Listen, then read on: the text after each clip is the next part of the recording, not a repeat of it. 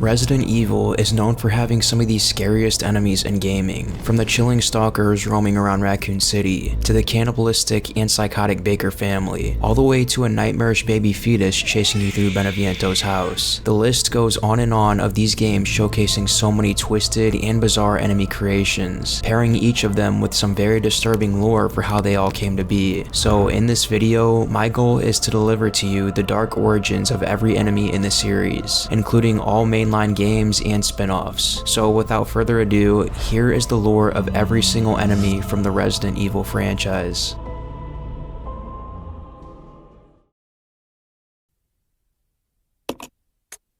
Resident Evil 0.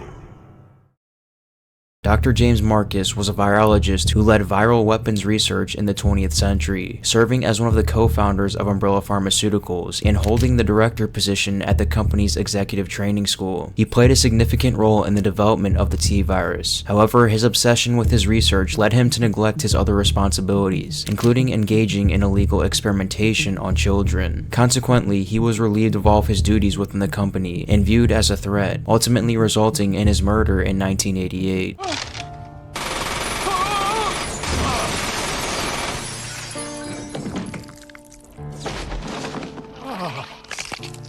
Marcus and his test subjects were subsequently disposed of in an underground river channel. Progenitor leeches were created in 1978 by James Marcus by combining the progenitor virus with leech DNA to create the T-virus, and then injecting the T-virus into their bodies. The virus causes the leech to grow to much larger sizes than that of an ordinary leech, and to increase the power of its teeth to the point where it can bite through glass. The most unique characteristic of Marcus's leeches was their ability to learn from their experiences and work together to overcome them, eventually functioning effectively as a single creature. It was at this point that they gained the ability to shape themselves into a roughly humanoid form, seemingly out of a desire to imitate their beloved creator. These creatures, which retain their shape due to a mucus fluid that coats their external leeches in order to provide rigidity, are known as Mimicry Marcus. On July 23rd of 1998, Marcus used a swarm of leeches to attack the Ecliptic Express, killing and/or infecting everybody on the train. The train was discovered a short while later by Billy Cohen and Rebecca Chambers, by which point many of the passengers had already become zombies. As shown by diaries found in the Umbrella Executive Training School, even merely touching a leech can cause infection. In contrast to normal zombie bites, it takes mere minutes for a human infected by a leech to become a zombie. However, if a queen infects a host, it enters inside the host's body. The host will eventually be able to transform into a leech-like form. However, the time for a queen to fully integrate into a body took Marcus nearly 10 years. Zombie refers to most humans that have succumbed to the T-virus, either through contaminated water supply or infected bites and scratches from a virus carrier. The researchers at the Umbrella Corporation called them zombies, in reference to the Haitian folklore zombies, which are said to be recently dead bodies reanimated by necromancers for use as slave labor. Since some of the traits of zombies are decomposed skin and lack of pulse, they are often mistaken for reanimated corpses. During his trials with the T-virus, Dr. James Marcus began to consider the impact that human testing would have on his research, eventually forcing people into being guinea pigs for his secret bioweapons projects. The result of these trials was the very first of the zombies. It would appear that information regarding Marcus's deeds only surfaced during the 1998 investigation into his laboratory, which had been quickly abandoned 10 years prior when he was murdered. The investigation revealed no less than 20 people as test subjects. The Queen Leech was created in 1988 in a laboratory adjacent to Umbrella's executive training school in the Arklay Mountains. When Dr. Marcus was assassinated by the Umbrella Security Service, Queen Leech was dumped into a nearby treatment plant with his corpse. Seeing his body as a food source, Queen Leech began consuming it and gained his memories after consuming the brain. It believed itself to be Marcus himself, reborn by divine intervention. Over the next 10 years, the Leech developed the ability to change its body shape into that of Marcus. In May of 1998, the Queen Leech finally acted on its plan to avenge Marcus's death. Over the next few weeks, it manipulated an accident at the Arklay laboratory, leading to the entire facility staff being infected with the T-virus strain, while their BOWs escaped into the forest. Umbrella's investigation teams were sent to evacuate the training school and laboratory for recommissioning, but were ultimately attacked and infected by leeches, as were the entire complement of a passenger train transporting Umbrella staff through the Arklay Mountains. The Queen Leech's goal was was to create a devastating viral outbreak that would ultimately spread across the world. These attacks got the attention of Dr. Albert Wesker and Dr. William Birkin, who were in charge of the training school operation. The two quickly recognized the Queen Leech as a serious threat to the company and made preparations to destroy the facility. In the meantime, the Queen Leech's attention was focused on STARS member Rebecca Chambers and former Marine Billy Cohen, who found their way in the training school when the train crashed into an underground station beneath it. The Queen Leech eventually saw no other way than directly confronting the two after they survived repeated attacks from Marcus's BOWs. It abandoned its human form and transformed into its natural state, becoming a large green monster. The fight ended quickly when it accidentally revealed to Billy its sensitivity to sunlight. Distracted by the opening of a shutter, Billy fired at the Queen Leech with a high-power magnum, finally killing it, and its broken body fell down an elevator shaft where it was consumed by flames.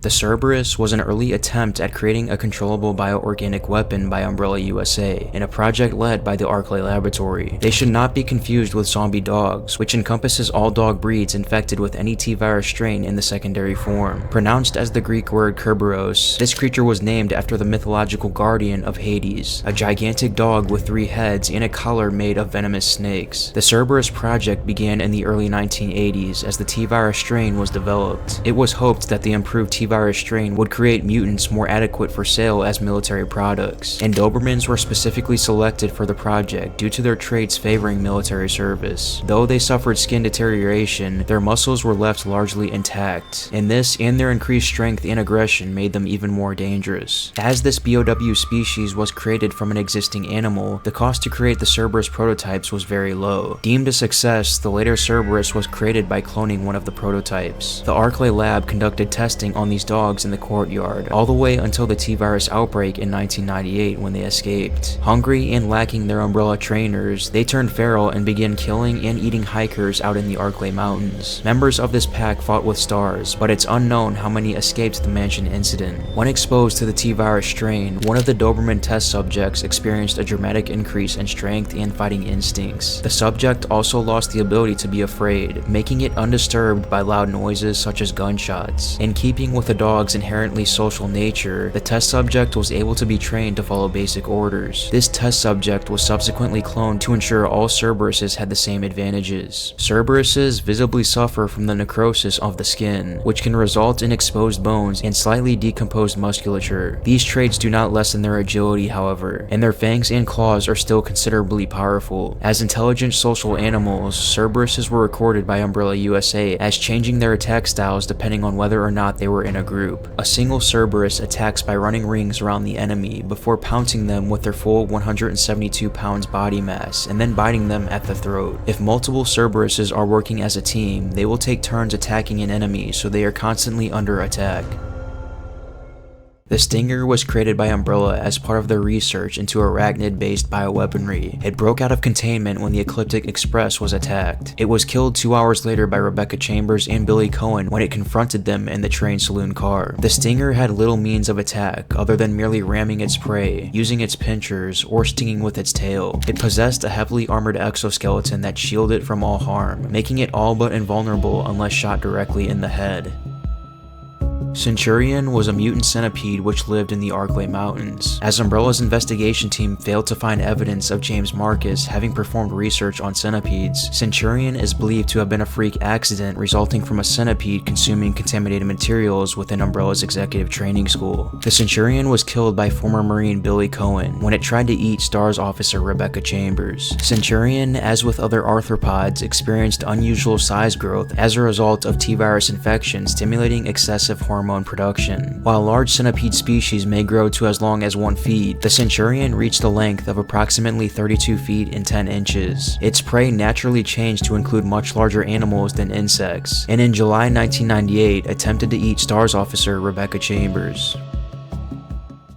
After the Racoon City destruction incident caused by Queen Leech in the Arklay Mountains region, many crows became infected with the T-virus after consuming smaller infected animals. Unlike other animals infected by the T-virus, crows showed no visible signs of infection, aside from their increased size. If threatened, however, they would attack their prey in a flock. Otherwise, they were harmless. It was through the crows that STAR's Bravo team member Forrest Spire became infected with the T-virus. Infected crows would appear again after Racoon City had become completely infected by the T-virus. These crows were noticeably more aggressive than the ones found at the Arklay laboratory, attacking anything they saw. Physically, the crows are unchanged. T-virus infected crows have been known to vary in behavior. The crows found in the Arklay lab and its associated estate were rather reserved, standing still as humans walked past. Of these crows, they generally only attacked when disturbed by loud noises such as gunfire. Running in the cemetery was also enough to provoke an attack from them. In the Umbrella Executive Training School not too far away from the laboratory, a flock of crows attacked Rebecca Chambers and Billy Cohen by smashing through the windows of a room to reach them.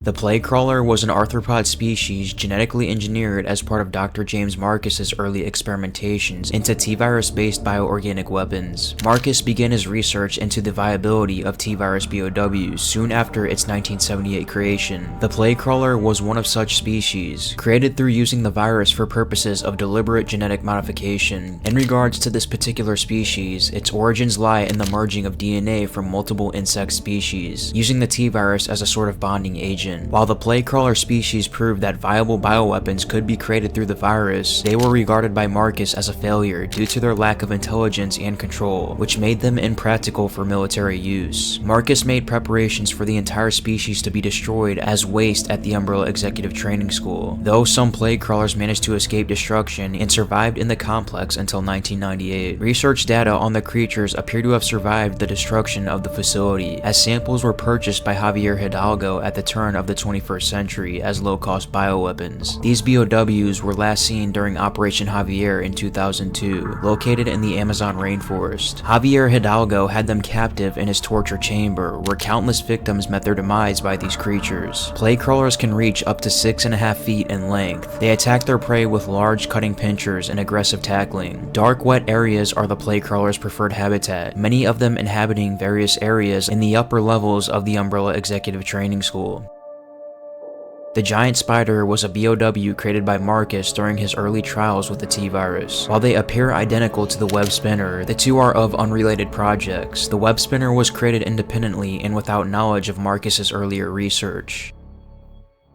The Eliminator was a primate-based BOW. It was one of the several early prototype weapons developed exclusively by Marcus during the test phases of the T-virus capabilities as a weapon. Developed alongside the Eliminator were the Lurker and Plague Crawlers, further displaying Marcus's fascination with the use of unlikely subjects as deadly weapons. Although initially deemed a successful product, the Eliminator was found to have undergone a significant decline in overall intelligence as a result of T-virus administration, which was supposed to be its greatest asset to Umbrella's BOW program. Mass production of the Eliminator was cancelled and only a handful of specimens were preserved for further testing and general research. Marcus instead turned his attention to the potential that human subjects presented as virus hosts, later providing William Birkin and Albert Wesker with their first scraps of information pertaining to the creation of the Tyrant class BOW. The existing Eliminators were left to rot, although James Marcus released them on Rebecca Chambers and Billy Cohen after they had infiltrated the Umbrella Executive Training School. Marcus noted that the remaining Eliminators had been exhausted by negligence and hunger, suggesting that they had not been at full strength when encountered. The infected bat is a rare mutation within bats that had already been infected with the T-virus. Their main distinction is their enlarged size. These creatures are capable of summoning other bats nearby with piercing screeches. One of the bats emerged during the T-virus outbreak at the Umbrella Executive Training School and made the chapel its home. This bat was killed on the night of July 23rd by STARS member Officer Rebecca Chambers and Billy Cohen. Infected bats can reach a height of 7 feet 3 inches and a combined body and wingspan of 24 feet 11 inches. The power of an infected bat's wings has been enhanced by the T-virus, and it can carry a full-grown human being for a limited time. The Hunter Alpha was one of the first fully functional and marketable BOWs produced by Umbrella. It was created by injecting reptilian DNA into a human embryo and administering the T-virus as a bonding agent. The Hunter Alpha went through intensive research and development at an underground lab in Racoon City. Several hunters were transported to an Umbrella management training center in 1998, either to be tested or in an effort to clear out mutants. After the investigation team was attacked, these hunters were left in their own devices, being later found at the school's anti-BOW training facility. The Hunter Alpha possess intelligence equivalent to orangutans, allowing them to follow a number of simple commands. Developing a degree of social interaction, hunters are known to work together in coordinated attacks on their targets. The Alpha model is extremely fast, capable of running in circles around the prey if they are allowed to get within close range. Lurkers were a species of frog created in the early years of T-virus research as part of a study in the effects of mutation on amphibians and their suitability as bioweapons. Created by Marcus, the failures in the Lurker indicated that amphibian-based bioweapons were impractical with the T-virus strains available at the time. In his research on Progenitor and the early T-virus strains, Marcus chose frogs to represent the amphibia class of animal. The infected frogs were largely unbenefited by the viral infection, only increasing in size. It was largely agreed in Umbrella research for years to come that a bioweapon should have both strength and intellect, as the Lurker's brain power did not improve beyond that of a frog species it was based on, making it unsuitable for military sales. Without intelligence, the increased aggression associated with T-virus infection would merely make it a danger to potential keepers. Lurkers lived and behaved largely the same as other frog species, with the most striking difference being the excessive hormone production which gave them great size. Lurkers were large enough to be able to swallow a human whole, and their powerful tongues made them formidable predators. Due to the primitive brains of amphibians, the Lurker test subjects could not be controlled, and were therefore unsuitable as bioweapons products and a hazard to the staff. A second flaw in the Lurkers was the loss of vision, though the empty eye sockets became useful as a second pair of ears.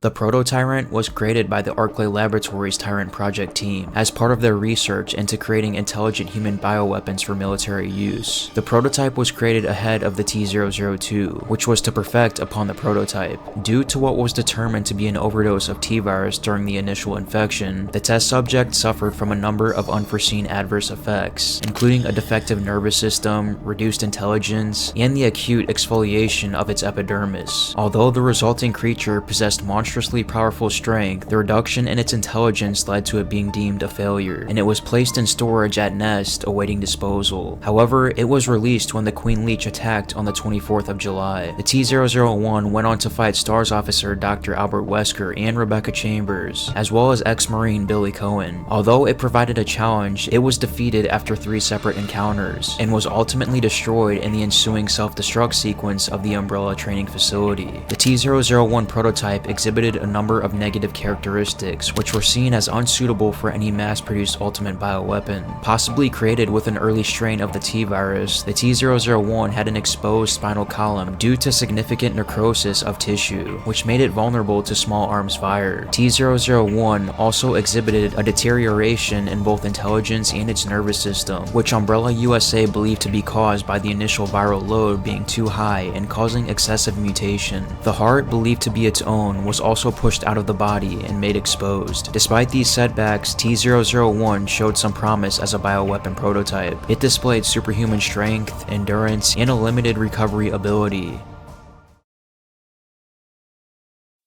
Resident Evil.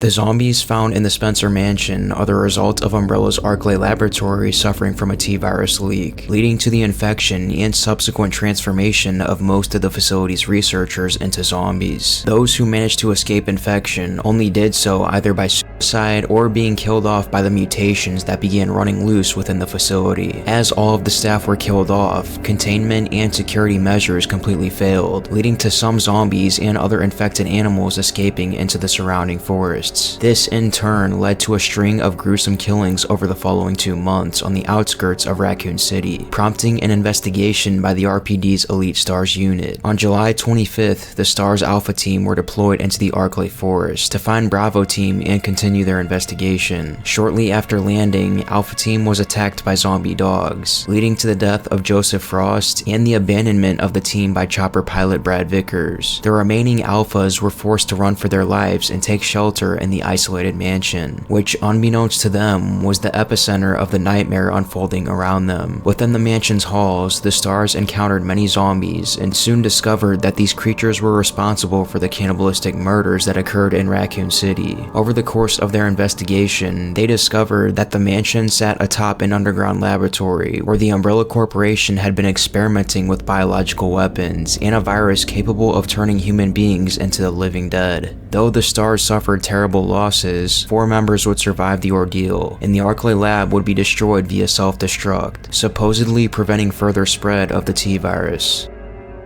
Crimson Heads were the result of the unforeseen effects of the Epsilon strain on the human body. The strain developed for the Tyrant Project was released in the Arklay lab during the lab incident. As the facility staff had no experience with Crimson Heads, they were at a disadvantage, and an informal policy became to destroy the bodies of zombies to prevent further mutation by either incinerating the corpse or by destruction of the head. When the T-virus reactivation process occurs within a zombie, the heart begins pumping at an alarming rate, causing noticeable blood seepage in the skin and giving it a crimson shade, while the eyes become white and glowing. The subject's fingers and toes develop sharp claws and also gain an increase in muscle mass and movement speed. The subject's level of aggression also increases exponentially from that of a typical zombie, and the typical moans become loud, hoarse roars. When zombies mutate into Crimson Heads, virtually nothing will stop them from pursuing their prey, and will even slash through other zombies standing between them and their victims. As a result, these creatures are extremely dangerous and should be avoided at all costs.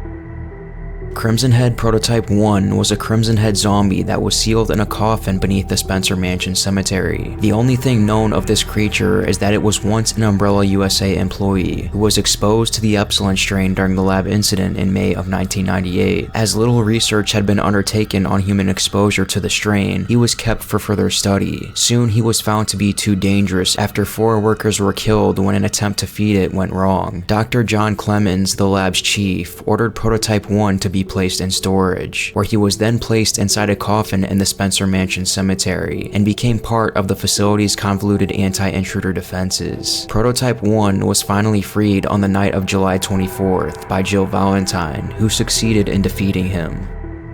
The monster plant was once a regular plant stored in the Spencer Mansion's greenhouse until it became infected by T-virus contaminated water, transforming its vines into mobile appendages that prevent intruders from proceeding further into the room. Jill comes across the mutant plant in an attempt to reach the key mask, but the plant hinders her from reaching it. Once Jill inserted herbicide into the water pump, the chemical contaminated water caused the plant to wither away, allowing Jill to retrieve the mask.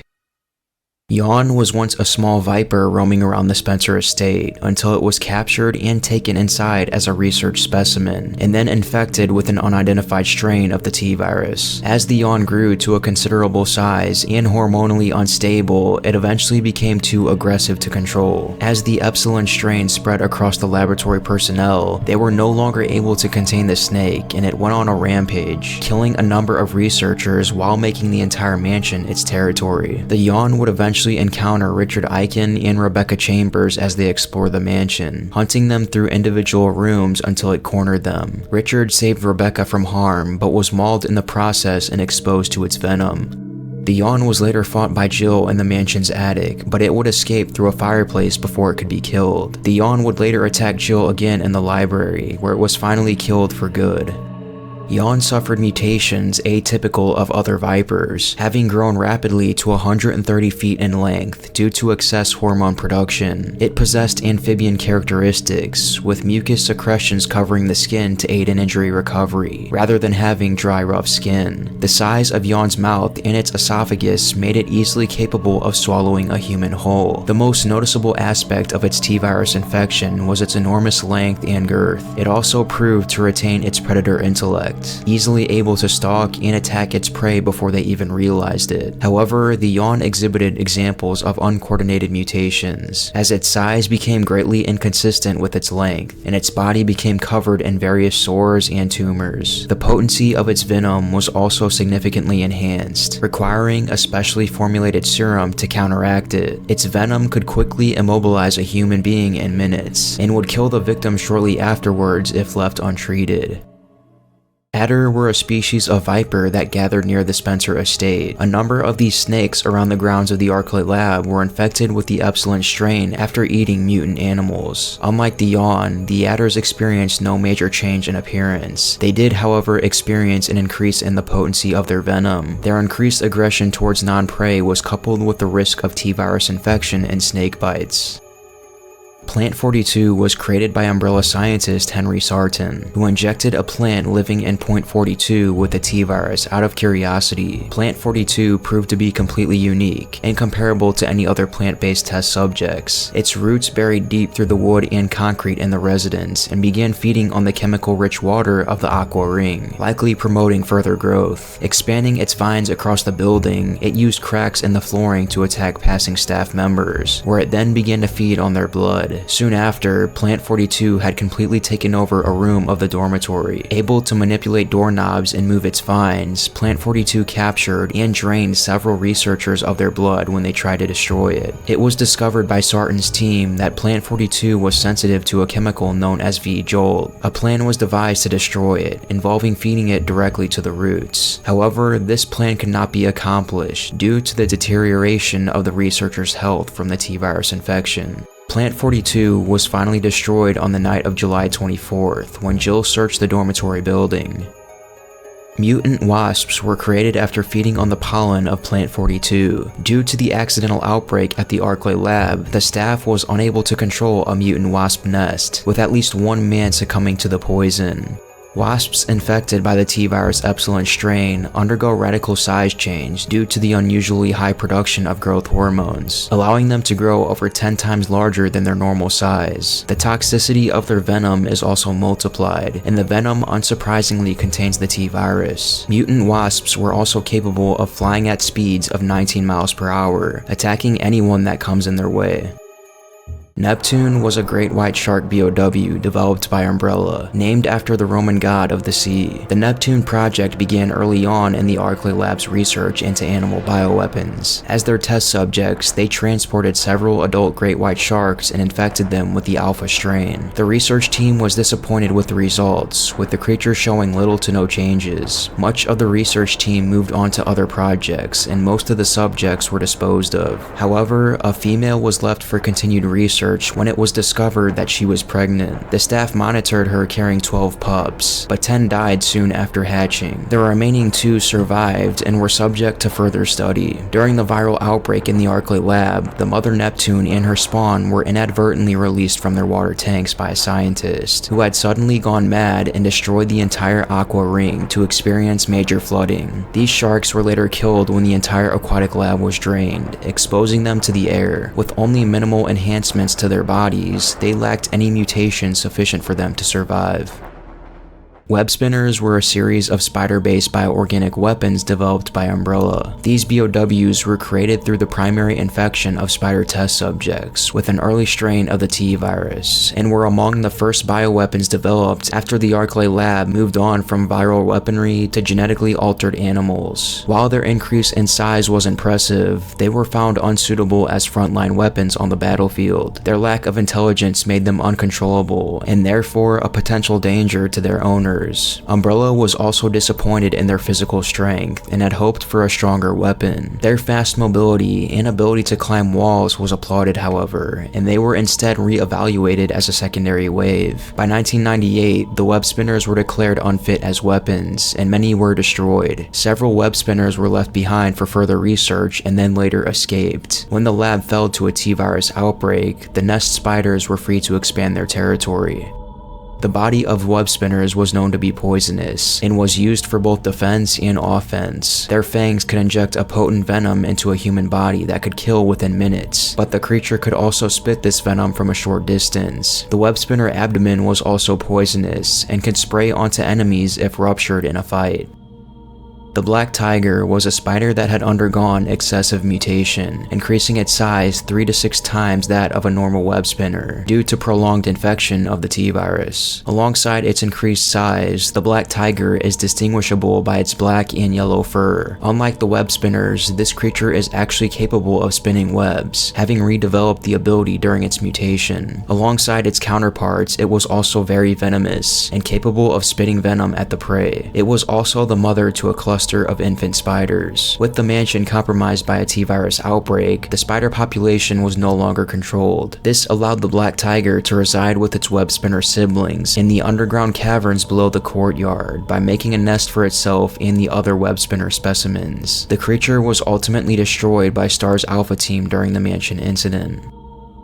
The chimeras are by far one of Umbrella's most disturbing creations. When the scientists were in early stages of experimentation with the T-virus, they were only testing the strain with animals. However, they were quickly met with problems in the BOW's practicality, such as lack of intelligence or insufficient strength increases, which eliminated many of the animals as a reliable weapon. In its place, the Chimera Project was started, which intended to graft insect DNA into human embryos. Homeless women were swiftly abducted by Umbrella agents and forcefully strapped down, where they were then impregnated with the modified embryos. Out of the various insect-human hybrids that were envisioned as bioweapons, it was a fly-human hybrid that was chosen for continued study, where it would then be cloned to produce identical bioweapons. The Chimera possessed powerful limbs ending with sharp claws. With these, they were able to hook themselves onto ceiling protrusions, such as grates and pipes. This allows them to hunt prey from above, outside their plane of vision, with their thin bodies also fitting through air ducts. They are in fact stronger than the Hunter Alpha, though their intelligence was considerably lower and made them a poor choice of weapon. Further observed traits of the Chimera shown that they are incapable of flight, and their bodies dissolve upon death. They also appear to be asexual, as they began to grow maggots on their bodies. The T-002 was the first successful development of the Tyrant Project, which was an Umbrella project that sought to create enhanced human bioweapons, intelligent and strong enough to fully replace soldiers on the front lines. The project was stalled for years due to the rarity of a certain gene for intelligence, which allowed infected humans to mutate differently from zombies. Such individuals were likely to die during the mutation, rendering Tyrant impractical to create at the time. During the 1990s, the Tyrant Project staff carried out research on an improved strain, and were able to advance the project to the next stage. Several convicts with beneficial genetic traits were located by Umbrella and brought over to the lab to take part in the project. Due to the severity of the mutations, most of the participants perished. Upon completion, T-002 was planned to be set up against combat veterans in a live-fire exercise before clones were to be mass-produced. The final product was an evolved human being who had received surgical alterations after its initial infection. In terms of natural mutations, his left hand developed into a powerful claw with the production of bony deposits. His muscles advanced beyond normal human limits, and he was capable of running at speeds of up to 43 miles per hour. In terms of intelligence, the T-002 went through limited brain damage during the mutation process. From the enhancements made in surgery, T-002 received a heart transplant from 2 large mammals, with the 2 surgically altered to function as a single heart. This procedure effectively led to the Tyrant having 2 separate circulatory systems. Shortly after its creation, Wesker was given orders to destroy the creature during the STARS team investigation of the mansion, but instead, he decided to release it from containment with plans to use it for himself. After stabbing Wesker, he turned its attention to the other STARS survivors. Though he was knocked out soon after, his power limiter was disabled, allowing him to begin mutating into a super tyrant. He forced his way through the concrete of the Arclay lab to catch up with STARS, and fought them once more on the helipad, where he was finally defeated after suffering a direct hit from a rocket launcher.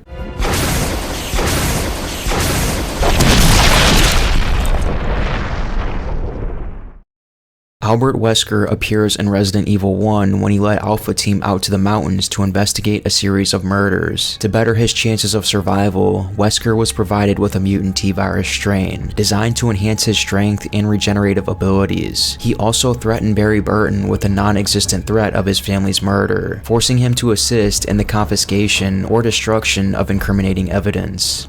Soon after arriving at Bravo Team's helicopter site, the team was attacked by a Cerberus pack, and Joseph Frost was quickly killed. The other members fled to the nearby Spencer mansion to seek shelter. Inside, Wesker separated themselves into group and continued with his mission. During the night, he discovered Captain Enrico Marini to be alive, having incriminating evidence against Umbrella, and promptly shot him in the underground tunnels before fleeing. In the lab, Wesker began preparations for waking up the Tyrant to kill the remaining Star survivors, infecting himself with a mutant virus strain shortly before doing so. He was cornered by his comrades while in the chamber, and confessed his role in Umbrella's conspiracy before ordering the Tyrant to attack them. However, the creature recognized Wesker as a participant in the Tyrant project, and stabbed him first, impaling him through the chest before going after the others. Though Wesker was seriously wounded, the virus in his body had succeeded in mutating him to possess impressive regenerative abilities, and he soon woke up in an empty room. With the self-destruct system activated, Wesker was unable to recover the embryos or any important data to hand over to Umbrella's rival company. He narrowly escaped the destruction of the mansion after a fight with Lisa Trevor, but his improved speed ensured his survival. Believed dead by Umbrella and Stars, Wesker was able to gain employment within the company, despite his failure to provide samples.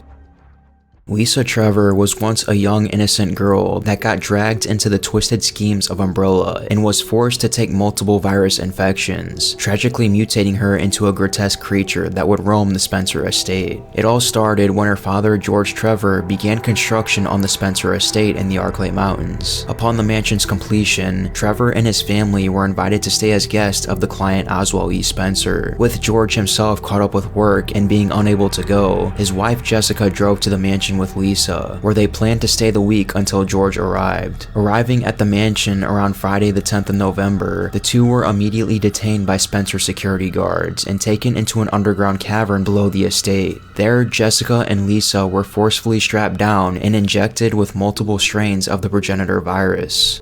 Over the next few days, both were subjected to further testing while their mental state deteriorated. While Jessica made plans for a breakout on Monday the 13th of November, her poor reaction to the virus deemed her as a failed experiment, which led to her immediate execution, preventing any hope of Lisa escaping. Unlike her mother, however, Lisa's body reacted much better to the progenitor infection, and she developed a degree of superhuman strength. As Lisa's mental deterioration worsened and she longed for her mother, a Spencer employee was tasked to impersonate Jessica and keep her satisfied, albeit with little success. On Wednesday, Lisa's deterioration reached a critical state in spite of her enhanced abilities, and she went into a violent outburst during a dinner with the impersonator. When Lisa realized the deception, she believed the woman had stolen Jessica's face and attempted to cut it off and give it back to her mother, leaving the impersonator in a bloody mess.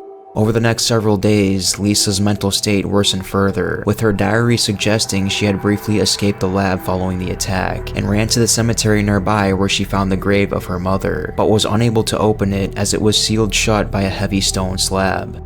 Over the next 28 years, Lisa remained beneath the estate and was moved into the Arklay lab upon its completion. Her existence was kept a company secret, with none of the researchers at the facility knowing her name, and few even knowing she existed at all. Over this period, Lisa continued to deteriorate, beginning to fall into a daze, though she would continue to be kept chained to her bed in the event that she recovered. For much of the first 20 years, she was fed through frequent therapy and transported by wheelchair if she needed to be moved. As many years went by, Dr. William Birkin would eventually enter the scene as the facility's new chief researcher. There, he would begin preparations to use Lisa as a subject for his new experiments. In 1988, Lisa Trevor was selected to be the host of a NEA-type parasite. These parasites had been engineered by Umbrella Europe to replace the brain functions in a BOW to improve performance. During the surgical implantation, however, Lisa's immune system attacked the organism and destroyed it, causing her consciousness to be restored with a certain degree of intelligence after the event. Over the next 7 years, Lisa became too much of a hindrance to the research. With her mind somewhat restored, she was once more able to use her enhanced strength and her obsessive need to collect faces, making her a danger to all women in the facility. Following the deaths of 3 researchers in 1995, the executives finally had enough, and orders were quickly given to execute her. Owing to her regenerative abilities, the security service waited 3 days before declaring her deceased, where her body would then be taken away for disposal. hospital. Where Lisa's body was taken is uncertain, but her regenerative abilities allowed her to recover, and she made her life in the Arclays as a mountain woman, surviving on her own means. Following the T-virus outbreak at the Arclay lab, Lisa Trevor's territory moved to encompass the estate and the land to the east, making a home out of a cabin the staff used to store pumpkins and other vegetables grown nearby. During the Spencer Mansion incident, Jill would eventually enter the cabin and be knocked unconscious by Lisa. Upon waking, she would be forcefully chased out by the creature. Lisa was later encountered again in the mines, where she would pursue Jill throughout. Her last encounter was with Jill and Barry beneath the mansion, where the two began to fend her off until they pushed 4 stone slabs off a cliff to reveal the remains of Lisa's mother's corpse. After this discovery, Lisa quickly grabbed her mother's skull and jumped into the chasm.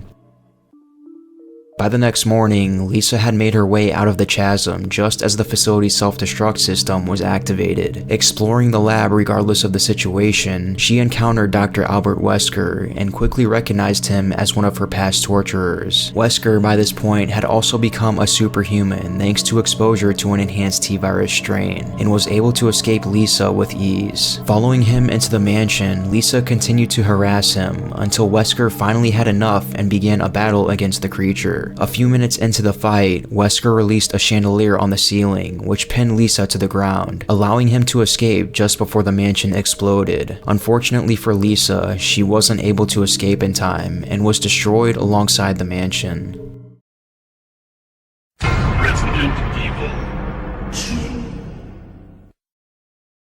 Zombies emerged once more when Racoon City suffered a T-virus outbreak following an incident that occurred at Umbrella's underground nest facility. The city's water supply became contaminated by the spilled virus, leading to a large number of infections overnight as citizens consumed the virus-riddled water. Before long, zombies were roaming the streets and attacking people, leading to the declaration of martial law and the intervention of the RPD and National Guard to quell the chaos in the streets. Even with the addition of the UBCS, this was not enough to restore order, as the undead quickly outnumbered the living and continued to multiply as they killed more people. By September 29th, Racoon City had become a ghost town, with almost the entire population having been wiped out. The US government was forced to intervene, and the decision was made to sterilize the city via a missile strike in order to prevent the T-virus from spreading any further.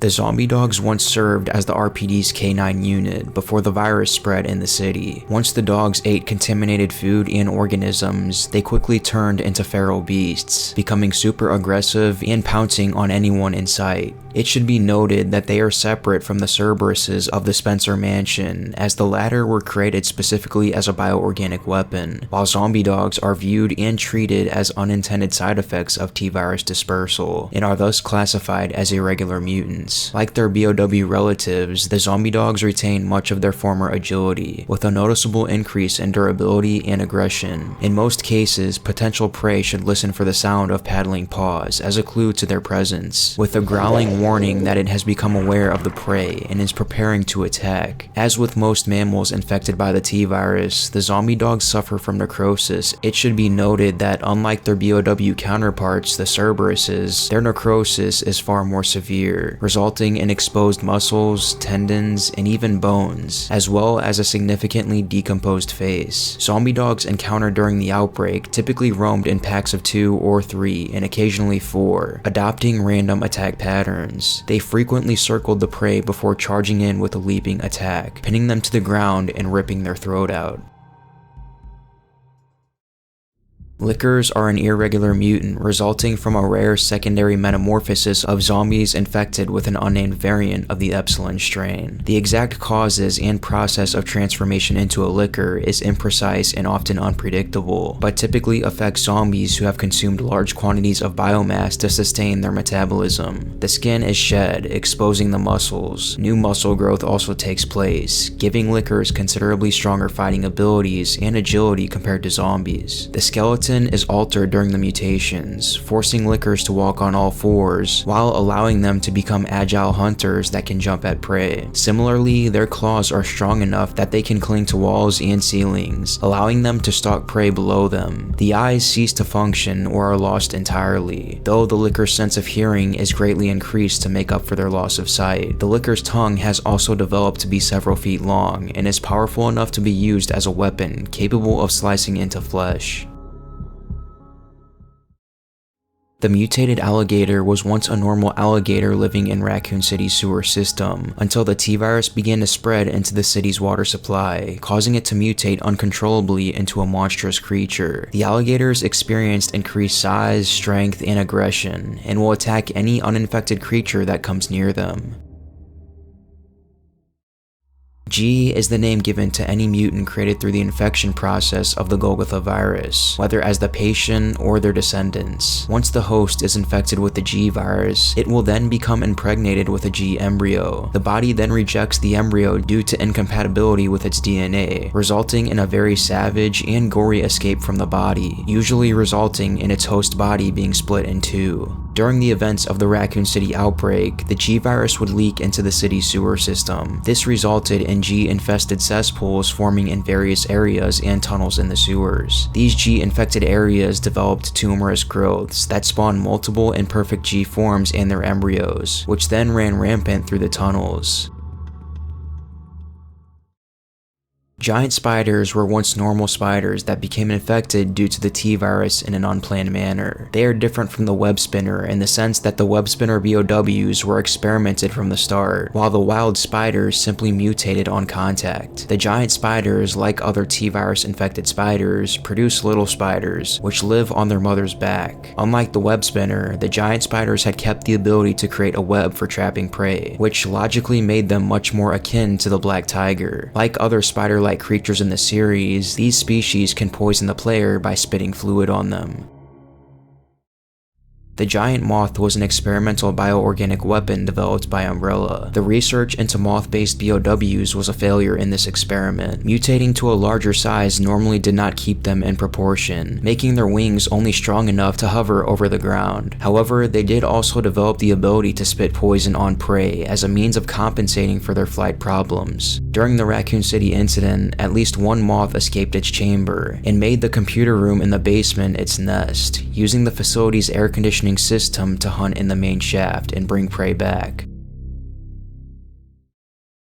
IV zombies were an irregular mutation produced by Plant 43 that infected humans with its seedlings. During the outbreak, Umbrella's underground laboratory nest was put under lockdown due to William Birkin's rampage and the subsequent T-virus outbreak he unintentionally caused. As the lockdown suspended all activities within the facility, Umbrella researchers found that one of their experiments known as Plant 43 was beginning to change its behavior and grow increasingly hostile due to the lack of proper maintenance. As the lockdown prevented the team's proper maintenance of the creature, as well as being unable to produce epsilon gas to contain it, Plant 43 inevitably lashed out, killing many of the team before spreading into the ventilation shafts and adjoining rooms. As it attacked the researchers, Plant 43 had also implanted them with its seedlings. These mutated seedlings would then take root in the victims' bodies as a sort of parasite, and upon infection, come to widely alter their host's internal anatomy. This resulted in walking corpses infested with a carnivorous mutative vegetation that partially mimicked other human beings to trick its prey, and was able to animate the corpse to a noticeable effect, including maneuvering the nervous system for the corpse to walk and manipulating the host's vocal cords to communicate in echoed clicks. For subsistence, the parasite formed a mouth through altering the head of the host to become a large, disguised set of mandibles, with which flesh from victims were transferred into the host's stomach, where the plant's roots converged. These creatures also had large orange bulbs covering their form that seemed to serve as some kind of primitive nervous system or brain. If shot, the ivy will recoil, often while flailing its limbs and shrieking in what seems to be a show of pain. When these bulbs are destroyed by gunfire, the creature will collapse to the ground and be rendered immobile. However, these bulbs are not essential to the survival of the plant infesting the corpse, and it will eventually regenerate them, allowing it to walk again. Only burning the body while it's immobile will destroy the plant matter spread through its tissues and permanently kill an IV zombie.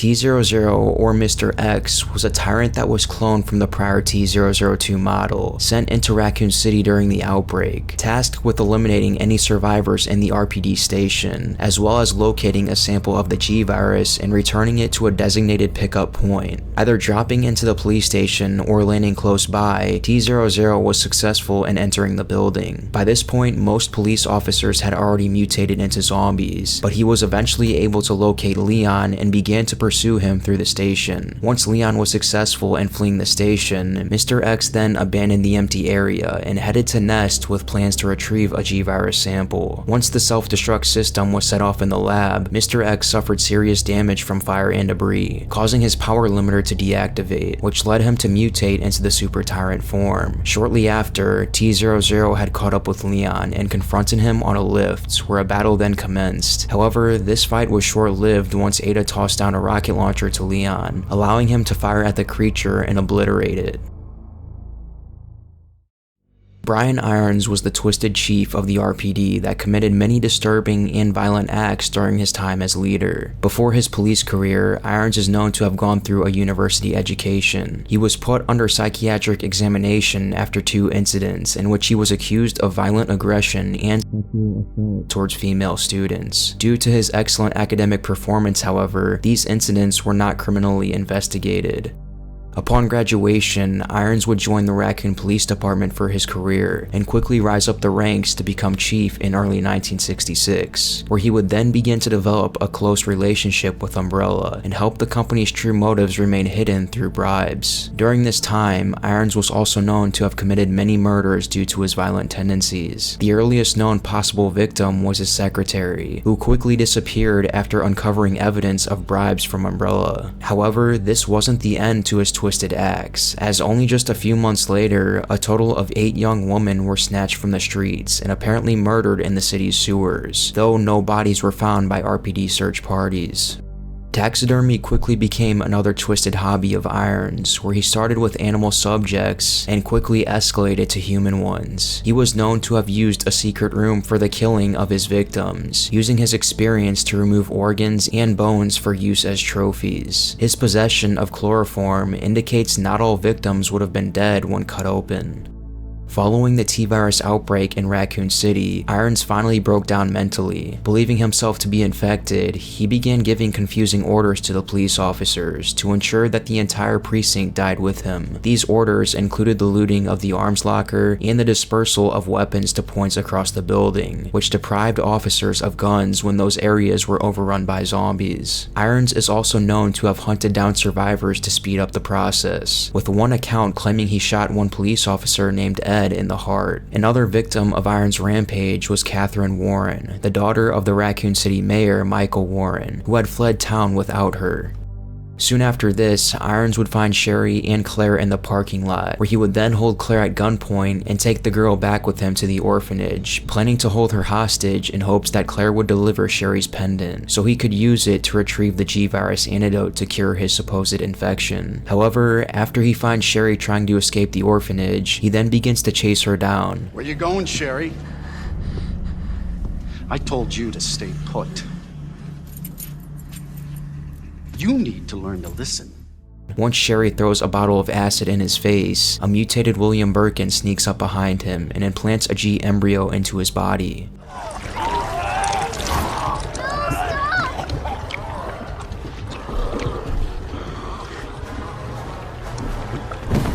Once Claire arrived at the orphanage, she was quickly confronted by a wounded Irons. There, the G embryo rejected his body and forced its way out of his stomach, ending the dark and twisted tale of Chief Irons.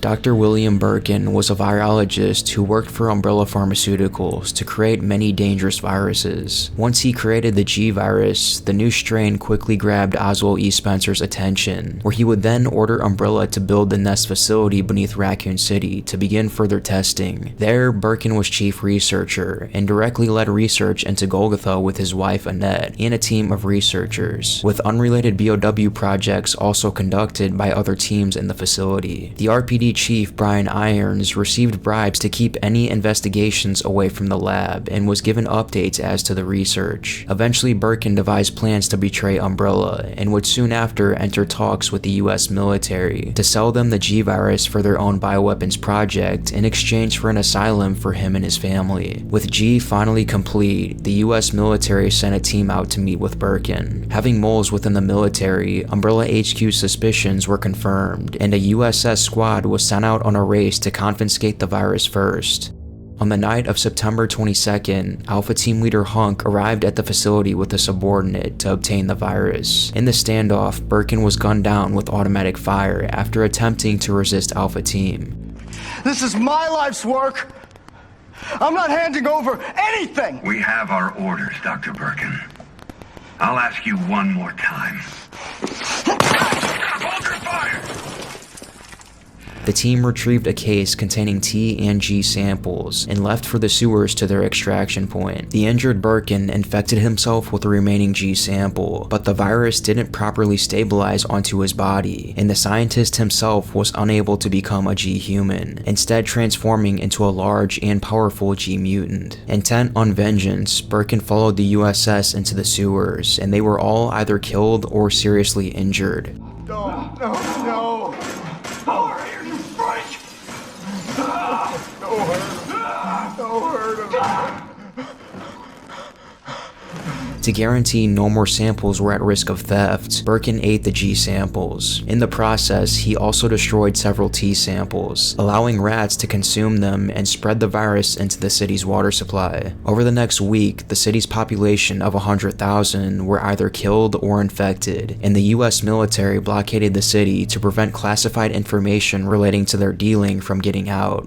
Driven entirely by basic instincts, Birkin searched for food, whether alive or dead, and vessels for reproduction. The sewers fell under the control of rejected G embryos, which had made themselves a colony. Ultimately, Birkin sought out Sherry, who, as a blood relation, was a viable carrier for his parasitic larvae. During his search of the Racoon City orphanage for carriers, he infected Chief Irons, who was holding Sherry hostage. From there, he seriously injured the T-00 at an elevator as it tried to attack Sherry and another survivor, Claire Redfield. During his confrontation with the survivors in the sewers, it became clear that he had successfully infected Sherry, either in the orphanage or in the sewers, and she was quickly rushed to Nest for treatment, where Birkin soon after followed. While in Nest, Birkin was attacked by Annette with an anti-BOW weapon and suffered serious injury. However, he quickly got up and was forced into a confrontation against Claire. As the facility began to self-destruct, he followed Claire as she headed down to the lower levels of the facility to activate the emergency train. His fourth defeat would leave him severely wounded, but Birkin was able to continue on and boarded the escape train. Mutating into his fifth and final form, he entered the rear carriages of the train, confronting Claire one final time. He was ultimately defeated after a metal pipe was stabbed in his large eye before the train carriage was unbuckled, where he was then engulfed in the explosion from Nest. Resident Evil.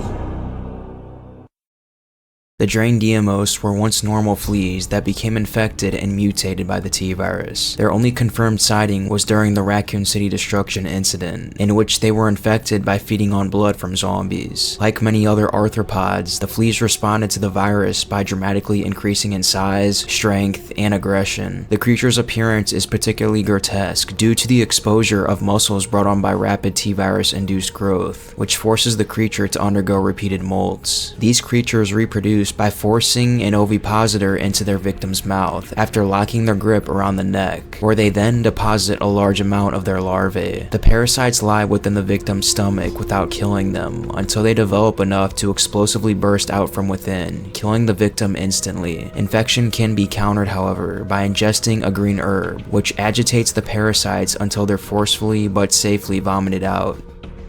The Brainsucker is an insect-derived irregular mutant similar to the Draendiamos. They were infected by the T-virus during the Raccoon City incident by feeding on infected hosts. Unlike the Draendiamos, this host was not a zombie, but another infected organism. This different manner of infection altered the virus enough that the parasites mutated differently. Making its appearance distinct, the Brainsucker also had 2 heads. Behavior-wise, the Brainsucker acts the same as the Draendiamos, in that they both prefer to live in unclean environments. They are, however, slightly stronger and possess the ability to spit poison at their prey. If these creatures get too close, they will then break open its prey's head and feed on the brain with their tongues.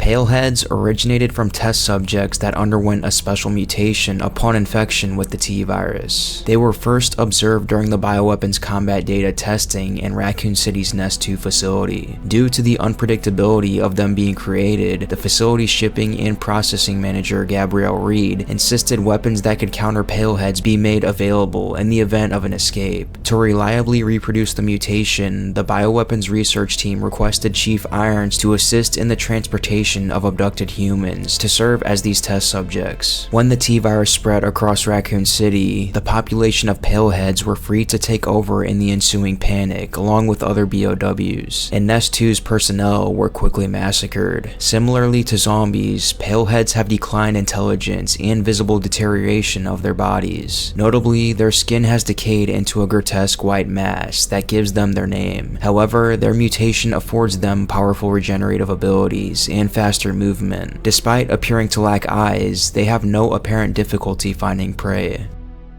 The Hunter Gamma was developed based on information retrieved from the American branch's Hunter Alpha model. Contrary to the American design method, the Hunter Gamma involved human DNA being bonded with a fertilized amphibian egg and the T-virus. Though this method worked, the resulting creatures had several flaws that made them impractical for battlefield use, such as sensitivity to heat and their vulnerable mandibles being exposed when they attacked a target. In 1998, Umbrella ordered the destruction of numerous batches of this variant due to its perceived usefulness as a weapon. One researcher who had grown emotionally attached to the hunters defied this order and bribed a sewer manager in Raccoon City to allow him and some of his associates to move the hunters there to continue training and evaluation, where he hoped to prove their worth and bargain with Umbrella's European branch to continue development. Though they were docile and friendly to the researcher and his associates, they effortlessly and violently killed at least 2 random sewer workers that happened to stumble upon them. These hunters were still in the sewer during the Raccoon City incident.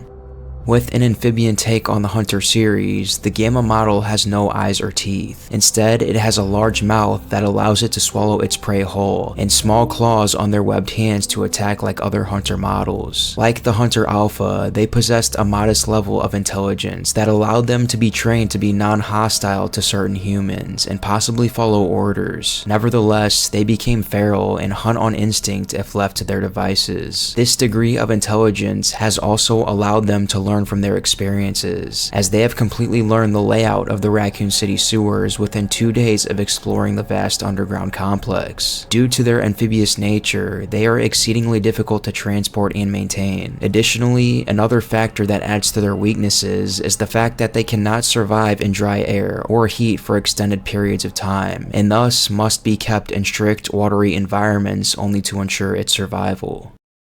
The Hunter Beta was developed to improve upon Birkin's Hunter Alpha work. Due to Umbrella's ability to clone BOWs at a low cost, they were free to continue making further genetic modifications to the Hunter Alpha, which focused on improving the Hunter's performance abilities. While its attack power was reduced in the process, its nervous system was improved, decreasing reaction time when being shot at. In September 1998, Umbrella was preparing final tests of the Hunter Beta before they could make the final decision on whether or not to mass produce it. Taking advantage of the situation in Raccoon City, approximately 20 of the hunters were shipped to the United States and transported by truck into Raccoon City, where the Umbrella Biohazard Countermeasure Service and their monitors were to test and record the creature's performance. During their time in Raccoon City, the hunters used the Raccoon General Hospital as a hunting ground, ripping apart anyone in sight. The Gravedigger is an irregular mutant resulting from an arthropod exposed to massive doses of the mutagenic T-virus. Once the T-virus contaminated the soil and infected underground dwelling organisms, the Gravedigger was quickly birthed. These creatures retained the ability to burrow underground and preferred a subterranean environment, though would surface if hunger overwhelmed their natural instincts. The size they could reach was so vast that it could destroy roads above in a manner comparable to an earthquake, as their burrowing left huge, vast, and unsupported tunnels underneath. The creatures also developed 4 long mandibles, which were used to drag prey into their large mouths. To make full work of their mandibles, they would attack by lunging or biting, using their huge bulk to force prey into a corner, where it can then be trapped and devoured. Former STARS officer Jill Valentine encountered a white gravedigger when the ground subsided, and found herself in the sewers it was burrowing through. Later, she encountered a brown gravedigger in Racoon Park. Desperate for a supply of food, it had smelt out a group of zombies buried alive in the park cemetery. Its attempt to burrow under each coffin led to the ground collapsing, where it was then ultimately defeated by Jill. Sliding worms are the parasitic offspring produced by gravediggers. The gravedigger reproduces by laying eggs in the sewers and inside the ground, often in bunches of 100. Under these infected conditions, the eggs soon hatch, often in 2 hours, and the resulting creatures are sliding worms. These larvae are another kind of irregular mutant, usually growing to about 3 feet in length and possess sharp fangs, while also possessing an elastic, flexible body. These creatures thrive on blood, and when they spot prey, they will leap towards it with amazing jumping power and suck blood from it like a leech, sometimes as much as 1 liter. After being born, they will shed their skin many times in the course of their development. In the span of 1 week, they will be a fully formed gravedigger. Nikolai was a mercenary employed by Umbrella as a sergeant in the UBCS. In September of 1998, a catastrophic accident at Nest led to the contamination of Raccoon City by T-virus. The UBCS was deployed officially as a relief force to rescue trapped civilians, as police and military control of the city collapsed. This was, however, a cover for their real missions, which were to include the rescue of key Umbrella personnel, the destruction of incriminating or dangerous materials, and the collection of combat data from bioorganic weapons and irregular mutants. An unknown third party, aware of the UBCS purpose, made contact with Nikolai prior to their deployment, offering a bribe in exchange for his services. While outwardly following Umbrella's mission, Nikolai agreed to deliberately undermine their success. He also received a second set of instructions, offering a reward for the assassination of Jill Valentine. By the night of September 27th, he rendezvoused with Captain Mikhail Victor and his platoon. The platoon would suffer further losses on the 28th of September, when Nikolai locked a door on them to trap them with zombies. The platoon made their base at the Redstone Street subway station to transport refugees out of the city center. Nikolai ran into Jill after killing fellow mercenary Murphy Seeker, who was injured and potentially infected. He would later betray Jill and Mikhail Victor, leaving them with Nemesis when it attacked them on a subway train and escaped. No longer limited by the platoon, Nikolai was made free to carry out covert activities on behalf of both Umbrella and the rival company. At the Spencer Memorial Hospital, Nikolai verified the loss of life and destroyed information relating to the successful vaccine research, killing Dr. Nathaniel Bard in the process, who was a senior Umbrella researcher awaiting rescue.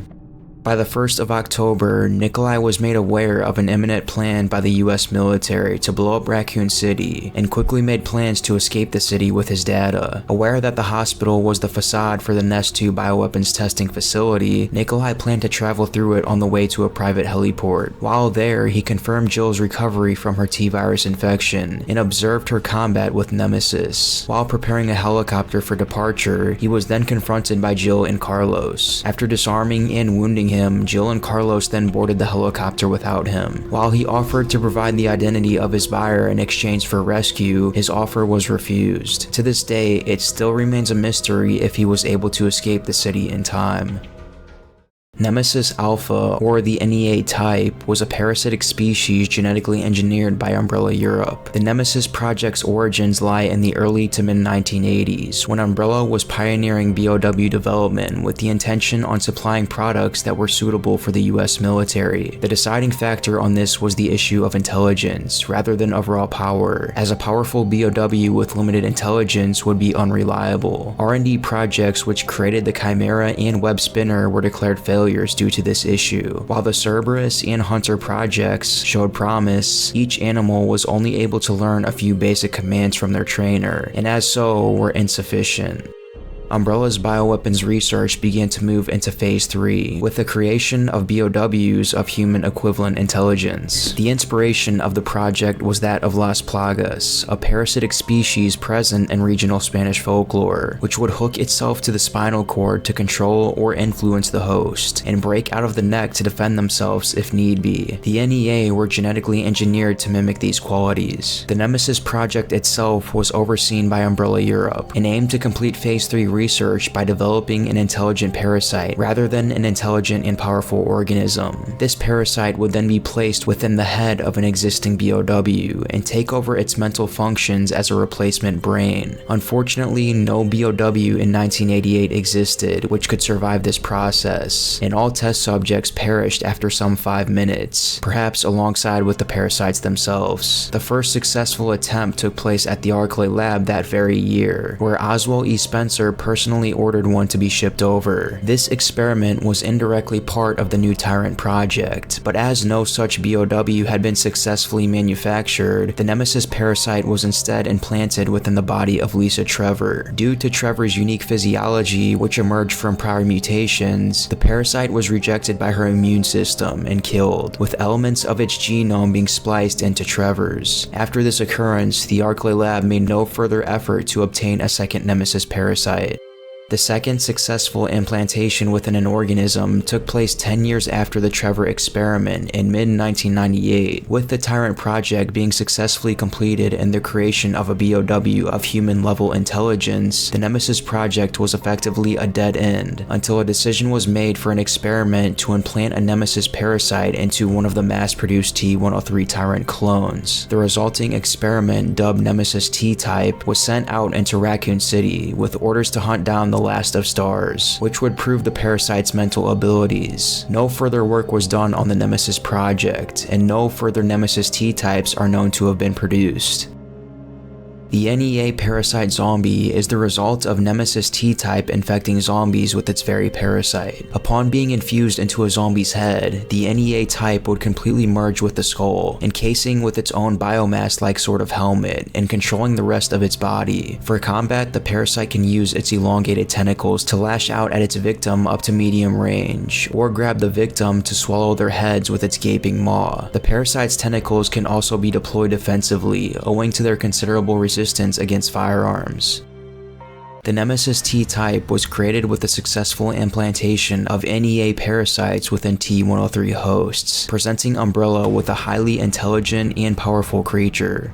When Umbrella got word of a T-virus outbreak in Racoon City, Umbrella Europe began shipping its BOWs over to the city to take advantage of the crisis. Per HQ's plan, the UBCS were to engage these BOWs, and monitors in the city were instructed to record the BOWs' combat skills to verify their reliability as military products. With Umbrella wanting vengeance for the destruction of T-002, Nemesis T-02 was given instructions to hunt down and kill all STARS members, of whom it was shown photographs of so they could be recognized. The creature was taken into the city by helicopter and provided with heavy weaponry including a rocket launcher. When the pursuer entered the city, only 2 STARS members were left, Brad Vickers and Jill Valentine. Nemesis first started with Jill by forcing its way into her apartment and then proceeding to chase her throughout the building. Ultimately escaping, Jill would traverse through the city and make it to the top of a building to be picked up by a helicopter. However, it was here Nemesis would return and shoot down on the helicopter, where it would then approach Jill again, ultimately ramming the creature off the cliff. Nemesis would take minor damage to his armor, revealing the grotesque face of the enemy. Luckily, just before Nemesis could get to Jill, Carlos had arrived and fired multiple rockets at the creature. It's here where we get to see how advanced and powerful the creature was, as it was able to catch the fired rocket and redirect it. However, the second rocket would make contact and temporarily shut down the creature.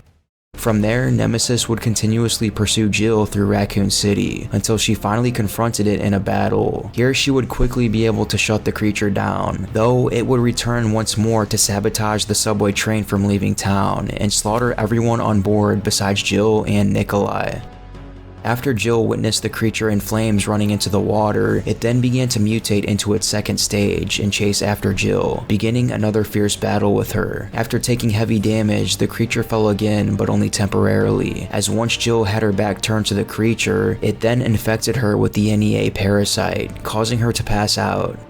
Much later on, Nemesis would follow Jill to Nest, and eventually confronted her and Tyrell when the two were looking for an antidote. There, the creature quickly pierced Tyrell through the chest and threw him back, tragically killing him. It then began to consistently pursue Jill throughout Nest, until Jill was eventually forced into a battle with the creature in order for Nikolai to collect combat data. Carlos quickly arrived and helped Jill halt the creature again, and filled the area with acid in hopes to rid the creature for good. However, it did quite the opposite. After being submerged in the extremely corrosive chemicals, the Nemesis mutates further and absorbs all other corpses present in the room, notably that of zombies and hunters. Here, the final battle would begin between Jill and the creature. After charging an experimental electromagnetic gun, Jill fired at the Nemesis and decimated the creature in the process, finally ridding Umbrella of quite possibly its deadliest creation.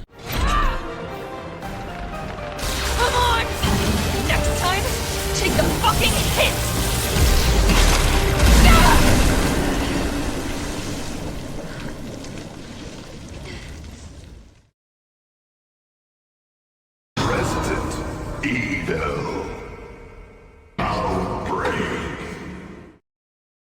The Hunter R is a variant of the bioengineered Hunter species. Intended as the next step in Hunter development, the R model replaced the Alpha model in its development. The reason for this was to increase usability of Hunters, as the practical applications for the previous Alpha model were considered to be somewhat limited. These creatures were noticeably an ectothermic species, being cold-blooded and heavily dependent on the climate to assist in their metabolism. It is also understood that this species was smaller and weaker than any other Hunter products, though made up for it in pack instinct. This particular variant Hunter was developed in the Nest facility under William Birkin and another Umbrella USA facility located above ground. After William Birkin became infected with the Golgotha virus and went on a wild rampage, numerous Hunter Rs were released, killing a number of Umbrella researchers before the temperature controls were lowered. The Hunters, unable to continue killing and freezing temperatures, froze in their tracks, leaving them still statues scattered around the facility. Shortly after this occurred, a group of survivors consisting of Yoko Suzuki, George Hamilton, and Alyssa Ashcroft entered the facility, looking for a way out of Racoon City. While exploring the area, they were eventually forced to bring the facility's indoor temperature back up to be able to use the turntable elevator to escape Nest, which caused the Hunters to become unfreezed and pursue the survivors. Yoko and her group eventually managed to take out the many Hunter Rs and flee the facility. G is the name given to any mutant created through the infection process of the Golgotha virus. The process is as follows. A host is injected with the Golgotha virus, causing the body to become impregnated with an embryo. The body then rejects the embryo due to incompatibility with its DNA, resulting in a very savage and gory escape from the body, usually resulting in its host body being split in two. This occurs because the genetic incompatibility between G and the host was insurmountable, causing the G cells to forcefully reproduce and spread throughout the body in a process known as false reproduction, which ultimately resulted in the G adult body. The adult mutation then has the ability to spew G young babies out of its body, which attack and infect the enemy, potentially resulting in more G adults being created. The only known occurrence of Gs was during the Racoon City destruction incident that took place in September of 1998. Monica, a researcher of the G virus R&D team, was parasited by a G embryo that crawled down her throat when she was attacked by a giant moth in the nest. Not genetically compatible, it rejected Monica and tore out her chest. The creature matured into its adult form within minutes, but was soon killed by a group of survivors on the surface. The Leechman was a mass of T-virus infected leeches that used an infected body as a means of movement. Only one is known to have existed, being located in the Racoon General Hospital in September of 1998. The Leechman and similar mounds of leeches in the Outbreak are comparable to mimicry Marcus's, though they function differently.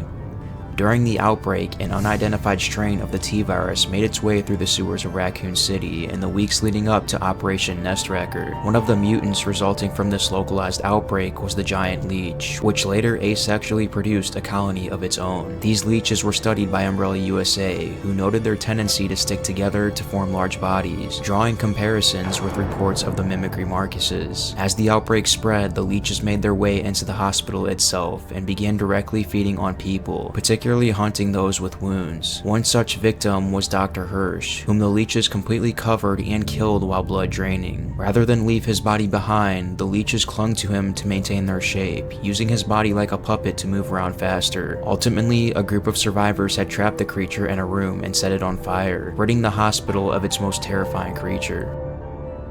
The giant leech was a leech infected with the T-virus that took residence within the waterways beneath the Racoon General Hospital. Apparently different from the leeches James Marcus was working with, this leech was, like its smaller kin, extremely sensitive to fire. During the outbreak, a group of survivors attempted to escape the hospital by using the sewer, unaware of the giant leech's presence. They accidentally rammed it with a boat, causing it to become enraged and attack. Ultimately, the survivors proved victorious and defeated the creature.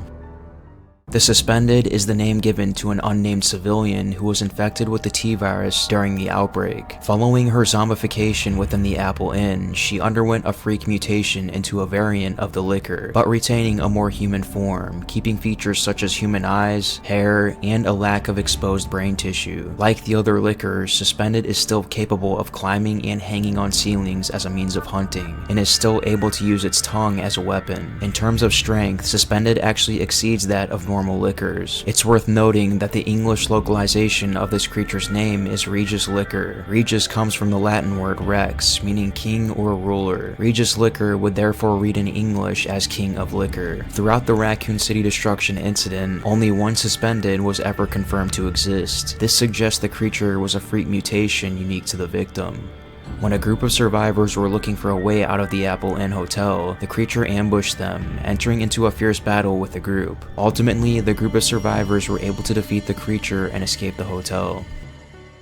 The Tyrant C was a prototype Tyrant model which saw action during the outbreak. Its precise origins are unknown, though it appears to have been produced following completion of the T-103 model. The Tyrant C is characterized by its purple complexion, protruding facial horns, and red defense coat. This Tyrant model attacks by swinging its seemingly elasticated arms and kicking the character. While the Tyrant C was more powerful and dexterous than the T-103, it lacked adequate endurance and stamina. The elastic arm attack is instant death and should be avoided at all costs.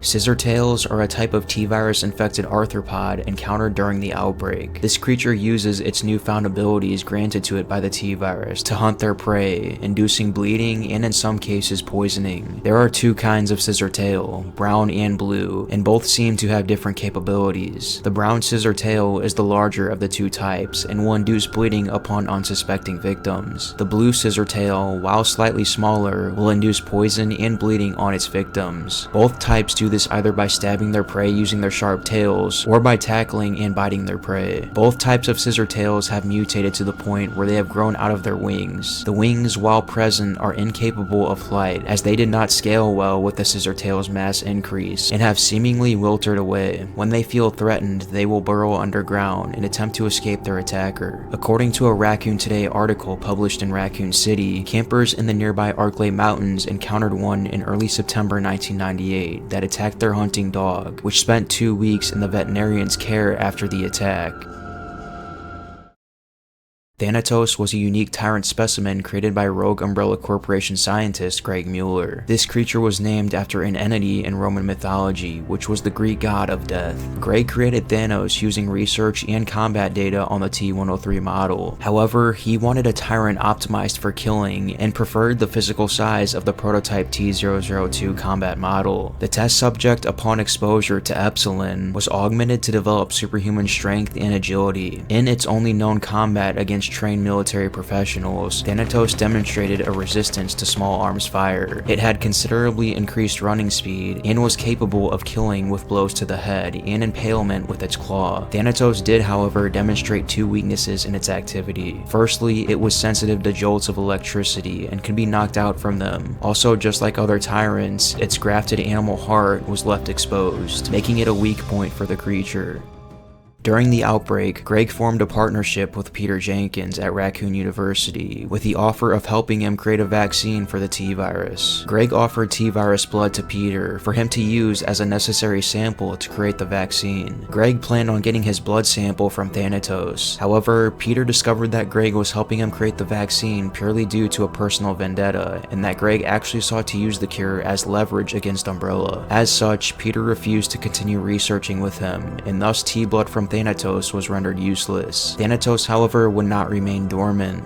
Shortly after, an Umbrella Biohazard Countermeasure Service team was sent by Umbrella as part of Operation Emperor's Mushroom. The objective was to enter the grounds of the Racoon University and retrieve the tyrant, or if the creature was too strong to contain, kill it and retrieve the remains. The operation was ready to go ahead from 5:35 to 6:35 on October 1st of 1998, the very last moments available for the company. Already aware of Umbrella's intent, Greg released his creation with the intention of wiping out the team. Around the time of the mission's initiation, the UBCS team, composed of 5 mercenaries including Carl, Dustin, and Nikolai, made contact with the creature in the back square in the city. Keeping their distance, the team continued to open submachine gun fire in an attempt to take it down. The tactic failed, and when Nikolai tried to collect T-blood from behind, the creature then went on a homicidal rampage, killing the groundside components of the team. Thanatos then carried off the body of one of the mercenaries, bringing it to Greg for his research purposes. As the creature ran out of sight, Nikolai began preparations for another encounter should it take place. Thanatos then proceeded to pursue a ragtag group of refugees throughout the university. It ultimately failed, and the survivors managed to escape its grasp. After Greg's assassination by Nikolai and the activation of the C4 charges, Thanatos again tried and failed to kill the survivors while they fled. While they escaped to the temporary safety of the back square, the C4 went off, destroying a section of the university building and bringing the ceiling down around Thanatos. Though this severely injured it and cost it an arm, it also caused it to mutate into its Super Tyrant form, known as Thanatos R. Thanatos' Super Tyrant mutation increased its height to over 12 feet tall and developed powerful muscles to allow it to jump high into the air. The mutation also formed a metal casing around its heart, making it much more difficult to take down. After its mutation, Thanatos resumed its chase for the survivors outside the university. As they made their way to the evacuation, Thanatos cut them off, engaging them in battle. The survivors were able to halt the creature for a few minutes as they fled to the front square of town. Shortly after, Thanatos got up and quickly resumed its chase at full strength. Meeting them at the front square, Thanatos intercepted the survivors for the third and final time. After a long and difficult battle, the survivors defeated the powerful creature and escaped the city.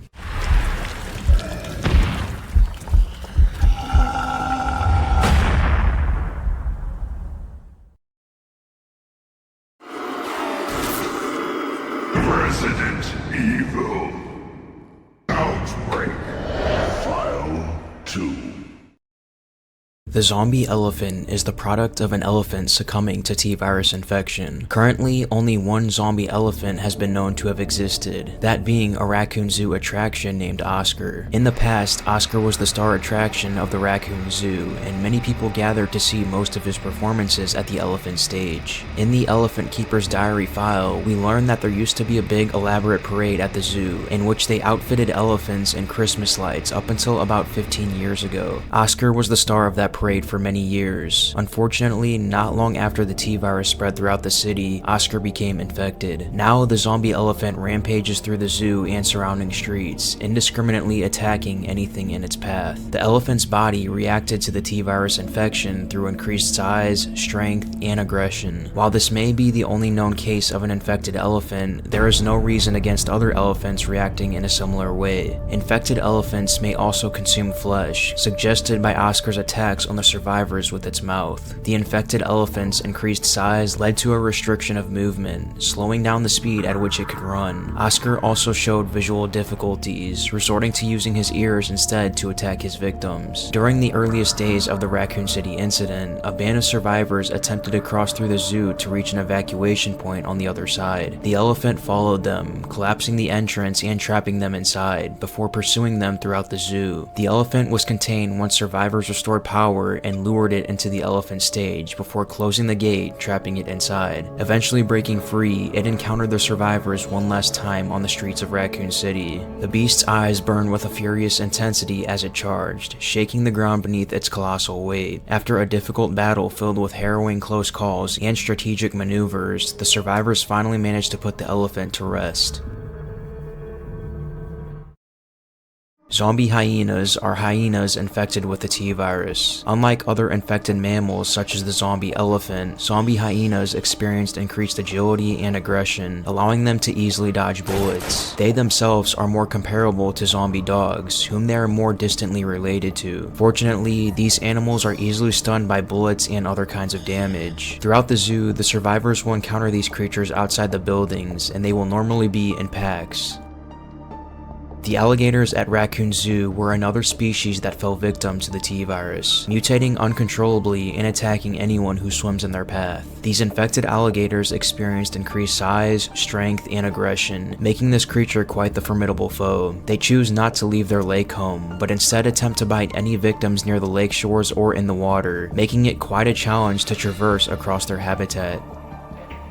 The hornbill is a tropical bird that was exposed to the virus at the zoo. These creatures behave very similarly to the zombie crows from previous games. They fly around the survivors and perform a lunge attack when the time is right, infecting the survivor in the process. Hornbills, as with the crows, do not appear to have suffered noticeable mutations from the T-virus, though are considerably more aggressive in their infected state, making them very dangerous and pesky opponents. The zombie lions are the last infected zoo animal from the enemy roster, and quite possibly the most dangerous. Throughout the zoo, the survivors will encounter a few female lions named Sylphie and Jennifer, along with one male lion named Max. These creatures went through a small degree of mutation following exposure to the virus. Primarily, the males and females experienced an increase in size brought on by an overproduction of hormones. They also experienced heightened aggression, as well as improved strength and agility. Like many other animals infected by the virus, rapid muscle growth has occurred, tearing through the skin and exposing muscle and flesh. Megabytes were a species of mutant flea which emerged during the Raccoon City destruction incident. At least one colony is known to have existed, being located in the subway station of Raccoon City. These creatures arose as a result of fleas consuming blood contaminated with the T-virus strain. Rather than live on the body of an animal, adults are known to form their own nests, and have even been known to drag human prey to the nest for further consumption. While Megabytes' eggs and larvae have not been seen, pupa found at the subway station indicates that they were indeed capable of reproduction. Adult megabytes emerge from their pupa at roughly a foot in length, and will remain at this size until they consume a large quantity of blood to trigger further growth. A well-fed megabyte can grow to be as much as 3 feet long, making it quite the terrifying encounter. The Gigabyte was an enhanced version of the Megabyte flea species. It lived in the subway tunnels around South Raccoon Street Station as part of a nest populated by smaller megabytes. Its exact relationship with the megabytes in its nest is uncertain, whether it was their mother, a more successful megabyte, or even a megabyte which experienced a rare case of hypergrowth mutation. Regardless of the case, it proved to be quite the challenge for a group of survivors in the subway. Upon entering the train, the Gigabyte kidnaps one of the survivors, causing the others to pursue it deep into the dark subway system. After a tough battle, the 3 survivors are ultimately able to defeat the enemy, finally ridding the subway station of its deadliest creature. Green zombies were a plant-slash-zombie hybrid encountered in the Arklay Mountains in 1998. When the abandoned hospital within the mountains was taken over by mutated plants, the saplings of these plants would emit a toxic gas that would infect any human that walked in its path, causing these humans to become infected and mutate uncontrollably, having the effects of normal zombies while having plants, roots, and vines entangled throughout their body. While bodily identical to any other zombies, green zombies were protected by the plants and would release a poisonous fog if anyone gets too close, making them a deadly encounter within the halls of the Arklay Hospital. The Hunter Mu was a smaller version of the Hunter R. Several of these creatures were held in storage in the Umbrella Research Facility. This Hunter has the exact same attacks and firepower resistance of the larger Hunter R. These creatures may have been designed for an easy-to-store Hunter that could be delivered in large quantities for any emergency situation that could occur. They were a sizable threat to the survivors hiding in the facility until Carter, an Umbrella researcher, released Tyrant B to finally rid the facility of these creatures. Tyrant R was an experimental subspecies of the T-103 Tyrant, stored in the Umbrella Research Facility in Racoon City, designed with programs as a means of control to replace analog methods such as the use of trainers. The Tyrant R received further genetic remodeling, strengthening, and reinforcement compared to previous models. By enhancing its genes, it was possible to create a substitute for the T-103 that maintained the ability to camouflage as a human, but with improved control and combat abilities, as well as an increased ability for threat perception and even some knowledge on stealth. Its durability was far greater than that of any other Tyrant, and even a rocket launcher would only knock it unconscious rather than blow it to pieces. The Tyrant was activated in the early hours of October 1st by Umbrella scientist Carter to combat the renegade of Hunter Moos roaming the facility. Just prior to the escape of the survivors in the lab, the Tyrant revealed its self-awareness, destroying the AT-1521 sample and knocking both Linda and the detonator for its internal bomb off a catwalk. After the lab was locked down due to the escape of the Hunter Moos, researcher Carter reprogrammed the Tyrant with the help of civilian survivors including David King. It then killed Carter and proceeded to hunt down the remaining survivors. After chasing the survivors through the ruined city and mutating into a more powerful stage, the Tyrant arrived at the highway overpass and was ready to attack David. This mutation was caused by the Tyrant losing its power limiter, causing the T-virus to become unrestricted and activate every cell in the Tyrant's body, starting with the skin. During its mutation, rock-like growths were formed on the skin, providing extra protection. Its speed dramatically increased due to cardiovascular improvement, to the point where it was difficult to see with the naked eye when sprinting. It grew large claws on each arm, just like a super Tyrant. Being experimental, this model had an explosive device placed in its neck to be detonated in the case something unforeseen transpired. Just when the Tyrant was about to attack David, Nyx, an enemy I will cover shortly, grabbed a hold of the Tyrant and absorbed the creature into its body. After a tough fight against Nyx, David was ultimately able to destroy the creature, causing the Tyrant to be set free again. Not long after David and Linda flee in an abandoned UBCS truck, the creature then confronts Ada Wong, another fleeing survivor who happened to stumble upon the scene while trying to find her way out of the city. She would remark that the creature was clever but predictable, and after a lengthy battle, she managed to defeat it and flee Racoon City. Not long after the battle, his body was completely obliterated along with Racoon City by missiles.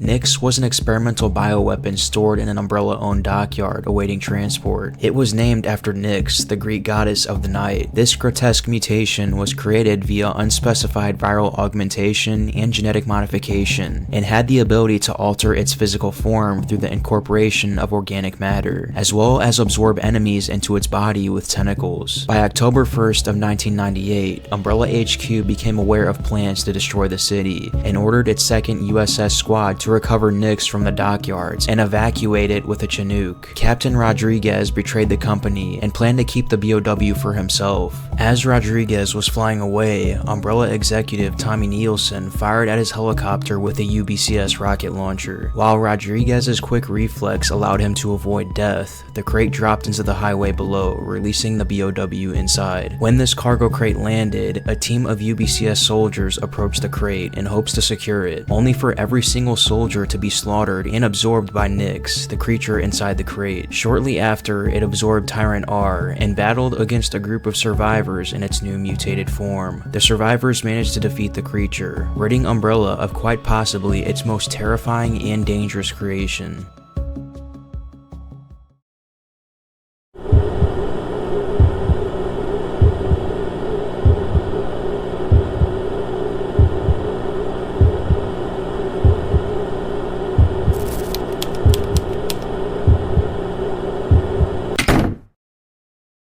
Albert Lester, or the Axeman, is a murderous stalker enemy that roams the abandoned halls of the Arklay Hospital. The tragic past behind this man gets very dark and is destined to leave a chill down your spine, as it is one of the darkest stories within the Resident Evil series.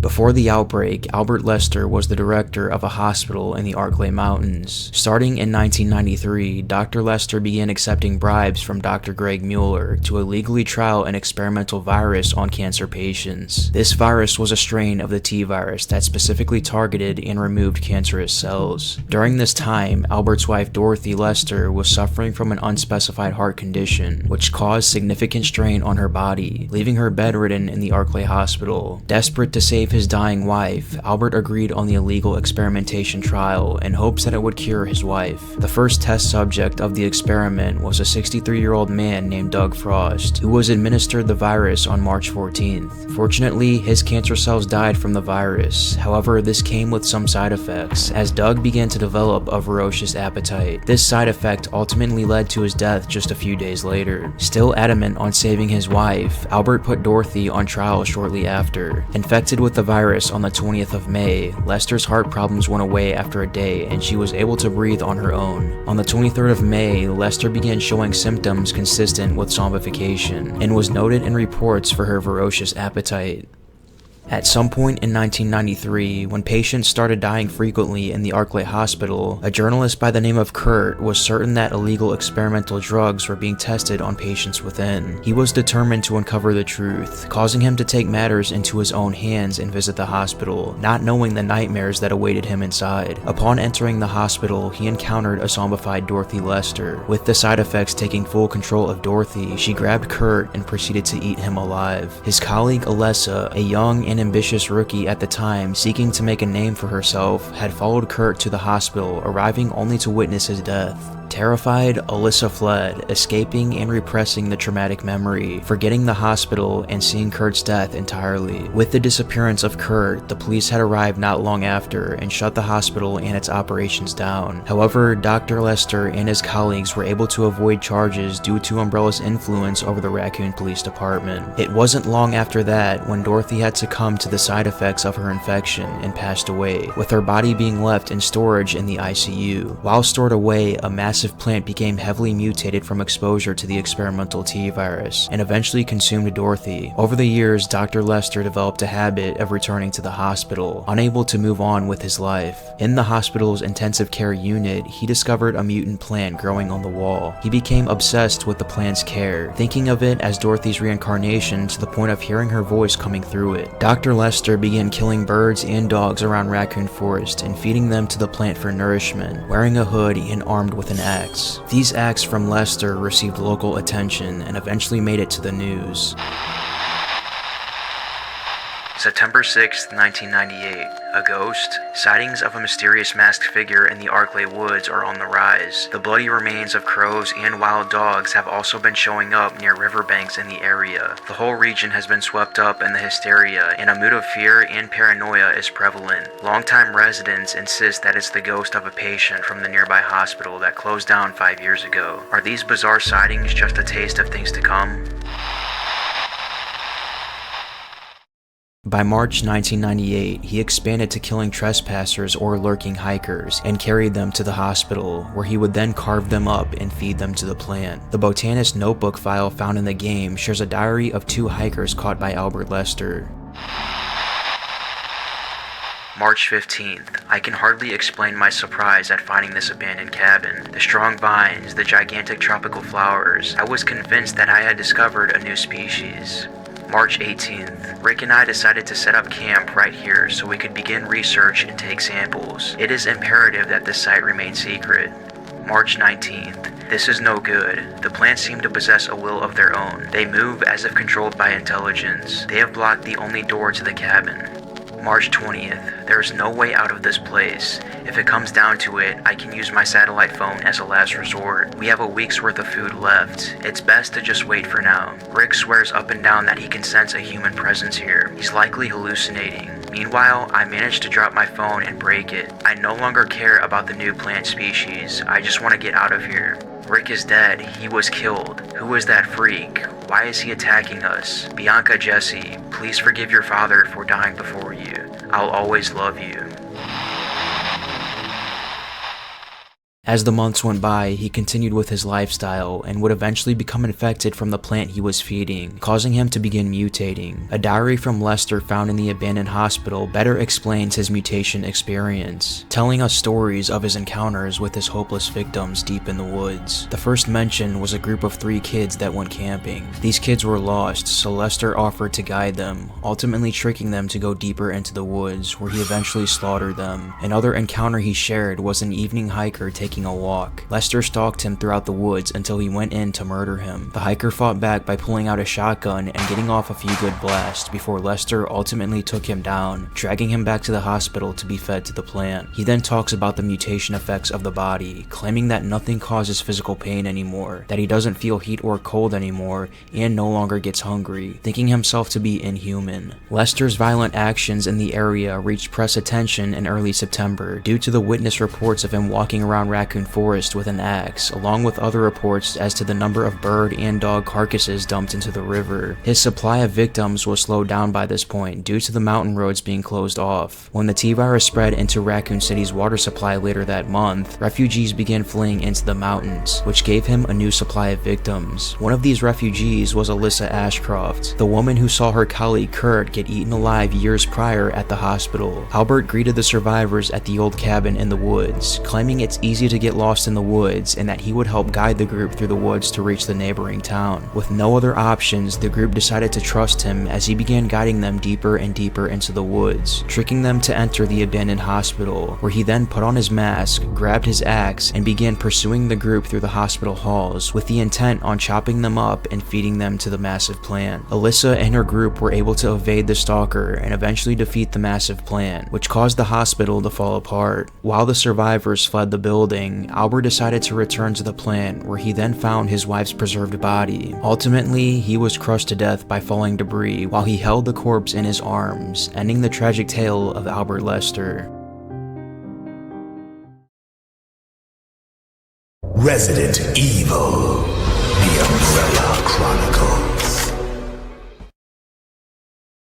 Sergei Vladimir was a colonel in the Soviet Army and in later life became an executive in the Umbrella Corporation. In 1991, Vladimir quickly accepted an offer by Oswald E. Spencer to lead the Umbrella Corporation's secret military as colonel of the Guard. Over the next decade, he became a strong ally to Wesker and eventually established a secret police force within the company for identifying traitors.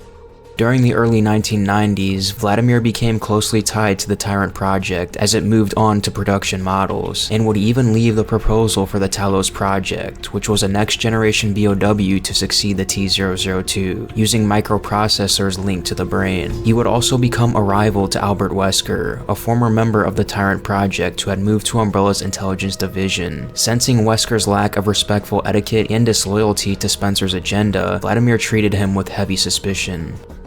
In May 1998, the Epsilon strain escaped containment in the Arclay lab, causing a number of civilian casualties, as well as contaminating other facilities in the Arclay Mountains. In July, Umbrella HQ received the findings from the Racoon Disaster Contingency Committee, and the Intelligence Division was given orders to blow up the laboratory in a mission dubbed X-Day. In a letter from Nikolai reporting this development, Vladimir was reminded that it would result in the destruction of T-011, their Talos project candidate, quickly arriving in the United States, Vladimir traveled to the Arklay Mountains with his 2 Ivan bodyguards in hopes to secure Talos as well as the UMF-013 core, which was a supercomputer located in the lab underneath the Spencer Mansion, which contained all of Umbrella's archival research data, which he would need for the revival of the Tyrant Project Talos. Vladimir's first venture was not to the lab, but to the nearby Umbrella Executive Training School. The building, once used by James Marcus for the training of new employees, had been abandoned for 20 years and was undergoing a survey ahead of reopening when it was contaminated by the virus. Placed in charge of reclaiming the facility, Wesker and Birkin instead declared the facility lost and made plans to detonate the building's self-destruct mechanism. Skeptical of his activities, Vladimir warned Wesker about the ramifications of this decision, as it had not been proposed or approved by Spencer, and ordered one of his Ivans to fight him. When time ran out, he left with his Ivans to go to the Arklay lab, leaving Wesker to escape from the facility on his own. Vladimir evacuated the facility with Talos in tow and was successful in securing the UMF-013 core. He also activated the Red Queen artificial intelligence and revoked Wesker's access to all company databanks as of July 25th, thus rendering his true objectives on X-Day a complete failure. Walking straight outside, the Ivan protected Vladimir from the escaped pack of Cerberuses, which had made the forest their territory. By the end of the year, Vladimir had moved his primary base of operations to a large facility in the Caucasus Mountains, which had been purchased by Umbrella several years prior. There, Vladimir spent years refurbishing the sprawling tunnels underneath the refinery into a massive underground hive-shaped lab suitable to begin a mass production of cheap BOWs, such as the Liquor, Chimera, and Hunter Delta, many of which had previously been considered accidents or failures. Elsewhere in the facility, Vladimir personally oversaw the completion of the Talos project. Several years later, in 2002, Wesker discovered that Sergei had been operating in the Caucasus Mountains, and quickly began poaching his business deals, offering rare, high-quality bioweapons for cheaper prices than Vladimir, and encouraging customers to terminate their communications with Umbrella and its Russian trade routes. Soon after, Wesker reached out to Elroy, an employee within the Caucasus facility, and hired him to get past the Red Queen security systems and leak the T-virus throughout the premises, offering him protection through an injection of an antivirus. As a result, Elroy, alongside 98% of his fellow research staff, were infected and became zombies, with many of the bioweapons escaping captivity in the chaos. The resulting chaos presented a window of opportunity for Wesker, who had been seeking information on the location of the UMF-013 drive, and following close in Wesker's trail came Chris and Jill with their own motives. Not long afterwards, Wesker released information about the Talos project to the military group, ensuring a raid of the facility in an effort to further distract Vladimir, while Wesker snuck in the premises through the maintenance tunnels. Nevertheless, the Red Queen AI took notice of Wesker almost immediately upon arrival, and Vladimir deployed his 2 Ivans to deal with him, unaware that Wesker had gained superhuman abilities since their last encounter. After Wesker was able to deal with the Ivans, he then approached Vladimir, which as a last resort injected himself with a modified T-virus strain. Being compatible with the virus, he mutated into a powerful creature with his arms fused together into a dangerous claw, resembling himself in bondage. Despite Vladimir's immense strength, agility, and organic weaponry, Wesker quickly destroyed him, putting an end to Sergei's delusions that Talos and the Red Queen would usher in the return of Umbrella's glory. With the company's final remaining leader defeated, Wesker stole all of the data, compressed it into one disk, and wiped the memory of the Red Queen. Talos, or Tyrant Armored Lethal Organic System, was quite possibly Umbrella's deadliest creation, being a computer-controlled power assault armor that was grafted onto the body of Tyrant T-011. The Talos was intended to be the ultimate superior bioweapon, but before it could be completed, development was interrupted by an outbreak of the T-virus. Realizing that the Spencer Mansion's facility days were numbered, Oswald E. Spencer personally ordered Sergei Vladimir to recover the Talos prototype, so that its research would not be wasted. Sergei was successful in his mission, and the prototype was safely brought back into Umbrella's hands before the mansion was destroyed.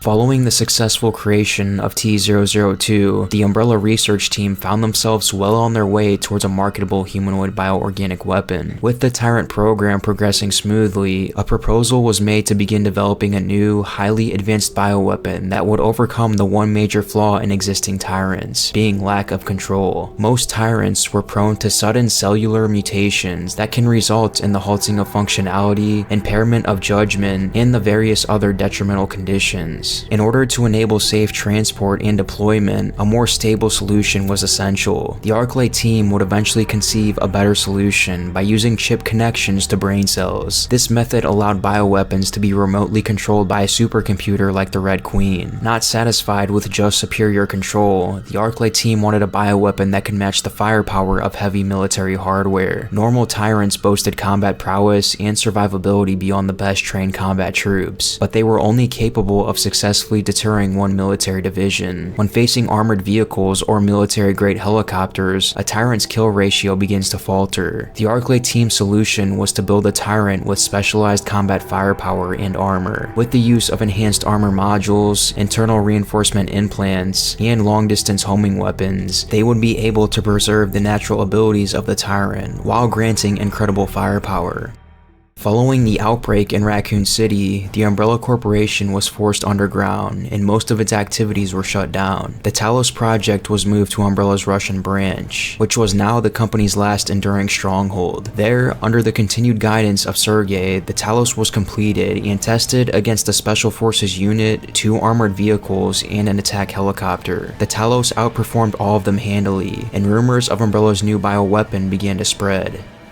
On February 18th of 2003, the stronghold where Talos had been completed quickly became under attack by troops led by Chris and Jill. The pair penetrated deep into the facility, and at its very core they finally faced off against Talos, Umbrella's greatest bioweapon. Despite mutating into a more powerful form, Talos was eventually killed by the two, and the entire facility laid to waste. Thus, years of Umbrella's most sophisticated research ended in failure, and the company was truly finished.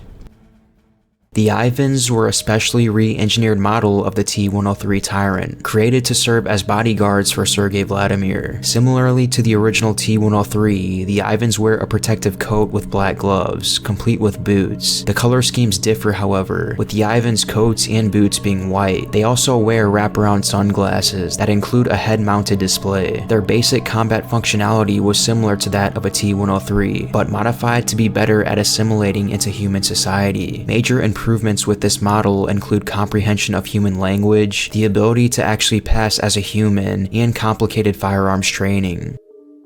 The Hunter Delta was created by Umbrella as part of their black market weapons program. It was, as its name suggests, based on the Hunter line of BOWs, though how it differed from other models is unknown, beyond the fact that it seemed to be somewhat resistant to the cold. 3 of these Hunters were encountered by Chris, Jill, and a young girl named Anna in a Russian village in 2003. Although the Hunters were seemingly dispatched by Redfield using his grenade launcher, another one later appeared and made the foolish mistake of attacking Wesker, who easily dispatched it with his superhuman abilities.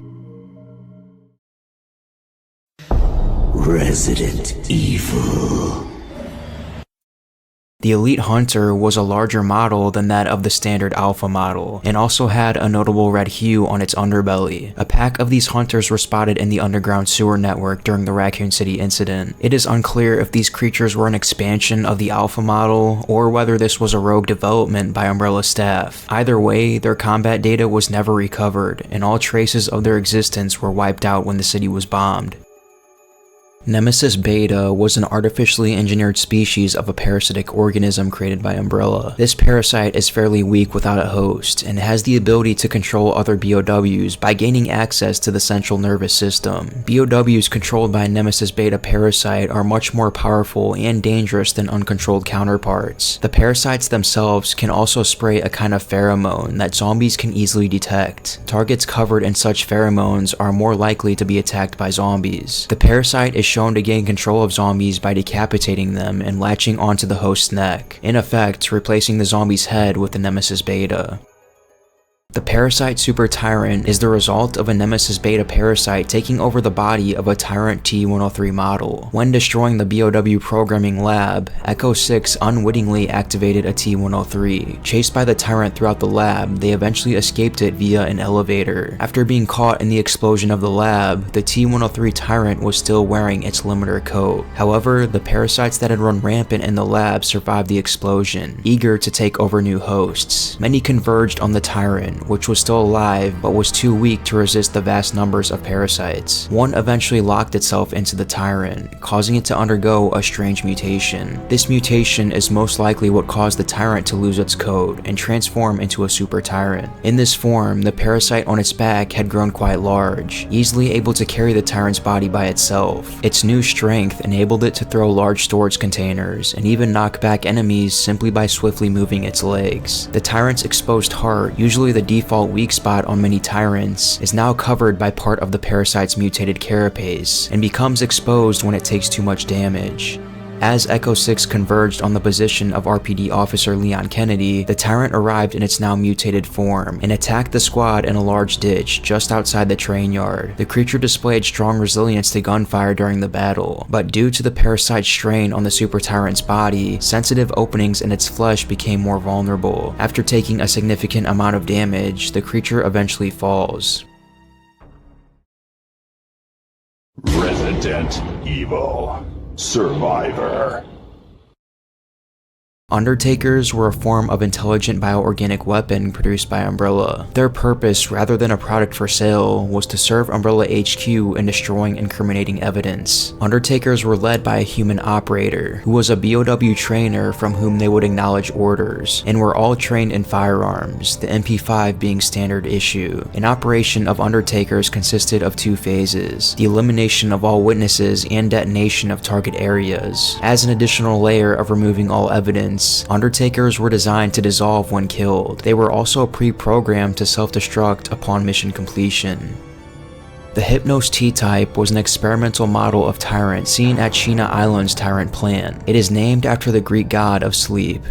The Hypnos project was the brainchild of Commander Vincent Goldman, who was a eugenicist and fierce Umbrella supremacist. The main variation between this Tyrant and other models was the inclusion of its genetic makeup of the Hypnos gene that, when implanted into an organism, would kill weaker cells through natural selection, leaving only the strongest to keep the organism evolving by encouraging the reproduction of superior cells. The process was repeated hundreds of thousands of times day and night for 3 weeks. Once awakened, it quickly proceeded to kill Vincent Goldman while he was talking to Detective Ark Thompson, soon after turning its attention to him. After a brief conflict in a small corridor, the creature was knocked unconscious. Unbeknownst to Ark, the creature was still alive and continuing to mutate. These mutations granted it greater muscle mass, much larger claws on its left hand, an enlarged jaw, and sharp teeth.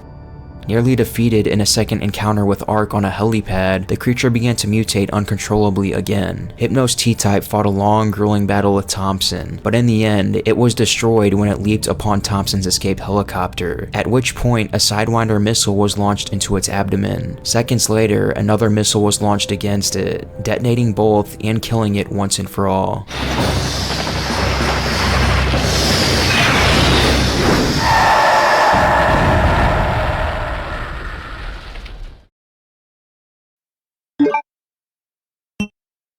Resident Evil.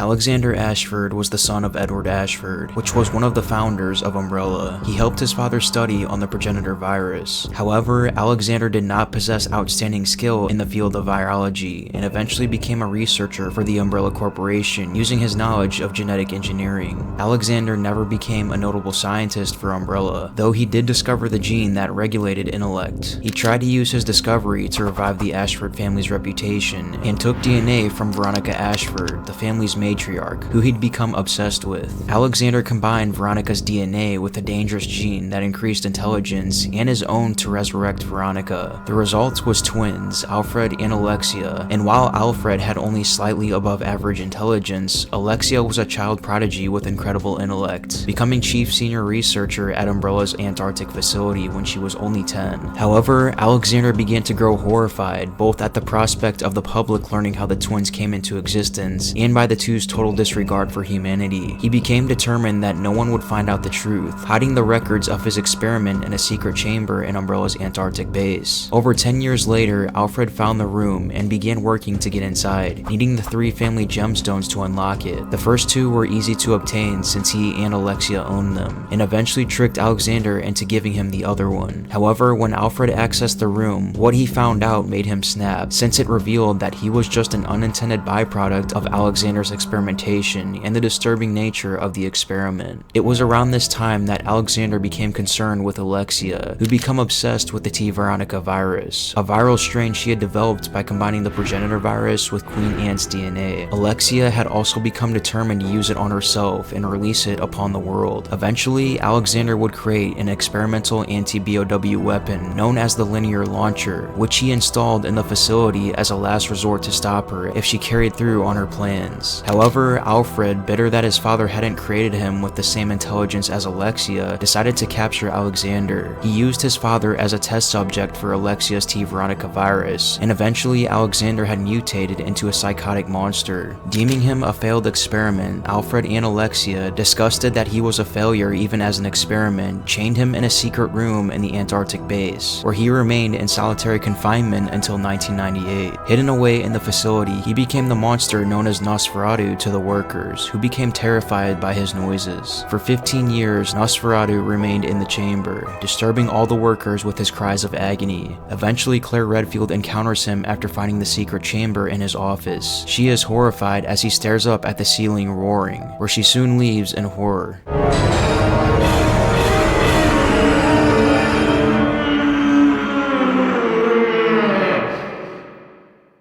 After Alfred's attempt to kill Claire, which was interrupted by Steve Burnside, resulting in Alfred's fall in the mining room's hole, Nosferatu forced his way out of most of his bonds and headed after the two, eventually catching up to them at the base's helipad. He knocked Steve off of the helipad, leaving him hanging onto a ledge, and then went after Claire. After a brief battle, she was able to kill Nosferatu by targeting his exposed heart, finally ending his suffering.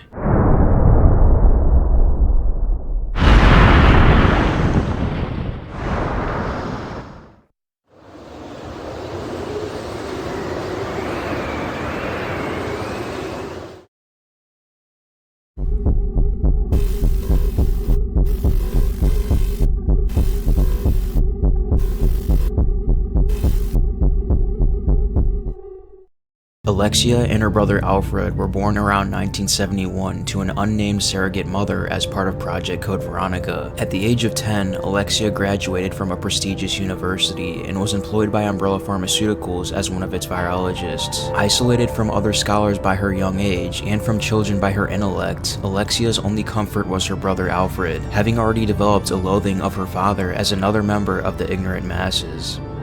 Using the data she obtained from her progenitor, Alexia discovered a way to harness the full power of T. Veronica without any side effects, by having herself put into a cryogenic suspension for 15 years while the virus, slowed to ultra-low temperatures to a point where it wouldn't destroy her tissues through overly rapid mutation, matured within her unconscious body. In December 1983, she assigned Alfred to protect her and carry out her will while she was inactive, and proceeded to enter the cryostatic state.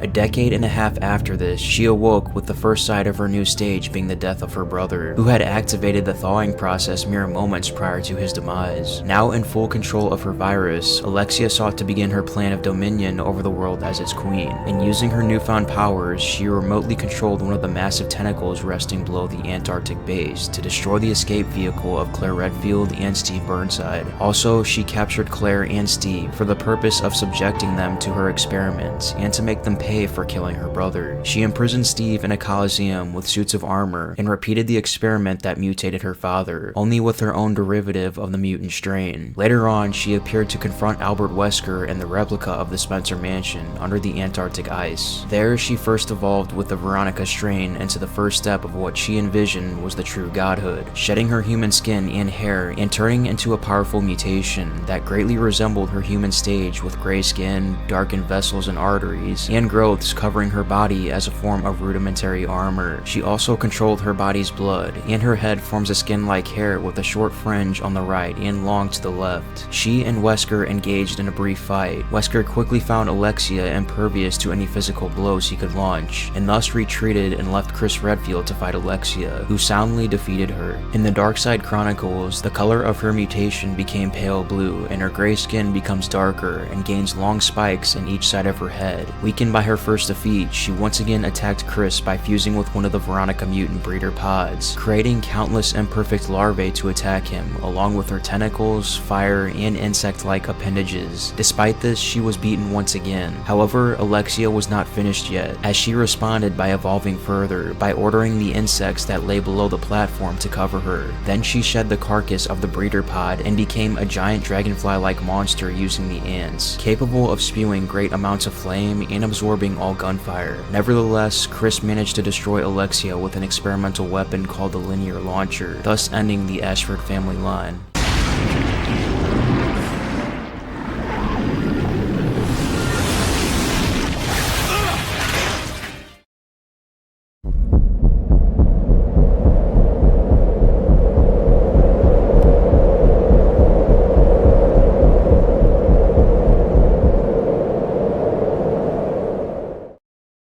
Alfred Ashford, otherwise referred to as Lord Ashford, was a British nobleman and governor of Rockford Island. He was the son of Veronica Ashford. Born through genetic engineering along with his sister Alexia, Lord Ashford was the final governor of Rockford Island, having overseen the exodus of the islanders and installation of a prison camp for enemies of the Umbrella Corporation. After he sealed away Alexia, the new Lord Ashford was left to continue his family's legacy alone. Driven by this, he overcame his grief and was able to graduate from a respectable English University in 1993. Lord Ashford entered employment with the Umbrella Corporation as the other Ashfords had done. Through the weight of his family name, he earned a number of jobs within the company, which, while senior, were largely irrelevant in the company politics. Alongside the position of director of the Antarctic base, he took full advantage of his inherited governorship of Rockford Island. By the following year, the Hispanic settler population was driven out to give space for the construction of a concentration camp for Umbrella enemies, a boot camp for anti-BOW training, and a private residence on the other side of a valley, where he hoped to live with Alexia one day. Having been given full control over these facilities, Lord Ashford chose to ignore the Antarctic base and built up a dictatorial rule on Rockford Island.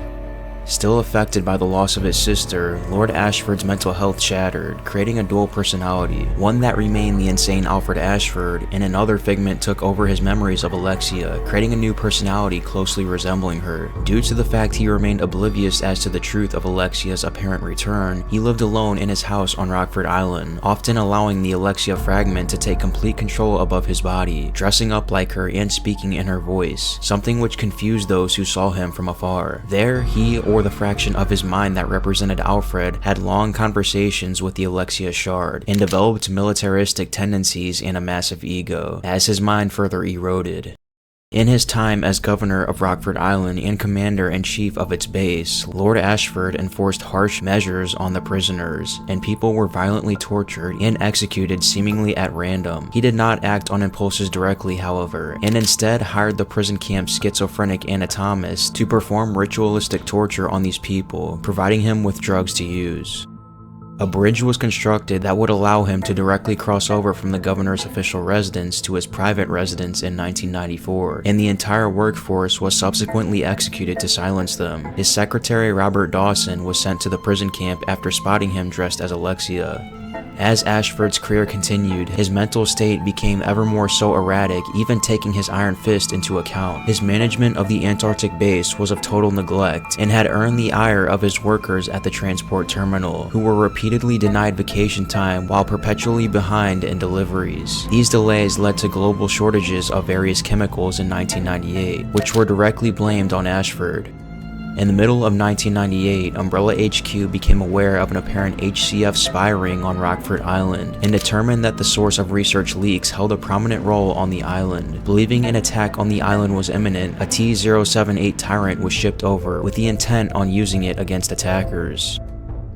In December 1998, HCF finally attacked Rockford Island, with their operative within the military training camp detonating an explosive in its tab, leading to the T-virus strain escaping as an airborne pathogen. As with the Mansion incident, this T-virus strain quickly returned to its normal method of transmission after infecting a number of people. Those not killed by the carpet bombing or by HCF found themselves infected or killed by their own men. Ashford escaped with the disaster and armed himself with a sniper rifle for protection. He incorrectly determined one of the spies to be Claire Redfield, a prisoner newly transferred to the base, and made several attempts on her life. Switching between his Alfred and Alexia personas, he led Redfield and fellow survivor Steve Burnside to think for a time they were two people. After a confrontation at the private residence, Ashford departed back to the training camp, where he set off the auto-destruct for the island facilities, unleashed the T-078 Tyrant to take out survivors, and fled in his personal Harrier jet to the Antarctic base. However, upon arriving at the site, Lord Ashford found that the facility was overtaken by zombies that escaped from the planes that had evacuated from Rockford Island after the HCF attack. This caused Ashford to take shelter in his office. Sources differ as to how Ashford died after reaching the Antarctic base. In one account, he found Redfield and Burnside there and once again tried to kill them, but was shot and fell down into a pit, where he dragged himself to the cryogenics laboratory where his sister Alexia was and freed her, ultimately dying in her arms due to the severity of his injuries. If that account is true, Alfred's body would be stored in the same capsule where Alexia had hibernated, only for it to be discovered by Chris Redfield upon his further exploration of the base.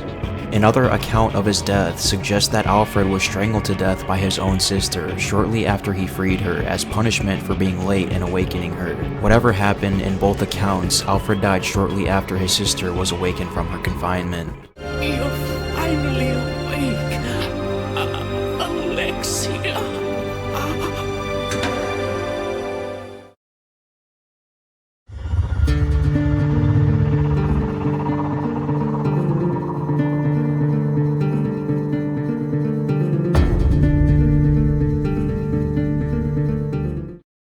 Albert Wesker, an iconic enemy to the series, returns in Code Veronica to continue his story. Following the acquisition of Golgotha, a virus created by William Birkin, the organization began sending their military group, HCF, out on raids to Umbrella bases to recover data and bioweapon samples. Wesker led a raid on Rockford Island in December of 1998. Remembering Alexia Ashford's research on T. Veronica, the Ashford-owned island was a logical place to begin their search. Soldiers arrived on the island ahead of the main assault and planted explosives within the military training center. Much of the island's infrastructure was destroyed in the subsequent bombing by HCF's aircraft, followed by the deployment of special teams searching for T. Veronica samples, of which Wesker took direct involvement. They were unsuccessful in locating samples on the island, though Wesker did discover Claire Redfield, Chris's younger sister, had been taken captive by Umbrella and imprisoned in its concentration camp. Chris arrived the following day looking for her. Wesker was interrupted on both occasions when about to kill them, and soon after left the island after discovering Alexia was alive and well at Umbrella's Antarctic base. The facility itself had also fallen to a T-virus outbreak after refugees from Rockford Island fled there, but the team succeeded in entering it through a submarine pen. Finding himself in an underground mansion, Wesker met Alexia for the first time and demanded she hand herself over to provide him with a sample. She refused and began mutating into a more powerful form, which even Wesker was unprepared for, and he was forced to flee the mansion. You're coming with me.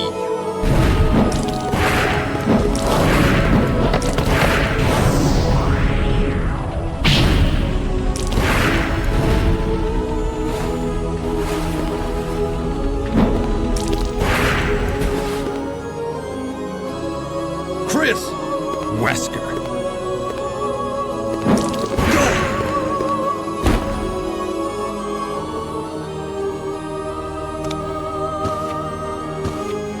Chris, since you're one of my best men, I'll let you handle this.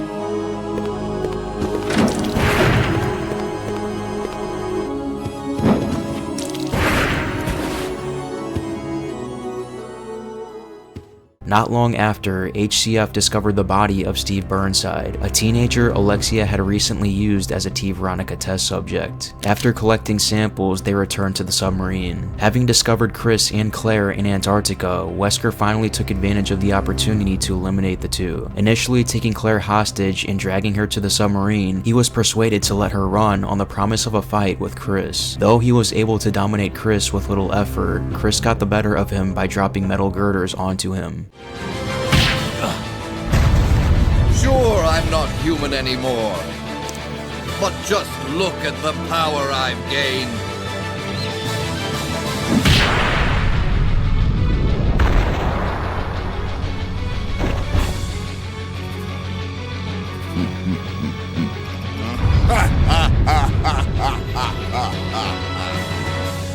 Magnificent, don't you think?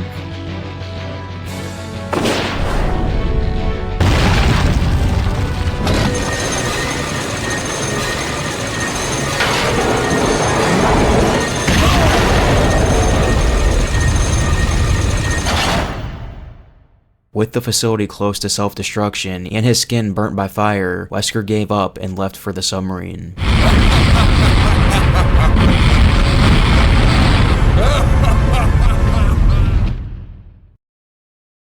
The Alexia pod was part of a huge plant-like organism called Veronica plant, resting under the Antarctic base, with which the T. Veronica infected Alexia Ashford shared a symbiotic relationship. It is unknown who created the plant, although Alexia is perhaps the one behind its creation during her experiment with the T. Veronica virus. The Alexia pod became active at around the same time as Alexia's revival. The plant possessed a number of large mutated plant vines, which extend throughout the terminal and were controlled by Alexia. The tentacles possess great speed and strength, being fast enough to catch up to Steve Burnside and Claire Redfield's fleeing snowmobile in Antarctica, and strong enough to deliver a devastating blow to Steve's mutant form. The plant seemingly had mutagenic properties. As Alexia Ashford changed into her second form, the pods had assisted her mutation by supplying the additional biomass required to become larger. The Bandersnatch was a Tyrant BOW model type developed by the Umbrella Corporation in 1998. This creature was developed as an offshoot of the Tyrant project, intended for reasons of practicality. The reason for this was simple. Those with the necessary genes to be turned into Tyrants were smaller in number, and the Tyrants themselves were expensive to develop. In short, the Bandersnatch was a cost-effective alternative proposal. Due to the flawed/cost-effective processes used in their creation, parts of their anatomy tended to waste away within moments of their creation. These parts were often their left arms. In December of 1998, a number of Bandersnatches were stored at the Rockford Island Military Training Center to accumulate combat data against trained anti-BOW soldiers. These BOWs saw active combat during the HCF raid on the island, which resulted in a T-virus outbreak. Dr. Albert Wesker, who led the attack, obtained the Bandersnatch research data for further experimentation. The Jabberwock S3 was the product of this research. The Bandersnatch has some physical similarities to the Tyrant it was meant to emulate, being a large, bulky humanoid mutant. However, it is far too grotesque to even pass as a human. Its skin is sickly yellow and lined with disgustingly bloated red blood vessels. The head has decayed and seemingly liquefied, with visible strands of flesh connected to the shoulders and chest as a result. The Bandersnatch's face is nearly skeletal in appearance, although its eyes appear functional. Like the Tyrant, the Bandersnatch's arms are its most drastic mutations, but to an extreme extent. Its left arm has atrophied entirely, leaving little more than a small stump. On the other hand, its right arm becomes enormous, muscular, and elastic. The BOW can use this arm to pull itself long distances, even grasping ledges and walkways in multi-story buildings like an organic grappling hook, which compensates for the comparative weakness of its lower extremities. Its large arm also serves as its main weapon in battle, being used to hold projectiles, whip enemies, throw enemies around, or crush their skulls. The Gulpworm was created by the administration of the T-virus as part of a bioweapons experiment to improve the Earthworm genome. The series was still in the prototype stages during the Rockford Island incident, and the only known sample was used as a practice opponent for Rockford Island's anti-BOW trainees. It was encountered twice at the Umbrella Corporation's prison facility on Rockford Island. The first time it was encountered, it attacked Claire Redfield while she was exploring the military training field. Later, it was killed by Chris Redfield soon after it swallowed Rodrigo whole. kill. Gulpworm hunts through the use of its highly sensitive exterior, by feeling vibrations emitted through sound and during movement. If it senses prey, the gulpworm will launch its considerable mass towards its target, generally knocking it to the ground or consuming it whole. Gulpworms have an enlarged digestive system capable of digesting a human whole. The moth was a creature that mutated due to prolonged exposure to the T-virus. Unlike the giant moths from previous games, these moths' wings have grown in perfect proportion to their bodies. This gives these moths incredible maneuverability. Some of these creatures were encountered in the Antarctic base, where they were able to produce poisonous dust, and had also taken to attaching eggs to bodies cocooned in the corridors. These eggs would later hatch into parasitic larvae that would seek out fresh prey, latching on and poisoning them to eat them at their leisure upon death. The Black Widow was a bioorganic weapon produced by Umbrella as part of their development program into arachnid-based weaponry. By October of 1998, Umbrella had collected much data on arachnid reactions to the T-virus from the series of incidents which took place in and around Raccoon City that year, with the Widow spiders possessing a much stronger venom in comparison to the tarantula spiders seen in Raccoon City. They were selected as prime test examples. The Black Widows were already being developed by Umbrella by December 1998. The company had plans to distribute them to a number of their facilities via the transport terminal in the Antarctic base. During the Antarctic outbreak of the T-virus, the Black Widows being transported took advantage of the emergency to break out of their crates and settle around the facility. Like many spiders, the Black Widow possessed 4 pairs of legs. The Black Widow's appearance was disambiguated from the other spider-based BOWs by its complete lack of body hair. One of these spiders, just like the Black Tiger, reacted differently to the T-virus than others of its kind, and again, like the Black Tiger, reacted by growing significantly larger. The Sweeper was a variation of the Hunter II, differentiated from their unaltered brethren by their reddish skin. The intention of the Sweeper design was for it to sweep through previously attacked areas to mop up anything left. Other differences included their purple veins and scales that were of a light purple color, along with red piercing eyes. They attacked in the same manner of the Hunter II. However, unlike other Hunter types, their claws had an added poisonous effect, making them considerably more dangerous. The ants were an unnamed mutant species of ant created through the DNA-altering effects of the T. Veronica virus. The species is believed extinct following the destruction of the Antarctic base in 1998. This species was created in 1983 as part of research by Dr. Alexia Ashford. They were not destroyed or contained when her research was finished, and flourished in the Antarctic base in the 15 years she was kept in cold sleep. By 1998, they had constructed a towering ant hill as their hive continued to swell in numbers, though this was soon after destroyed along with the Antarctic base. These ants, enhanced by the virus, grew to larger than average proportions due to excessive production of growth hormones. These changes also affected their behavior, making them more aggressive to the point of openly attacking nearby humans. Unlike other mutants created through various strains of the T-virus, the ants remained fertile and were able to propagate their species rather than relying on the use of cloning methods. The albinoid is the result of the T-virus having been injected into salamanders. The effect is the same with simpler animals injected with the T-virus, being considerable growth with some mutation. Albinoid, unlike most Umbrella bioweapons, undergoes metamorphosis. As a baby, they are tadpole-like in appearance. Albinoids reach full maturity in just over 12 hours. When mature, these creatures are over 2 meters in length and have 4 legs, which are shaped like human arms. Albinoid adults gain strong electrical abilities and can cause serious harm to prey in the water. Immature albinoids can generate a moderately powerful electric shock to stun prey in close proximity. These infants are encountered by Claire Redfield in the BOW lab of the Military Training Center, where they broke into the laboratory she was in. Although relatively weak in this state, they will grow to adulthood in a matter of 10 hours or more. Chris Redfield encounters this creature fully grown in a pool of water in the basement of the training facility, where it is unwittingly guarding an eagle plate needed to progress to the next area. This adult albinoid is extremely difficult to engage in its aquatic habitat due to its powerful electrical discharges. However, its unwillingness to leave the pool allows for the player to engage it from the sides without fear of getting shocked.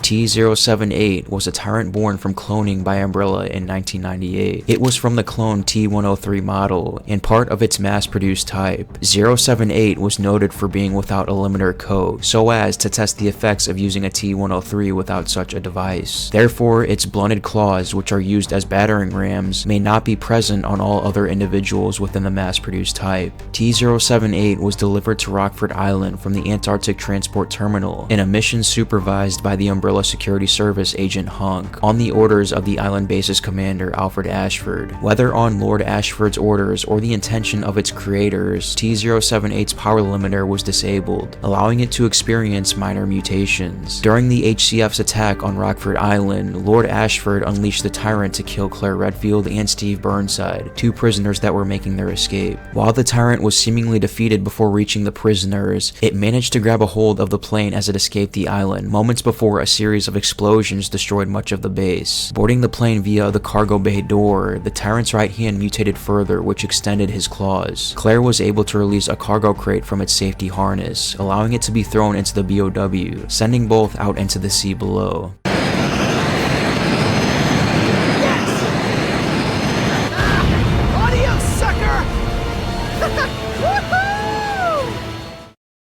The Hunter 2, also known simply as the Improved Hunter, was an enhanced model of the Hunter BOW line developed by the rival company of Umbrella in 1998. A derivation from Umbrella's Hunter BOW program, the Hunter 2's origins were the result of Albert Wesker providing a rival organization with Umbrella's classified development data and embryos of the prototype Hunter Alpha. The first known usage of Hunter 2 was by the rival company's Special Forces Unit HCF during their attack on Rockford Island. This model was far more intelligent than Umbrella's model, as it could track down its target through an automated surveillance device called a Seeker, which directed the Hunter to target with a special frequency. The frequency is presumably received by the special device on the left side of the Hunter's head that also comes with an eyepiece. These creatures are first encountered by Chris Redfield on Rockford Island, shortly after the appearance of Albert Wesker.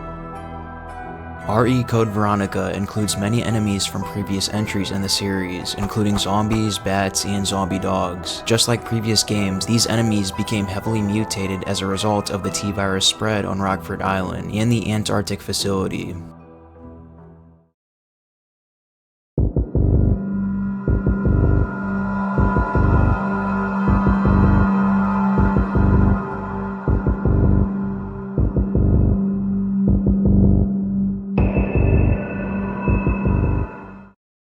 Steve Burnside was a prisoner sent to Rockford Island along with his father. This was due to his father, an Umbrella ploy that was selling the company's secrets at auction, being ultimately caught red-handed. He and Steve are taken prisoner while Steve's mother was killed. Steve and his father are imprisoned in Rockford Island's prison until it was taken over by the HCF. During the course of his escape, Steve and his father became separated. However, Steve managed to survive the zombie onslaught caused by the sudden outbreak of the experimental T-virus. Sometime later, Steve met Claire after attacking her on the presumption that she was a zombie. However, Claire shot the light that he shined on her and defended herself. These actions caused Steve to realize his error and ultimately met her face to face. Steve left Claire in order to procure an airplane to escape the island. When Steve was found again in the monitoring room, he was looking the information up on Chris Redfield. When Claire asked him what he was doing there, Steve asked Claire if Chris was her relative. Claire asked him if he met her brother, and Steve realized the fact that they were siblings. After Claire emailed Leon to tell Chris that he was being monitored, as well as the coordinates of the island, Steve said that Chris would not come, and Claire would just end up disappointed if she relied on others. Steve then stormed out of the room.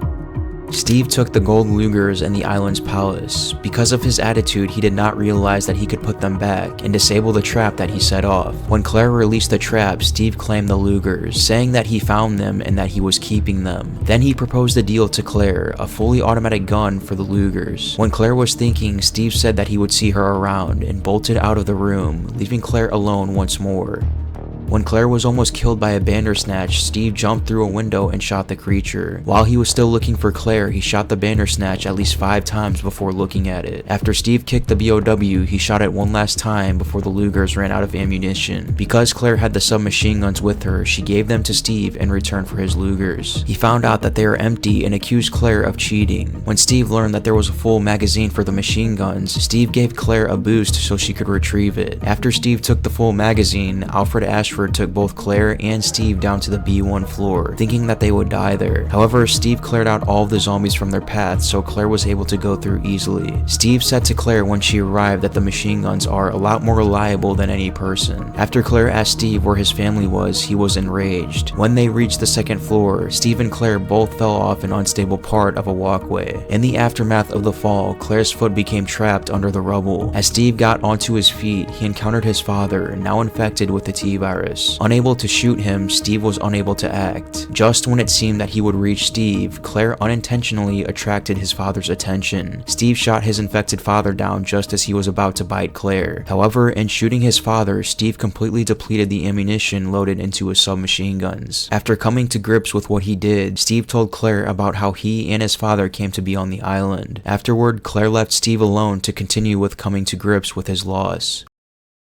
When Claire was about to be killed by Alexia, Steve stormed in. He was wounded by a gunshot, but he opened fire and wounded Alexia. As he and Claire checked the room, they were attacked by Alfred. Steve kicked Alfred to the floor, and they discovered that Alfred, having a split personality, was playing Alexia. They escaped the residence after the self-destruct system was activated. They both evacuated the island via a plane that closely resembled a C-130 transport. Steve piloted the plane off the island, but Alfred set the plane to autopilot and it flew to the Antarctic facility. Upon reaching Antarctica, their plane crash-landed into an Antarctic base, which was infested by the infected on the other planes. After a search of the facility, the two encountered an armed Alfred. Claire was held at gunpoint, but Steve was able to get the drop on Alfred, shooting him with his submachine guns. The impact of the rounds caused Alfred to stagger backward against a railing, which broke away and caused him to plummet down a hole. They eventually explored the outside of the facility, where an escaped Alexander found them. Steve was pushed off the roof and nearly fell to his death. Claire managed to lift him up to safety after killing Alexander. When Claire started walking, he said to her, "I swear I'll protect you next time." The two found a truck which they used to escape the structure. However, a dying Alfred managed to revive his sister, who destroyed their truck in revenge for Alfred's death.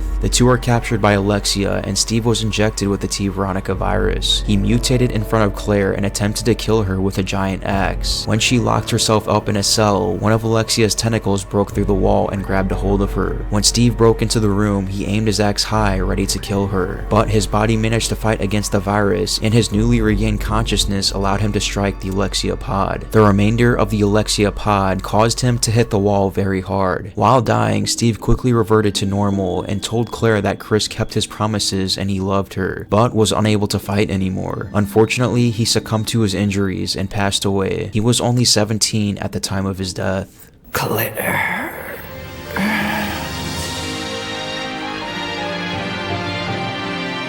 Steve? Steve? Steve?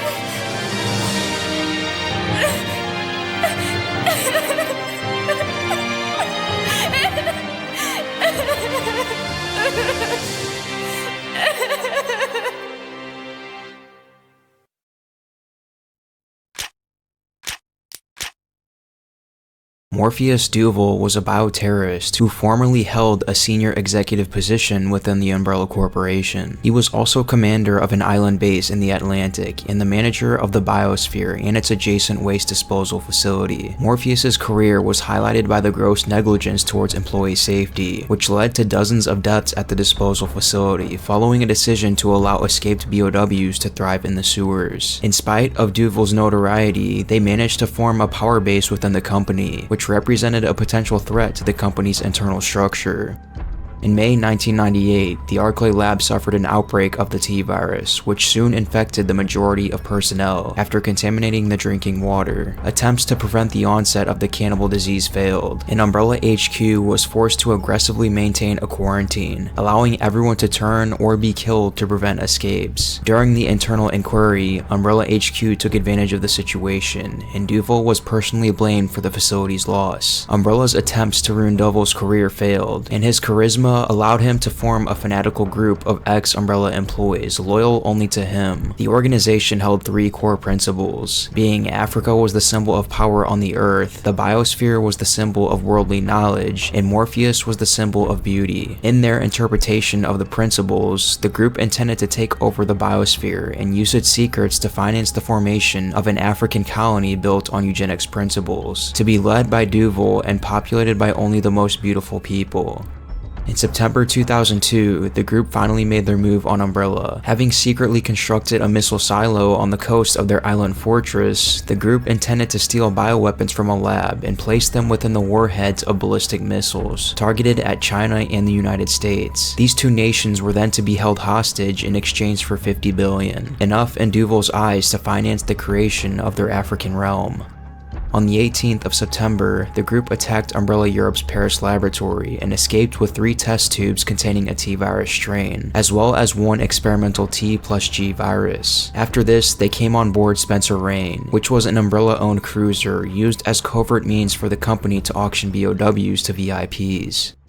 On the 21st of September, the group made their way into the ship's hold, releasing the ship's BOW cargo. Within the next few days, the passengers and the crew were eliminated, along with most of Duval's henchmen. With Spencer Rain now redirected to the island, Duval emailed the Biosphere, ordering them to put the facility on alert and to require an attached voice recording to access certain areas. As per the mission, Duval then alerted the US and China to the missile threat, but refused to give away the location of the silo. After a tip-off from Umbrella, the US and China determined Duval's location and sent personnel over to apprehend him. Likely having anticipated this, Duval tracked down and disarmed US Army operator Bruce McGivern shortly after his arrival. Deciding to execute Bruce right on the deck, Duval became distracted and was seriously wounded by a grenade that was thrown by a Chinese operative named Fong Ling. The 2 then fled into the ship, leaving Duval behind. Now too weak to fight back, Duval traveled down into the monitor room for Umbrella security members. From there, he released 2 Hunter Elites from their warehouse storage, hoping to kill Bruce and Fong Ling. However, this plan failed. Realizing this, Duval decided his only chance for survival was by injecting himself with a stolen T+G virus sample. He then mutated considerably from the viral infection, developing electromagnetic powers and a far more powerful body, which at the same time gave him more feminine features, thus satisfying Duval's obsession with his figure. Soon, he began searching the ship intent on hunting down Bruce and Fong Ling, with the 2 of them only being able to flee in response, as Duval's electromagnetic powers acted as a bulletproof shield. As time passed, Morpheus understood Spencer Rain would soon reach the island, and instead prioritized abandoning the ship to get to the missile silo, jumping in the water as the ship collided with a cliff and exploded. Returning to the island, Duval made his way through a warehouse complex and entered the waste disposal facility below. Soon after their arrival, Duval received confirmation from the Chinese that they were willing to pay the hostage fee. In the early hours of the following morning, Duval quickly discovered Bruce and Fong Ling exploring the facility, and destroyed their elevator in an attempt to eliminate them as they soon approached the Biosphere. Heading into the Biosphere, Duval immediately activated the missile launch sequence. During the evacuation, he spotted Fong Ling, who had survived the crash, and took her prisoner in hopes of keeping Bruce distracted. The trap worked, allowing him to ambush Bruce, but in the end, Bruce was able to overcome Duval after acquiring a prototype charged particle rifle, which was able to bypass the magnetic barrier of the creature. Bruce's attack seriously wounded Morpheus, giving him a chance to try and find a means of deactivating the missiles. However, Duval's body reacted to the near mortal wounds and triggered a second set of mutations to keep him alive. The form preserved in his first mutation was lost, with his torso expanding until he effectively became an amorphous blob only able to crawl. Still intent on killing Bruce, Duval pursued him across the missile silo, only to be shot by the particle gun until his barrier could no longer protect him, at which point Bruce was finally able to use his sidearm to fire a bullet into Morpheus's head. This final blow proved too much for Duval, triggering a runaway reaction which caused his body to expand more and more until it finally exploded, ultimately destroying the missiles before they could launch. The Hunter Elite was a large and formidable bioorganic weapon created as a part of their long-running Hunter line of BOWs. The Elite model boasted a greater physical strength over its counterparts. Compared to the original model, the most noticeable difference is the Hunter Elite's right hand, which lacks the claws found on its left hand and appears to be far more dexterous as a result. The Elite model was modified and adjusted for showcase aboard the Spencer Rain and represented the finest efforts by the remaining Umbrella researchers in Europe to develop a new Hunter variation which surpasses the rest. The Spencer Rain captain was once the captain of the ship until late September, where he began to suspect that the BOW cargo may be escaping. This was too late, however, as a full-scale biohazardous outbreak became apparent the next day. Accepting it as his destiny, he presumably waited for the inevitable. When Bruce entered the captain's room and read the ship's log, the captain then broke through a door and began his attempt on Bruce's life, ultimately being defeated in the process. The Tyrant 091 was the first attempt at engineering a Tyrant with a T+G virus. It was considered a failed experiment due to the lack of an electrical current, which the T+G virus was designed to produce. It also suffered from an exposed major organ, being the heart, which stuck out of its back, making it more vulnerable to attacks. Unlike most Tyrants, instead of arms with claws, the T-091 had grown tentacles, which acted as its fingers. Upon ambushing Bruce on the Spencer Rain ship, it was then quickly taken down after a brief battle. The Nautilus was a failed BOW that was thought to have been disposed of in the Umbrella Waste Disposal Facility, but due to mismanagement of the facility, the creature was allowed to grow and reproduced asexually in the waterways. Observation and data were collected on the strange mutation, but its origins remain uncertain. There are only 2 of these creatures in the entire game, both being found in the waterways. This creature cannot harm victims, but will instead continuously produce creatures known as torpedo kids to lunge at their prey. The Glimmer was a mutated species descended from one of Umbrella's research experiments. While its progenitor is unknown, an employee at the Umbrella Waste Disposal Facility noted that they were suspected to be in relation to the Hunters. As a mutant variety of Hunter, the Glimmers were human-animal hybrids. Their body shape was frog-like, comparable to the amphibian Hunter Gamma. Their unique feature was that of red compound eyes, which grew above its mouth. Though they were photosensitive, and Glimmers consequently kept themselves in dark spaces. To quickly digest food, these creatures produced excessive amounts of stomach acids and could vomit the acid on threats as a defense mechanism. Pluto was one of Umbrella's failed bioweapons experiments. It shares its name with the Roman god of the underworld. Originally a man imprisoned for a capital offense, Umbrella eventually made him participate in what he believed to be a pharmaceutical trial. Taken to a facility on an island in the Atlantic Ocean, he was kept in containment for a month before indicating the experiment, leaving him distressed. On September 26th, his doctors began by hammering a metal rod into his frontal lobe to prevent him being able to feel any pain, which they considered necessary for humanitarian reasons. On September 29th, his eyes were surgically removed to take part in research on how it could affect his senses. On October 9th, he was injected with experimental steroids to assess the growth of muscles, which quickly expanded disproportionately. Soon after, his body finally responded to the loss of eyesight by developing increased hearing, allowing him to track his doctor's movements. On November 5th, Pluto made his escape with the use of his new abilities, killing 5 guards in the process. Due to serious failings in the safety standards starting from Morpheus, Pluto was never captured by the Umbrella Security Service or by workers, and was left to roam the facility for several years. By 2002, the facility had been abandoned by Umbrella HQ and occupied by terrorists. Agent Bruce would eventually make his way to the facility and defeat Pluto in the storage room. The Halbert was a BOW created within the underwater biosphere. Named after the halbert, which was a medieval pole-based weapon, they attacked perceived threats using a powerful sting. The Halbert was devised by a research team at the biosphere base, and was created by crossing the shell of a horseshoe crab with viable cockroaches. The team was able to compare Halbert's ecology to that of ants or bees, which worked in groups. Agent Bruce encountered the Halbert swarm in 2002 while exploring the biosphere, where he was then attacked by the Queen in the plan. Engaging the Queen Halbert in combat, Bruce was able to kill the creature and disperse the swarm. Resident Evil, the Darkside Chronicles. Javier Hidalgo was the leader of the drug cartel, the Sacred Snakes, which was a specialist operation mastered by the US government to disrupt illegal trafficking in Latin America. Hidalgo took control over a large area of the jungle and wanted to expand his territory. After the United States and other nations learned of the fact that Javier possessed bioweapons, Jack Krauser and Leon S. Kennedy had been called in to infiltrate this small South American country and find him. The drugs that Javier's organization was producing had been contaminating surrounding countries and eventually found their way into America as well. Javier was amassing a fortune in drug money, building his own private army and fortifying his operations. He was a wanted criminal in many countries and was an uncommonly cruel man. This ability to slip through the fingers of justice and gather other criminals is not something an ordinary person could accomplish, as Javier had achieved his goals through the use of violence and strict control of the region. He rewarded those who submitted to him and brutally punished anyone who stood in his way, making harsh examples of people who opposed him, and was able to rule over his dominion through fear.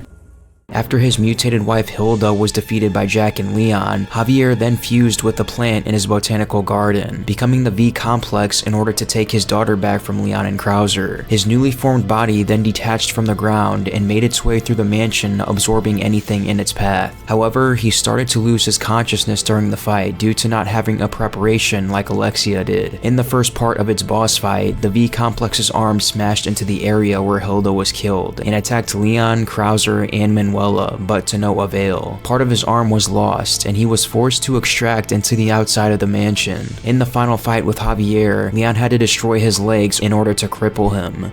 Soon after, the V-complex regenerated, and his deformed body was shown through the head of his new form. Ultimately, Javier was defeated by Leon after a long, fierce battle.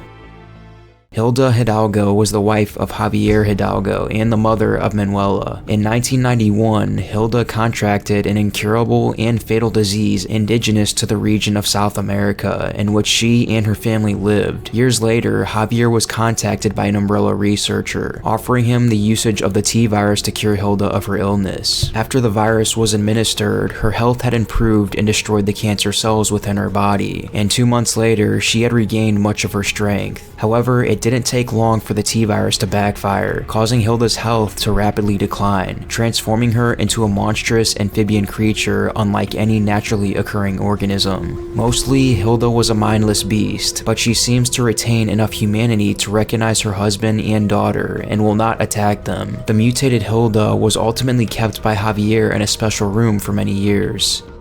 In 2002, Javier released Hilda from his mansion, and she made her way downriver and into the waters during the village's T-virus outbreak. After Leon and Krauser retreat to the church, they notice the creature calmly observing her daughter Manuela. Manuela falls unconscious for whatever reason, and Hilda rises up to fight Leon and Krauser. After retreating outside, they open fire on the flimsy bell holder in the church room to make it fall on top of her, causing her to retreat. She later appeared out of nowhere above the operating room inside Javier's mansion, allowing Javier to escape to the greenhouse as she engaged Leon and Krauser. Following a long battle, she fired bone spears in Krauser's direction, impaling him in the arm. They both proceed to fire at her repeatedly until she ultimately falls to the ground. As she lay dying, she bids her daughter farewell, shedding a tear and finally succumbing to her wounds. The IV plus YX is a variation of the Plant 43 that was manufactured by Umbrella for sale on the black market. Javier was one of the customers that acquired these creatures. While similar in appearance to Plant 43, this IV has a much more humanoid appearance, particularly in the lower portion of its body. Its methods of attack are also identical to Plant 43. As a result of the genetic combination of a human gene, it has legs resembling those of a human, granting it much more advanced movement ability over the original IV. These legs allow it to move faster than the average IV, removing the lack of mobility which plagued the original subjects. The piranhas were once normal water-based creatures that had been exposed to the T-virus. They were bred to be fighting fish and were used by Javier as death penalties against traders. Compared to the Neptune, these had small improvements, mainly that they could glide on water and were able to survive for a time on land. Aggressiveness was also heightened by the virus. The Anubis is a creature designed as a replacement for the Hunter BOW, created from a bat with insect DNA and the T-virus implanted in its body. The resulting mutations stripped away most of the Anubis's skin, musculature, and organs while increasing its size, durability, and aggression. The creature's digestive organs have been removed to drastically reduce weight. As such, it can jump and move with surprising speed while still possessing incredible skeletal strength. The Anubis's heart had also become prominent through its chest and ribcage during development, becoming a weakness to the creature. It skillfully uses its talon-like claws to scale walls and ceilings, and can assault its victims from these vantage points.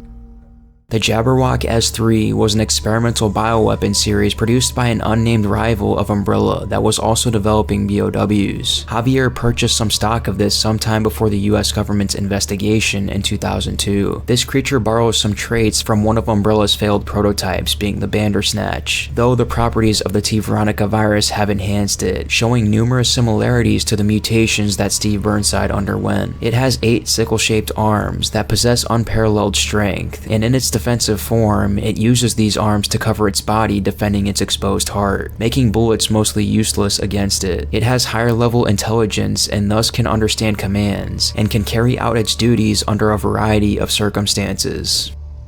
The Jumping Maneater was a South American spider-based BOW, optimized for hot and humid climates. This creature was based on a South American jumping spider to allow its specialization in jungle-based warfare. Unlike their web spinner counterparts, the Jumping Maneater was able to disperse webs from its spinnerets at prey. With prey entangled in the webbing, this ability was to give the BOW the chance to deal the final blow. Javier zombies are a variety of zombies which emerged from a second set of mutations. The T-virus strain responsible is not known, but may have been developed at the Caucasus laboratory as its recipient Javier purchased orders from there. Javier zombies are similar to Crimson Head's encounter during the Mansion incident, but are less violent to allow marketability as bioweapons. G-zombies are formerly deceased humans revived by the G-virus. Though Golgotha is able to resuscitate dead humans, they do not experience the regenerative effects experienced by humans such as William Birkin, who was alive when infected. Consequently, they remain in a deformed humanoid body, unable to evolve beyond this form.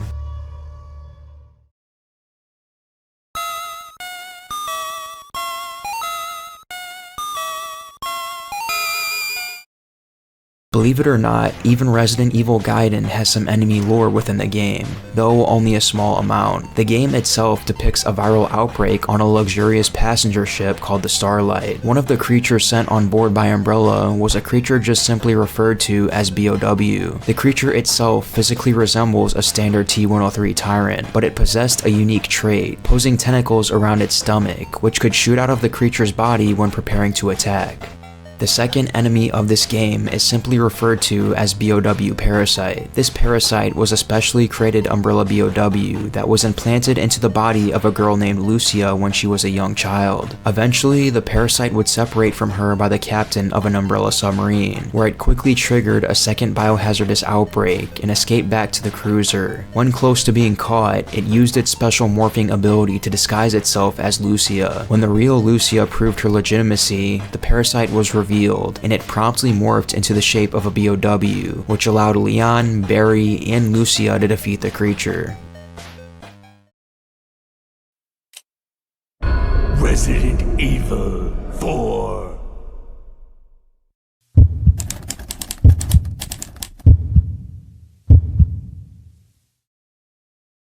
The Los Illuminados was a religious cult from the village of Valdelobos that believes that the parasite known as Las Plagas is a holy creature given to humanity by God, and upon infection from the plaga, the cult's members are believed to be purified of their sinful blood, and their souls will be saved. Los Illuminados would be worshipped for centuries, where the cult would practice many beliefs from Roman Catholicism, while also performing many human sacrificial ceremonies among other twisted acts. As many years went by, a ruler by the the name of Gregorio Salazar would eventually enter the region, with the goal of restoring Catholicism as the dominant religion of Valdelobos. Leading a small army into the area, they began slaughtering followers of the Los Luminados, with some being tied up and executed, while others being burnt at the stake. When the conquest was completed successfully, Salazar took on the role of a feudal lord, both protecting the Roman Catholic converts while persecuting any suspected Los Luminados activities. The Plaga parasite that the Los Luminados worshipped would then be sealed away in an ancient complex in the caves beneath his castle, erasing all existence of the twisted cult that is Los Luminados.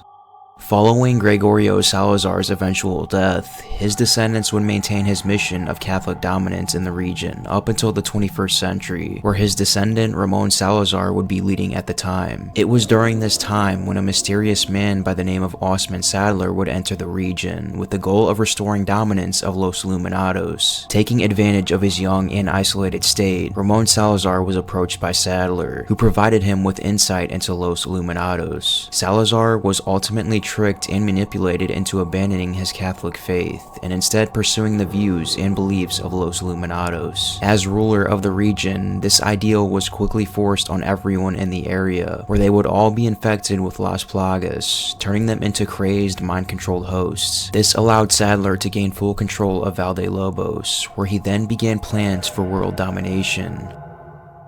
The Ganados were once a group of human villagers that had abandoned much of modern technology to protect their culture and maintain a more peaceful and simpler life. They would frequently attend church services, which would be led by the village leader Chief Mendez, who would preach to the community about their Catholic practices. Sadler would eventually enter the region and trick Salazar into reviving Los Illuminados by recruiting many villagers from the area to begin excavation in the mines beneath the castle to dig up Las Plagas. As work began, the villagers would become exposed to Plaga spores that came from carcasses they dug up, causing the workers to become extremely sick. It wasn't long after when the spores in their bodies regenerated into fully formed Plaga bodies, which tragically turned them into crazed Ganados. This small group of Ganados were quickly captured by Sadler and his team, where they then began brutal experimentation to create a large number of Plaga eggs for the purpose of spreading the virus to the entire region. Not long after this, Sadler entered the small village to attend church services. Here, he began to preach to the congregation about fantastic stories, which persuaded them to join Los Illuminados and take part in the blood-cleansing ritual, claiming that injection from his virus will purify their sinful blood and save their souls. At first, it was only a small portion of the community he had convinced to be injected, but soon after, this small group began forcing their own family members to take part in the ritual to save them. After the entire village finished their conversion ritual, they were then told the Los Illuminados version of their folktale on the first Castilian Gregorio Salazar. In their version, the first Castellan was envious of the cultists' righteousness and persecuted them. Ramon Salazar, the current 8th Castellan, is reinterpreted as a redeemed man, having freed the cultists. The villagers became disturbed by this story, as it proves to them that they have been lied to for centuries. In the time after their conversion, villagers began to feel ill, with symptoms of heavy coughing and seizures becoming prevalent in the community. In one account, a family was having dinner when their daughter became stricken at the table and had a seizure. Her body contorted as her limbs shook violently, and ultimately died right there. With their brains altered from the infection, the parents just stood there and felt no emotions as they watched their daughter pass. Shortly after this, there became many accounts of villagers suffering from violent headaches, which felt as if their heads were being split open. Their blood became hot as well, with so much pressure that some began to bleed out and vomit blood. Over the next few days, every child in the village had passed away, as their bodies were unable to handle exposure to Las Plagas. The adults soon after became emotionally emptied and mindless, finally succumbing fully to Sadler's virus. Father Mendez, in his capacity as village chief, issues a notice to the villagers to keep outsiders away from the village in order to protect the Prophet Sadler's life, which became interpreted as an order to kill strangers. Following the storming of the region by Leon and Ada, the Ganados faced several losses, including that of all dominant Plaga hosts. Ganados exhibit a number of behavioral and biological traits that differ from uninfected humans. The physical appearance of the creature appears to depend on the strength of the individual Plaga parasite. The Plaga parasite appears to fill the eyes of the victim with blood, or otherwise interact with the victim's eyes in a manner that causes them to undergo intense strain. Under low light conditions, the Ganado exhibits a condition where the eyes glow fiercely. The average Ganado appears to be middle-aged or slightly younger. While there is a lack of evidence for a strict age requirement for basic Plaga infection, it can be inferred by the sheer amount of middle-aged Ganados that the ideal candidate for a Ganado transformation is a fully formed host body. Due to the Plaga's complete infections, tendrils run throughout the Ganado's body, revealed by surface wounds, dismemberments, or any major breach of the body. As the Plaga parasites have taken control of the central nervous system, Ganado hosts can be controlled or influenced by them. The host retains their memories and intelligence unlike zombies, and can still communicate with other people and perform actions beyond simple survival instinct. Hosts are highly aggressive towards those not infected, but will still attack other hosts if necessary. Outside of combat, Ganados are known to maintain a lifestyle comparable to uninfected humans, with farm workers continuing to look after their cattle and using pitchforks to turn hay. However, their attitudes to hygiene are noticeably different, with the villagers known to eat rotting meats and stews. As an effect of their parasitization, Ganado bodies become more durable and powerful, and their pain threshold is increased. These enhancements allow hosts to easily lift other people and withstand gunshots without response. If a Ganado receives too much damage, however, the Plaga may cause irreparable bodily damage by ripping open their neck to personally defend itself from attackers. Some Ganados are known to become stronger and more durable than others, arming themselves with heavy chainsaws as a more powerful weapon. Dr. Salvador is a burly chainsaw-wielding villager with a burlap sack over his head, while wearing typical farmer clothing in addition. He can be detected by the sound of a chainsaw revving nearby. Due to his size, sack mask, and unique weapon, he is very easy to tell apart from regular villagers. Once a respected doctor among the villagers, his mind was corrupted by the Las Plagas parasite, turning him into a merciless executioner to those who oppose the cult's will. Dr. Salvador retains much of his design in the RE4 remake, albeit his blood-curdling eyes are more visible due to the holes of his potato sack being larger in comparison. He had more bloodstains on his clothes, presumably from previous fights/mutation, and has a noticeably slimmer physique than his original incarnation. Due to the Plaga parasite, the Chainsaw Man has become exceptionally violent and is compelled to relentlessly chase his enemies with his trademark chainsaw. Also, due to the Plaga's assimilation, he has been made exceptionally robust in comparison to regular villagers, and can absorb small arms fire with ease. This robustness is further accentuated by his resistance to knockdown from melee attacks, often being staggered back instead of falling to the ground.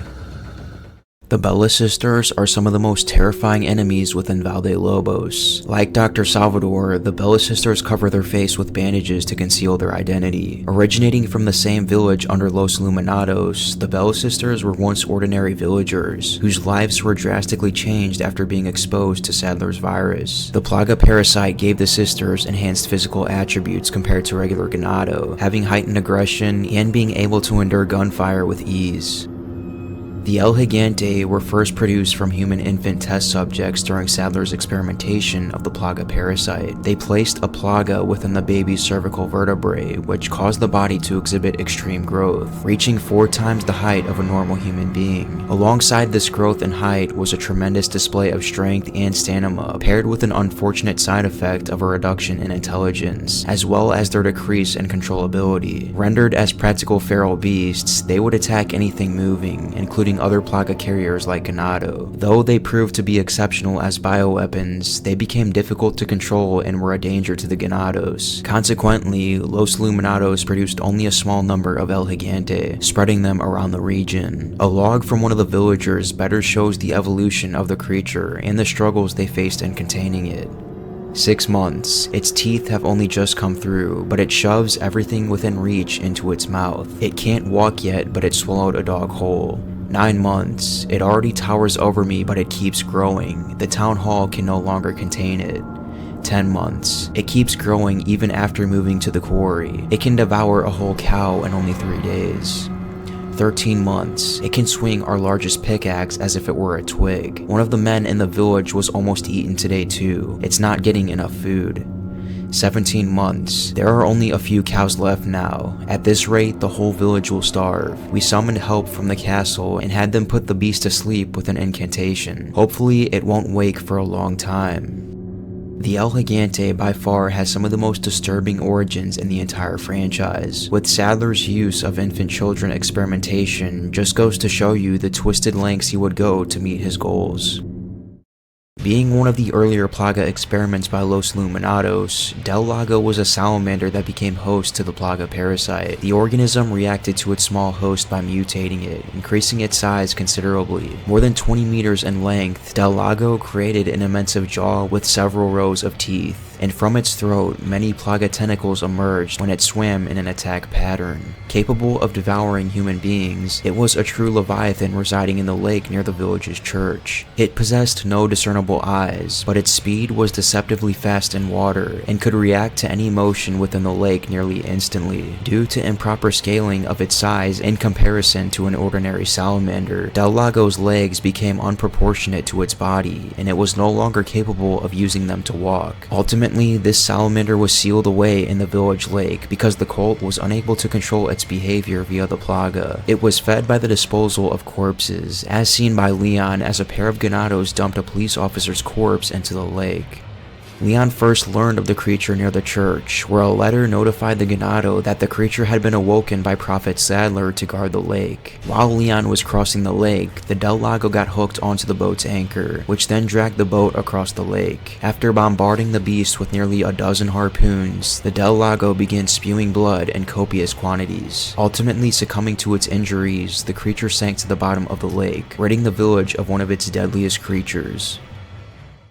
Colmillos are dogs which have become host to Plaga parasites and turn feral. As a result of the infection, the teeth have been replaced with larger teeth that dig deep into their victim's skin as they bite. Colmillos can be identified in the night by their highly reflective glowing eyes seen from afar. The spine of Colmillos suffer from deformities as a result of the parasite's growth in the abdomen, and in a situation where the creature is threatened, the Plaga is then liable to inflict serious injury by tearing open the skin so its bladed tentacles can be used as a weapon. As dogs are natural pack animals, they are known to adapt to the infection much easier than humans. When hunting prey, the Colmillos tend to attack in groups, with one going for the throat while another flanks them.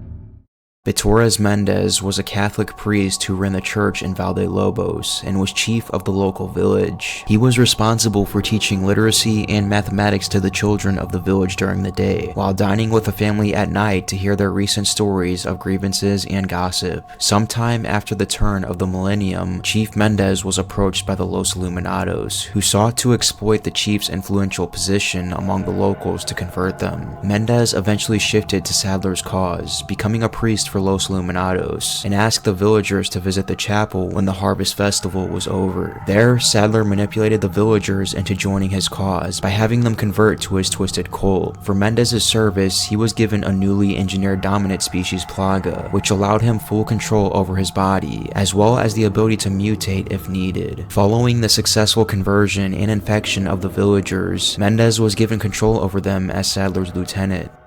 In 2004, Sadler's American Mole abducted Ashley Graham in a plot to infiltrate and convert the United States government to Los Luminados. This operation coincided with the escape of Dr. Luis Serra, a lead bioweapons researcher who had betrayed Sadler and stole the dominant Plaga egg that they intended to infect the US president with. The village chief garnered suspicions that this was part of a planned extraction operation involving a third party, and Dr. Serra was eventually kidnapped by the villagers for interrogation. Meanwhile, Mendez was forced to coordinate his forces against the third party's agents Ada Wong and Leon Kennedy. Although Leon managed to find and free Luis, Mendez cornered them both immediately afterward and captured them. However, Leon soon escaped and passed through the village chief's house, where he was then met by Mendez himself. He attempted to strangle the agent, but relented when Leon's eyes turned red in color, indicating that he had been infected with a Plaga egg. Ada Wong, who had been watching the encounter from a nearby window, intervened and fired fired 2 bullets at Mendez. The chief then left his house to look for the intruder that shot him. Once Ada went inside and began to explore the house, she was quickly grabbed and thrown by Mendez, where he then began to pursue her through the village. Before the chief managed to reach her, Ada used her grapple gun to get on the other side of a locked door. Unable to barge through, Mendez gave up and fled the area. From there, he began to write an order to the remaining villagers to convert the area closest to the castle into a defensive position so that no intruders may pass. Many of the villagers heard the chief's call and flocked to this area, with the Bella sisters also arriving to defend a crank that's used to open the doors that lead to the castle. Leon would eventually enter this area and manage to decimate the remaining villagers along with the Bella sisters, where he would then proceed forward to the castle. The chief quickly halted the two as he decided to take matters into his own hands and stop Leon and Ashley before they could get any further. He closed off the double doors and began chasing them through the village until Leon and Ashley made it to the other side of the bridge that collapsed, causing the chief to look for another path to reach them. As Leon entered a cabin next to the castle, Mendez ambushed him by breaking through a wall and knocking him to the floor. As the chief inched closer and closer to Leon, he then got hit with an explosive barrel, causing him to mutate uncontrollably into his final stage. A battle then commenced between the two in a fiery cabin, but was short-lived after Leon ultimately managed to defeat him, ending the unfortunate story of Chief Mendez.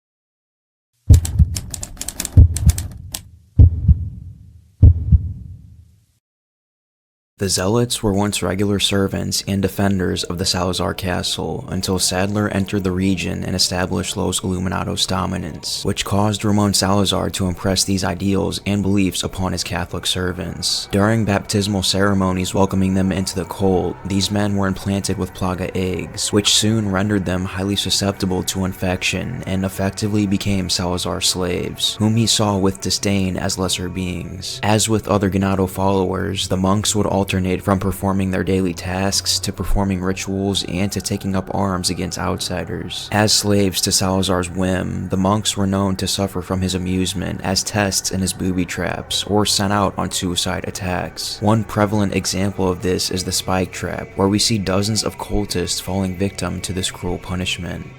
Zealots are known to have worn a wide variety of clothing, which indicated their rank in the cult. Most wore black robes, while a small number were outfitted with red robes and wore goat skulls as helmets. These zealots would act as leaders of the other cultists, and have the ability to call on the Las Plagas parasite at will to explode from bodies of nearby zealots. With this power to connect with a plaga, these zealots were also known to call on much stronger plaga-type enemies like the El Gigante. The Garrador, translated as the Clawer in Spanish, were once human hosts that underwent physical enhancement through the use of the plaga, appearing as a large armored gladiator-like warrior with retractable claws grafted to each forearm. The Garrador is a dangerous and extremely aggressive enemy which has a high resistance to frontal attacks. This creature has two main weaknesses. The first is its lack of eyesight, and the second is its visibly exposed plaga erupting from its spine. The Garrador finds its prey by hearing, and will charge towards the origin of any loud noises in earshot, viciously swiping with its claws. These creatures are extremely dangerous and can kill a human in seconds if they are caught in the path of one of their rampages, with some cases shown to completely decapitate a human. Prior to the infection, the Garrador once served as the torturer of the castle. Even among his family, he was special. He enjoyed his work wholeheartedly and had a talent for it, being gifted at tormenting others. This ability quickly attracted Salazar's interest, where they then took the man deep into the dungeon, where they strapped him down and injected him with an enhanced version of the plaga parasite, one that would give him exceptional strength and super heightened aggression, finishing off by equipping the creature with massive razor-sharp claws and heavy suits of armor. The creature became one of Sadler's strongest creations to be used for world domination. However, it wasn't long before the Garrador's aggression became too much to handle, as it began slaughtering any cultist in sight. Because of this, the creature was taken back down to the dungeon, where they would strap him to a wall with chains and sew his eyes shut. This loss of sight heightened their other senses, particularly their hearing, making them deadly creatures even when deprived of their vision. In hopes of keeping the creature alive, Salazar would forcefully send his caretakers Isidro down to the dungeon to attend to the Garrador by feeding him and disposing of the filth, all while listening to the wretched screams of the creature as it fought to break free from the chains. It wasn't long after when Leon would enter the castle and eventually stumble upon this twisted creature. As Leon was looking for a key to open a locked door, the floor below him collapsed, landing him face to face with the terrifying enemy. As Leon attempted to slowly flee the area, the Garrador was then able to break off the chains holding him captive and chase after Leon. After a difficult battle, Leon managed to do enough damage to the Plaga on the creature's back, where it then fell to the ground in defeat. Aside from this Garrador, both Leon and Ada encountered a few more of these creatures infected with the same Plaga strain, with some being heavily armored compared to others. Armadura, translated to armor in Spanish, are Plaga-possessed suits of armor inhabiting the darkest corridors of the Salazar castle. When a Plaga escapes from its host, it cannot survive for very long. To sustain themselves, some hid within the medieval armor to protect themselves while conserving their energy in a dormant state. Stretching themselves to fit all 4 of the suit's limbs, these Plagas can defend themselves while they search for new hosts. These creatures attack with medieval weapons such as claymores and halberds. The weak point of these armors are the helmets. If damaged enough, the Plaga will break free of the helmet and expose itself from the neck of their armor, becoming vulnerable to gunfire and particularly flashbang grenades, which can kill an exposed Plaga instantly. Additionally, some Armadura may attempt to ambush their victims by staying still among other armors, waiting until their target approaches before making a single attack when in range. There are 2 varieties of the Armadura, one in a lighter colored silver armor and a round helmet, which tends to contain a Type A Plaga and wield a broadsword. The other Armadura variant comes from just one single Plaga. Located deep in the castle's dungeon, the gold Armadura stands as a towering threat from Sadler's army. The gold armor of this creature is much more durable compared to typical silver Armadura, and on top of this, the particular Plaga host within the gold Armadura is enhanced to be much more aggressive than the others, making this creature a very dangerous foe to encounter.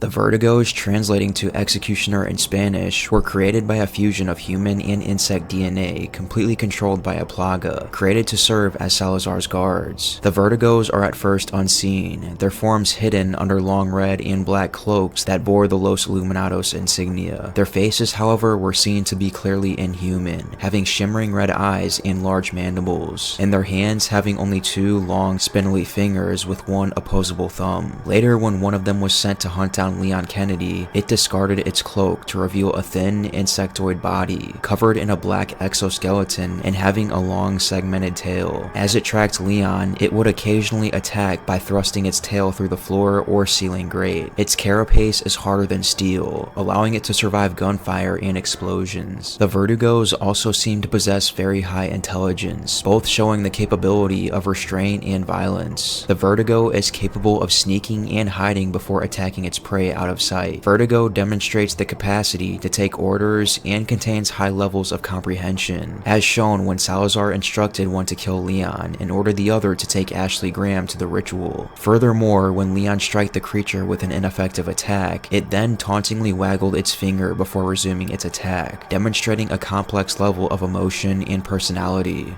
The full history into the creation of the Vertigo gets very dark, and it all started from a mad scientist by the name of Isidro, who was approached by Salazar to, quote, improve the flaws of their human form, to seek perfection as observed in their arthropodal siblings. With hopes to please his master Salazar, Isidro began forcefully kidnapping maids within the castle to use for experimentation, where he would then inject a special strain of the Plaga parasite into the maid's womb and impregnate them, as he quoted that a pure soul proves to be highly malleable and adaptive. With this experiment, Isidro was able to create a new species of Plaga known as the Novistadors, which were massive bug creatures that could blend in with their surroundings. After the major success of this experiment and praise from Sadler himself, Isidro decided to progress to his final stage of experimentation, which was the pursuit and fusing insect and human into one. His first test subject was the housekeeper, who graciously offered herself to volunteer. Injecting her with his new Plaga strain, the housekeeper was painfully transformed into Vertigo number 1, where she would then serve as the right hand of Salazar. After the success of his final experiment, Isidro decided it was finally time to demonstrate his loyalty to Sadler's cause by injecting himself with the Plaga strain. A note that Isidro left in the castle better explains his motives of transformation.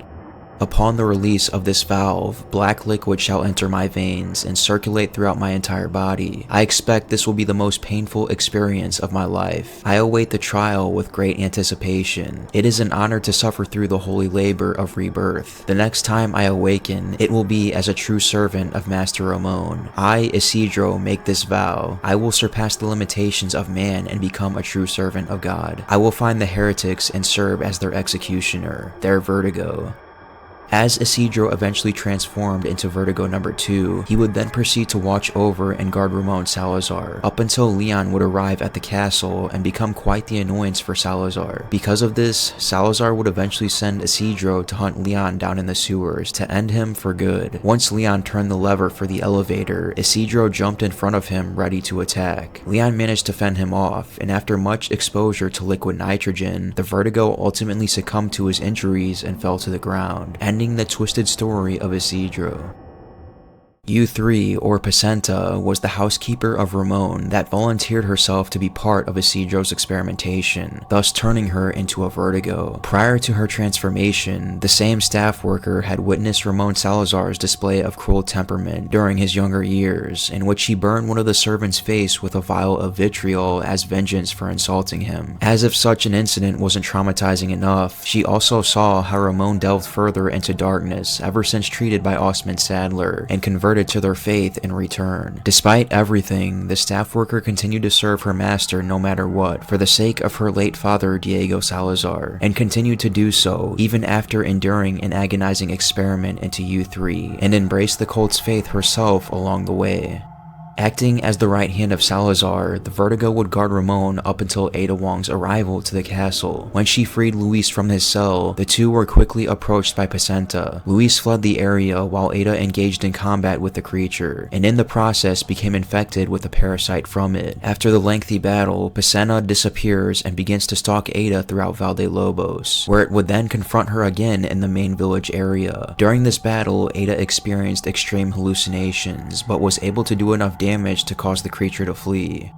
U3 is later seen back at the castle, standing beside Isidro as Salazar gives his ultimatum to Leon and Ashley before disappearing once again. It eventually returns to pursue Ada as she is gathering the ingredients for the suppressant of the Plaga. After Luis gives her a dose and it fails to immediately go into effect, U3 once more approaches Ada and corners her. Just as it was about to find her, the suppressant's effects begin to work, and the creature is no longer able to locate her, causing it to leave the scene. After Ada goes through the underground sewers of the castle, U3 halts Ada and begins to attack her once more, but ends up being crushed by a large piece of a metal bridge, causing it to mutate into a more grotesque form of itself, and sprouting a tail-like Plaga. After inflicting massive damage to the creature, it began to mutate uncontrollably into a centipede-like creature, which was capable of burrowing underground to ambush its prey. After engaging in combat for one final time, U3 was ultimately killed once the Plaga was destroyed. Ada would then lie down in agony as she spits out the parasite implanted to her by Pacenta, freeing her from its infection. The Vertigos in Resident Evil 4 left a huge impact in its story, with its very dark and disturbing origins, making it one of the most twisted creations in the franchise. Novistadors were a species of BOWs developed by Isidro as part of his experiment in splicing genes of human and insect to rid the flaws found in human form and to become closer to the Plaga that Los Illuminados highly revered in the process. The first generation of these creatures were created by impregnating a human virgin with a type of Plaga secretion referred as black liquid, which fertilized egg cells in her womb, resulting her to give birth to mutated babies that eventually underwent metamorphosis into fully adult human-sized insectoid creatures, almost deprived of human characteristics. For melee combat, Novistadors utilized razor-sharp talons on its front limbs. They could also spit acid from their maw, which was corrosive enough to melt through human flesh and muscle tissue. In addition to quickly skittering about across floors and ceilings, these creatures could fly thanks to their wings, which also provided extra boost of speed. True to their namesake, Novistadors possessed the ability to camouflage by altering the pigments in their exoskeleton to blend in with the environment, remaining still until unsuspecting prey entered striking distance, at which they swiftly reveal themselves and attack. Novistadors were also shown to build and live in a hive-like structure similar to wasps, as shown in the underground cavern level. A similar structure could also be found in the castle. Ramon Salazar was the son of Diego Salazar, the 7th Castellan, and Catalina Salazar. Throughout his childhood, Ramon suffered an illness in which he is not expected to live to adulthood, much to Catalina's horror, who had invited Sadler into their homes in an attempt to save his life. The cultists treated his disease by injecting him with a dominant species of plaga. Soon after, Diego is mysteriously murdered, and Catalina disappears shortly after, leaving him as an orphan and inheriting the castle at a very young age. In his adolescent years, Ramon develops cruelty when he overhears a servant mocking him, where he then dragged her to the chambers and forced her to kneel while he poured vitriol on her face, completely melting her skin.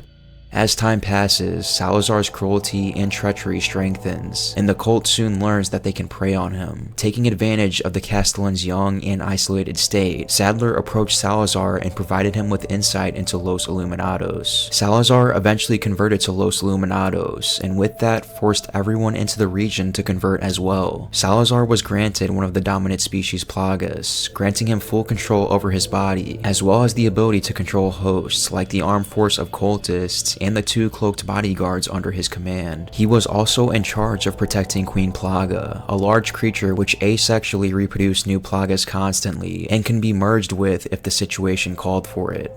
Salazar makes his presence known when Leon and Ashley were looking for a way to escape the castle. Salazar demanded Leon to hand over Ashley, but the US agent refused to do so. Nonetheless, refusing to give up, Salazar declares that Los Illuminados must have Ashley, and reveals that with her as the source, the United States and eventually the world will be overcome with grace of Osman Sadler. When he asked the two if they would accept, Ashley firmly rebuffed it. Disappointed by this, he summons a group of Ganado zealots to kill Leon, before departing with his Vertigo bodyguards. Later, as Leon traverses through the castle, Salazar calls him via wired phone and asks him if he is ready to hand over Ashley, which only annoys Leon. Later, after Ashley was captured, Salazar speaks to him through a speaker, beginning to mock him over losing his companion. When Leon reaches the throne room, Salazar is seen sitting as a ritual is prepared for Ashley. After Leon was subdued by one of the cloaked Vertigos, Salazar orders his zealots to force Ashley into drinking a black substance and urges the girl to not resist, as it would only worsen her suffering. Before the Vertigo would throw Leon into a deep well, Salazar sadistically bids him farewell in Spanish. After Leon survived the trap and ventured to a part of the castle to rescue Ashley, Salazar was then encountered again, and the Castellan expressed annoyance that Leon will not yield. He then sent 2 Ganado archers to remove the agent from the castle. Salazar was later spied on by Leon, who watches through binoculars as the Castellan and his zealots escort Ashley to a chamber. Meeting with Major Jack Krauser, Ramon immediately hands over the girl to him. When Leon arrived too late to save Ashley, Salazar proceeded to mock him, but was inflicted with several wounds by Leon. This caused Salazar to mutate into a hideous monster, with his deformed human body appearing in the mouth, as he had merged with the Queen Plaga, which was hidden somewhere nearby. Although the Castellan tried to kill Leon, he instead met his own defeat at the hands of the agent. In his dying moments, Salazar cried out to his master, begging for help, but he ultimately succumbed to his wounds and died, ending the story of Ramon Salazar.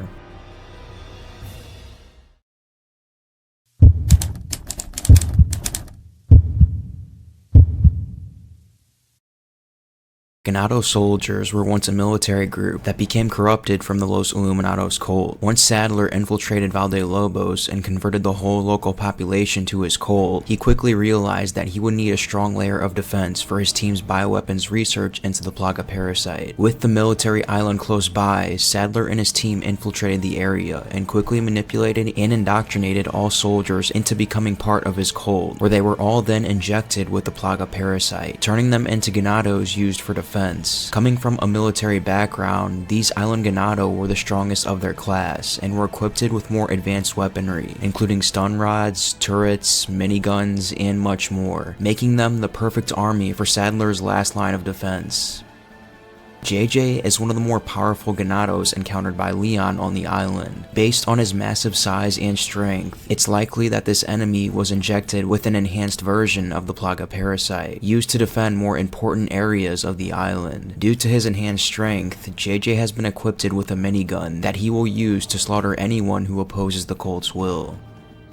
Another enhanced Ganado found exclusively on the island are the soldiers wielding massive hammers. As in a similar case to JJ, these creatures became infected with an enhanced strain of the Plaga, giving them increased size, strength, and aggression. They have also been equipped with heavy durable armor for protection, even going as far as to weld a piece of metal onto the creature's face. Even though there are only a few of these creatures found on the island, their increase in strength and aggression paired with the durable armor makes them one of the most dangerous enemies on Sadler's Island.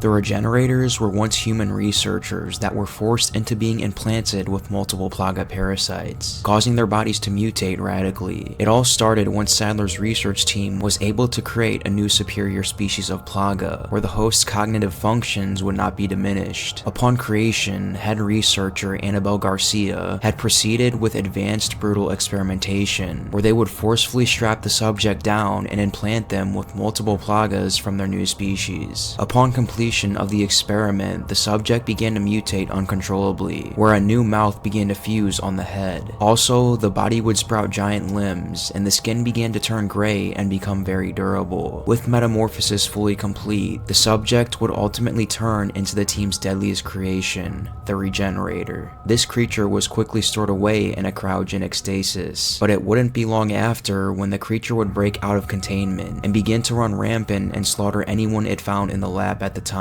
leaving 7 dead and 19 wounded. This would quickly grab Sadler's attention, seeing how powerful the creation truly was. With that, he would begin to capture all of the researchers and imprison them. One by one, they would be taken into the lab and become forcefully subjected to their own experiments, turning every single one of them into Regenerators. Some would be placed in cold storage on the island, while others would be placed in bags to be transferred to their designated locations. Regenerators have many advanced traits compared to other enemies. Being implanted with multiple Plaga, these in a way act as the creature's hearts, and once all eliminated, the creature will explode. If a Regenerator is injured in other areas, the Plaga will act fast and sprout small tentacles from the wound, which appears to knit new flesh, recreating entire limbs within seconds. This allows the Regenerator to recover from bullet wounds, lost limbs, and decapitations. Although they are usually slow, Regenerators are capable of frightening bursts of speed when attacking, viciously slashing and biting, and stretching their arms to unnatural lengths to grab their prey. A Regenerator may also randomly run into their victims and knock them down with its powerful arms, where it then begins to rip the victim apart if it's unable to push them off. Also, when their legs are blown away, they can move forward very quickly by slamming themselves toward the ground, causing them to jump forward. This is all possible due to their bodies almost completely, if not entirely, consisting of pure muscle, manipulated by the leech-like Plagas hiding in its body. The presence of a Regenerator nearby can be instantly detected by the sound of their erratic and strained breathing, adding to their already frightening demeanor.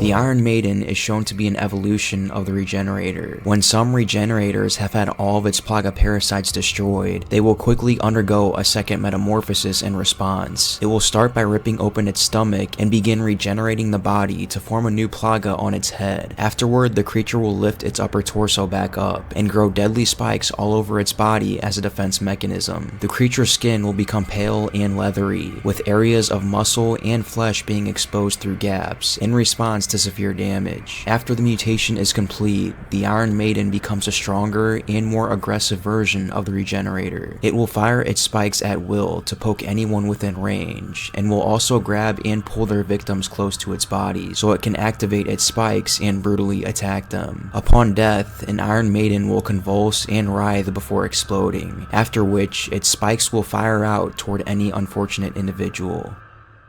Plagas were a parasitic arthropod located in Valdelobos, which was used by Sadler to create an army of ganados. By latching onto the nervous system, plagas can exert influence over their host's actions, leading to increased aggression in human hosts. Additionally, they form social groups with other infected hosts. Unless the host's brain is destroyed or compromised, the infection's influence is not absolute, allowing them to continue their daily routines. Throughout the plaga's life cycle, it will undergo 3 stages, with the first being the Guadana stage. In this stage of their life, plagas have soft bodies resembling flesh, which pulsates, sporting yellow eyeballs and long tentacles. When they detect a threat, they will split their bodies in half and expose a giant long tentacle with a scythe-like end to it, which they violently swing at enemies. Next, the plaga will go into the Mandibula stage, and in this form, the body has grown considerably since its Guanda stage. In the previous form's tentacles have hardened, forming into legs, which, when the parasite is still within the host's body, can be used as arms. These limbs are strong enough to grab human heads and force them towards the plaga's mouth, where they can be seriously bitten. Mandibula is also capable of spitting acid in the faces of attackers. Finally, the plaga will enter the Arana stage, where it erupts from the host's body and can now roam free on its own. However, many are known to latch back on to nearby ganado and hijack the body with its tendrils. With the host now being occupied with 2 plagas, they will then enter a berserker state, endangering those around them and even themselves. Even when the host is decapitated, they will still persist on attacking any non-infected on sight until the attached Arana is removed. Brutes are ganados that were injected with an enhanced version of the plaga strain, making them highly aggressive, stronger, and more durable compared to regular ganado. These enemies act as enforcers within Sadler's army, and equip themselves with bull or pig heads for masks to establish their dominance within the cult. There are 3 different variants of the brute, being the hammer, the crossbow, and the unarmed variant. The hammer is the first variant encountered by Leon in the village. These are villagers wielding a large sledgehammer and wearing a mask made out of the head of a bull. The unarmed are a rare version of the brute. They are ganados fighting with their fists and feet, and wear a mask made out of the head of a white bull. The crossbow is a combatant brute located on the island that is armed with an automatic crossbow, although they are required to wind it up before firing. These brutes are specialized in ranged weaponry and wear a mask that's made out of the head of a wild boar. Mardinico was once a fragile test subject, despised by its researchers for being deformed compared to other test subjects. During Ada's mission to infiltrate the island, Mardinico breached its containment, running rampant and destroying most of the laboratory in its vicinity while killing anyone within its way. It pursued the spy until they reached the hallway full of lasers, where Ada then used her acrobatic abilities to avoid the lasers while escaping the relentless beast. Ada eventually used her hookshot to escape the facility, and Mardinico was ultimately obliterated by many lasers. Due to being fused with the dominant species Plaga, Mardinico had gained significant regenerative abilities, more so than the Regenerator, making it pretty much immune to conventional weaponry. It also endows inhuman levels of strength, capable of destroying concrete walls. This also led to the decline of its intelligence, making it impossible to contain once it escapes confinement. Jack Krauser was once a soldier who was tasked in training new recruits in the top secret government program, putting them through grueling training that transferred his knowledge and wisdom in close quarters combat and battle. One of the recruits was Leon Scott Kennedy, who Krauser took a particular interest in. In 2002, Krauser was among the few chosen elite soldiers to participate in Operation Javier, which was planned for several years and conducted in secrecy. It's unclear whether their mission was successful, though Krauser and his unit were abandoned in the jungle by the US government. The mission left Krauser as its only survivor, with the incident successfully covered up by the government. The loss of his men left Krauser with resentment towards his superiors, which imparted him with the desire to seek out and obtain unadulterated power. At some point following Operation Javier, Krauser discovered the Los Illuminados cult and became a faithful disciple under its 15th leader, Osman Sadler. He was also responsible for providing Los Illuminados with modern weaponry, such as RPGs with specialized red warheads, as well as fortifying the cult's island base, not far from the mainland. To enact the cult's plan to gain influence in the US government, Krauser conspired with his acquaintances to kidnap the president's daughter, Ashley Graham, coordinating a successful mission mission that disabled her protection. Krauser then had Ashley transferred to Valdelobos, where she was held and infected with a Plaga parasite. Sometime after, Krauser was stationed on Los Illuminados' island base, and was given a dominant Plaga species to enhance his own strength and agility. When researcher Luis Serra stole a sample called the Amber and fled the island, Krauser was tasked by Sadler to recover it. He was also deployed to subdue Leon and Ashley when the former arrived in Valdelobos, and proved to be a match for their forces. In the mines below Salazar's castle, Krauser managed to track down Leon and Luis, and fatally stabbed the latter from behind while he was distracted. After recovering the Amber from the dying researcher, he then engaged with Leon in close quarters combat, during which he revealed his involvement in Graham's kidnapping and his reasons for his betrayal. Krauser eventually overpowered Leon, but was forced to retreat when a dying Luis fired upon him. Having achieved his objectives, Krauser left the premises to retrieve Ashley from Ramon Salazar. After the handover, he fled with Ashley to the island as Leon fought the mutated Salazar.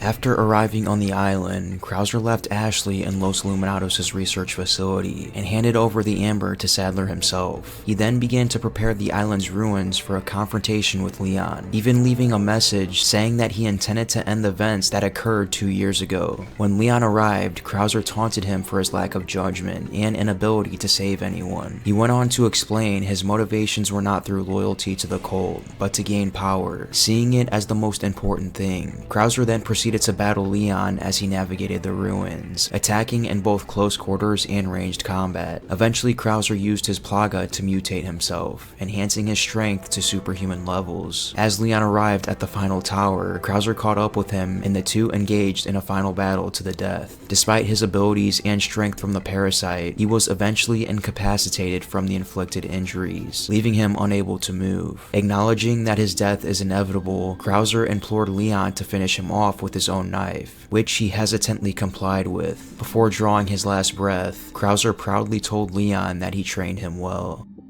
Krauser's body was later recovered by Albert Wesker to extract his dominant Plaga parasite as a contingency for Ada Wong's possible failure or refusal to recover the Amber. Albert Wesker returns in Resident Evil 4 after he learned about the cult Los Illuminados and their usage and experimentation of the Plaga parasite. Wesker would quickly contact Ada and send her to Valdelobos to acquire a sample known as the Amber, which was a suspended state organ that contains the same organ found in the dominant Plaga species. Ada would be monitored and sent instructions from Wesker throughout the mission, but once Ada began to hallucinate and pass out in front of a group of ganados, Wesker was forced to meet up with Ada and save her from the enemies, where he would then carry her to Chief Mendez's house and wait for her to awake. Afterwards, Ada would make her way through the rest of the village and castle, still being monitored by Wesker, until she was soon confronted by him again, where he told her about the change of plans to now activate explosives set around the island. Ada would eventually obtain the Amber, but after finding out Wesker's end goal, she decided to keep it for herself. However, Wesker was unbothered by this, as him and his team managed to steal Krauser's deceased corpse after Leon defeated him, allowing Wesker to secure his own sample of the Plaga, where he would then proceed with his plans of world domination. Osman Sadler was a descendant of the Ganados that were banished from the region of Valdelobos for worshipping Las Plagas, with 7 of his ancestors being forced to live on the nearby island in the region. Sadler would then re-enter the region in the early 2000s, intent on possessing the Plaga to gain financial and military influence on the world stage. Tricking Salazar into joining Los Illuminados, he was able to infect the entire region with the Plaga parasite, ultimately creating an army of followers that would do as he said, where he then used them as both a labor force and security, ordering them to kill any trespassers, while maintaining the image that the village was operating as usual to avoid suspicion from the Spanish government.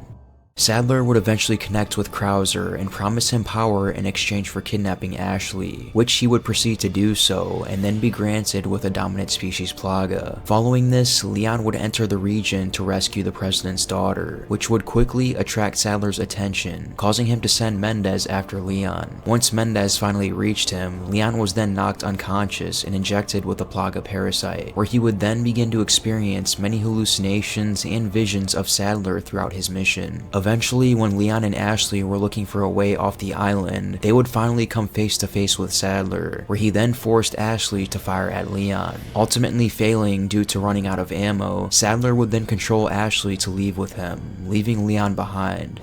Sadler would be seen again later on when Leon was preparing to board Mike's helicopter. Just as Leon was about to climb the ladder, Sadler sent multiple Novistadors to chip away at the helicopter and cause it to crash, walking away showing no remorse. Following this, Leon would confront Sadler again while he was performing a ritual on Ashley. Just as Sadler began to take control of Leon, Ada then arrived and fired at the enemy, giving Leon a chance to escape with Ashley and cure themselves of the plaga. Ada then entered a fierce battle with Sadler and ultimately knocked him down. Thinking he was defeated, Ada turned her back to him when he then knocked her out and used her as bait to lure out Leon. Once Leon arrived at the scene, Sadler mutated further and began an extreme battle against Leon. After enough damage was dealt, Sadler would mutate further and further, with his body placed in a cocoon-like ball while being surrounded with a mass of tentacles. After fending him off for some time, Ada threw down a rocket launcher to Leon, allowing him to fire and defeat the creature, ending the twisted tale of Osman Sadler, the man who started it all. Resident Evil Revelations. Ooze are humans who have mutated after being infected with T-Abyss, which was a retrovirus engineered as a bioweapon. This virus inserts genes from deep-sea fish into the human genome, causing a grotesque mutation to the body, taking on the form of waterlogged corpses and shedding water continuously in the form of slime. In order to survive, these creatures must drink massive quantities of water, forcing the ooze to prey upon other animals, including humans, to replenish their body's water content. When attacking their prey, needle-like teeth will open up holes in the body, and following this, the esophagus will be extended out to drink from the holes, akin to a leech. The slime ooze produced can be used as a lubricant to aid in the hunting of prey, and ooze are known to climb through air vents in search of food. Their movement pattern is awkward and unpredictable due to their feet mutating into crooked stumps. The reason for this is unknown, but it's theorized it could be to aid in maneuvering through vents and small spaces. This gives them an unsettling, shuffling gait as they walk forward. Despite this oddity, they make use of the falling forward momentum to pick up speed when assaulting prey. Due to certain genetic factors that present themselves in early mutations, ooze are almost always male, with females tending to turn into sea creepers, though this is not an absolute rule. There are several types of ooze, each which display different characteristics. The first variant is the standard type. This type shares the same height as humans, and its head appears to be hinged near the base of the skull. It has long needle-like teeth on the upper jaw, and rather than a bottom jaw, the head of the creature tilts back, revealing the esophagus from which its leech-like tongue extends. The creature also has coral-like growths of bone extending from their arms. Their main avenue of attack is a grab, where it will attempt to suck out the player's blood, while also attempting to hit the player. The pincer variant of the ooze possesses long claw-like arms. These arms are folded like razor blades and extend when attacking their prey. They are capable of incapacitating humans, rendering them unable to move or attack with anything other than a handgun. Similarly to the standard ooze variant, the pincer variant can also grab their prey and suck out their blood, although this happens less often. They are both faster and significantly more powerful than a standard ooze. The next variant of ooze is known as the Trisorn type. This mutation develops a bizarre arm in the shape of a crossbow, which shoots sharp organic projectiles. Due to this mutation, this type usually tends to keep some distance between them and their prey. The last variant of ooze is known as the chunk type. Described as a grotesque lump of meat that has no hands or arms, this type has undergone a horrible mutation and turned into flesh bags filled with explosive gas. These oozes tend to guard doorways and hide around corners. Their method of attack is unique in that they will sacrifice themselves and explode when you get too close. The Globster is an irregular mutant created through the T-Abyss virus. Their name is short for grotesque blob monster. These creatures come from soldiers on board the Queen Dido ship that became infected through T-Abyss, causing them to mutate uncontrollably into these terrifying enemies. After the Queen Dido self-destruct system went off, many of the creatures were destroyed in the blast. However, some managed to wash up on shore, where they would lie in wait for any prey to draw near them. There were also a few of these creatures that survived and remained at the bottom of the ocean, where they swam around the sunken ship waiting for any unsuspecting prey to walk in their paths. Globsters appear as a massive blob with pinkish skin and a large toothy mouth on their underside. Despite the fact that they are created from humans, nothing resembling a human is left. They have no discernible eyes, ears, nose, arms, or legs. They move on land by undulating their bodies sluggishly. Underwater, however, they move much quicker, being capable of swimming faster than a human. These creatures are also deadly when underwater, as they will instantly kill any victim that is in their sight by swallowing them. Fenrir are dogs that have been zombified from exposure to the T-Abyss virus. Their name comes from a giant wolf from Norse mythology that was one of the sons of Loki. Like the zombie dogs, Fenrir suffer from severe necrosis, to the point where there are gaping holes in the body, exposing flesh and bones. These mutated wolves have been seen in two forms, those that are larger with black fur, and those that are smaller with white fur. The black Fenrirs are the leaders of the wolf packs, and are far larger than their regular cousins, standing easily taller than a human being. They summon the pack with a howl upon sighting their prey. While they are less docile than their Doberman-based Cerberus counterparts, their ferocity and combat abilities are far superior. Retaining many wolf features, Fenrir form social groups when hunting, and do not descend on their prey all at once. Their victim slowly exhausts itself in futile attempts to escape from the closing pack in a long, torturous procedure. Hearing distant echoes of Fenrir howling is a sure signal that the hunt has begun. Gyozo is a carnivorous fish-based BOW. In a video shown by Jack Norman to the BSAA, he demonstrated the frightening power of the T-Abyss virus by injecting it into a small aquarium filled with a group of small fish. These fish rapidly mutated into a flock of vicious gyozos upon contact with the virus. Because of the virus's influence, gyozos had large appetites, sharp teeth, and strong jaws. A school of these ferocious BOWs can eat through large mammals and bones in a matter of seconds, similar to the famous aggression of piranhas. Even worse, the gyozo is now somewhat amphibious, able to move and attack on land to a certain extent. However, they are most effective in their natural aquatic environment.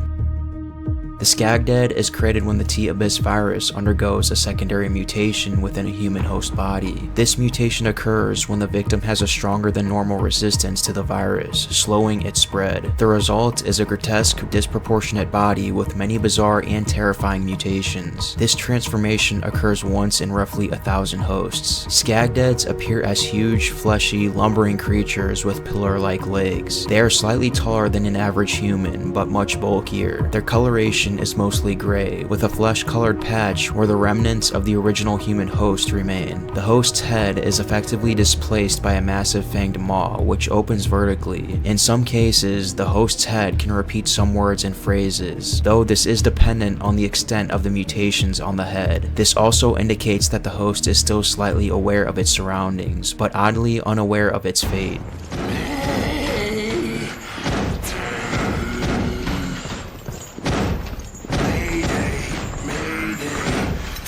The left arm of the creature remains virtually unchanged from a regular human's, albeit slightly thinner and with an additional flipper-like appendage directly beneath it. On the other hand, the Skagdead's right arm has been grotesquely mutated, becoming extensively muscular and tipped with an organic mimicry of a buzzsaw. This appendage can be swung multiple times in quick succession, and serves as the Skagdead's primary means of attack. Skagdeads are also capable of vomiting up clam-like objects that serve as bear traps. These objects can stall the player, allowing the Skagdead to close in and attack.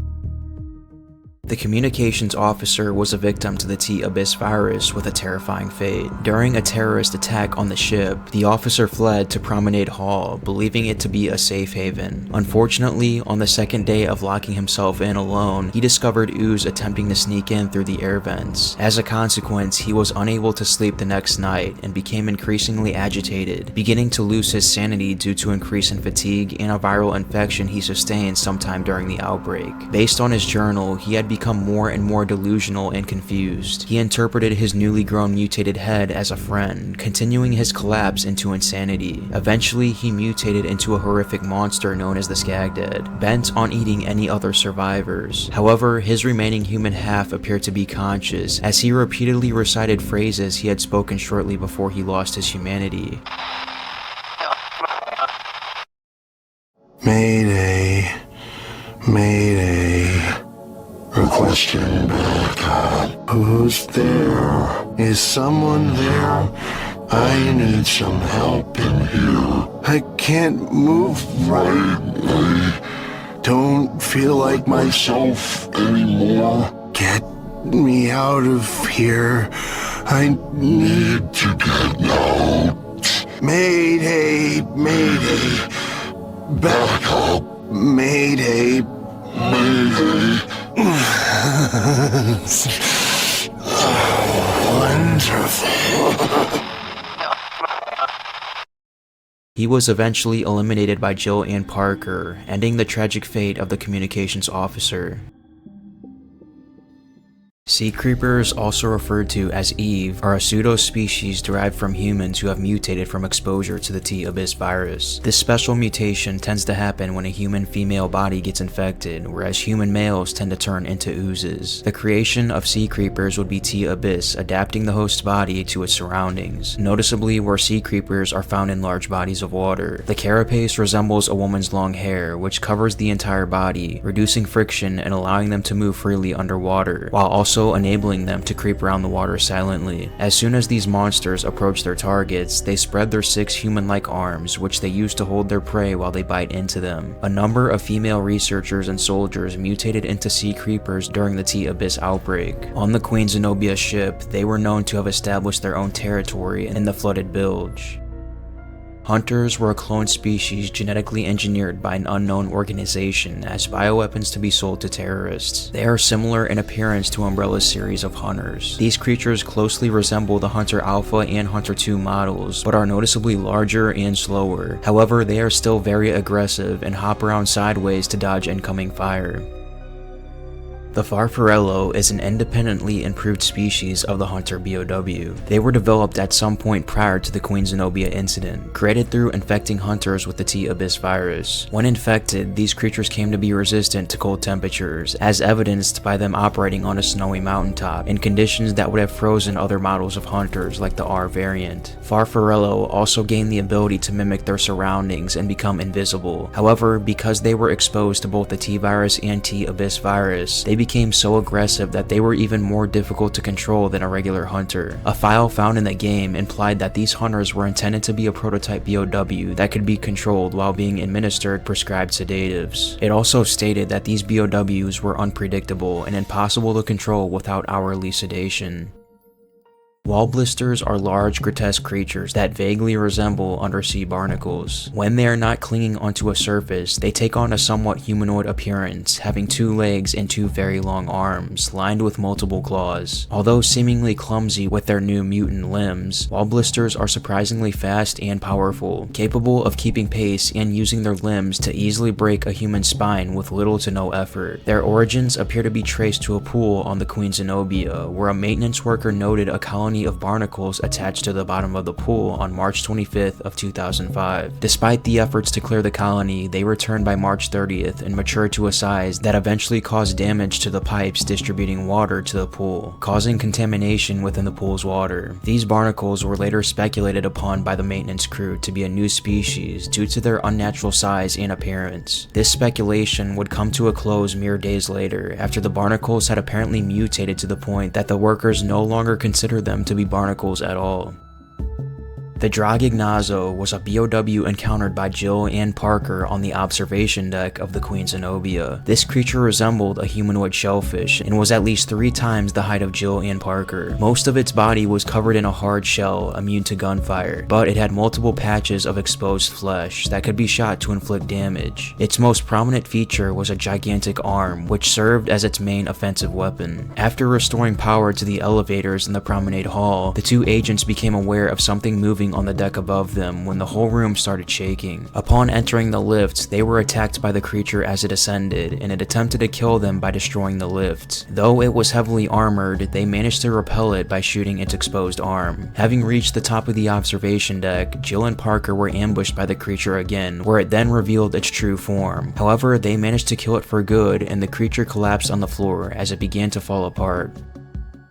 Scarmaglion are a hybrid species created through the splicing of shark DNA into the human genome through the use of the T-Abyss as a catalyst. The result is a terrifying monster that has razor-sharp claws and an extremely tough exterior that can withstand most forms of weaponry. The shoulders and neck are protected by a layer of cartilage which protects it as armor. The right arm has developed into a long spear-like implement with thorns, while the left arm has bloated from muscle growth and can be used as a shield. The Scarmaglion was first encountered in the laboratory aboard the ship. Agents Jill and Chris were passing through decontamination when the creature broke through the wall and attacked. It proved a deadly opponent in the narrow confines of the corridor, but the two agents managed to escape into a large chamber where they killed the monster with ease. Several Scarmaglion were encountered throughout the laboratory, but were swiftly exterminated by Jill and Chris.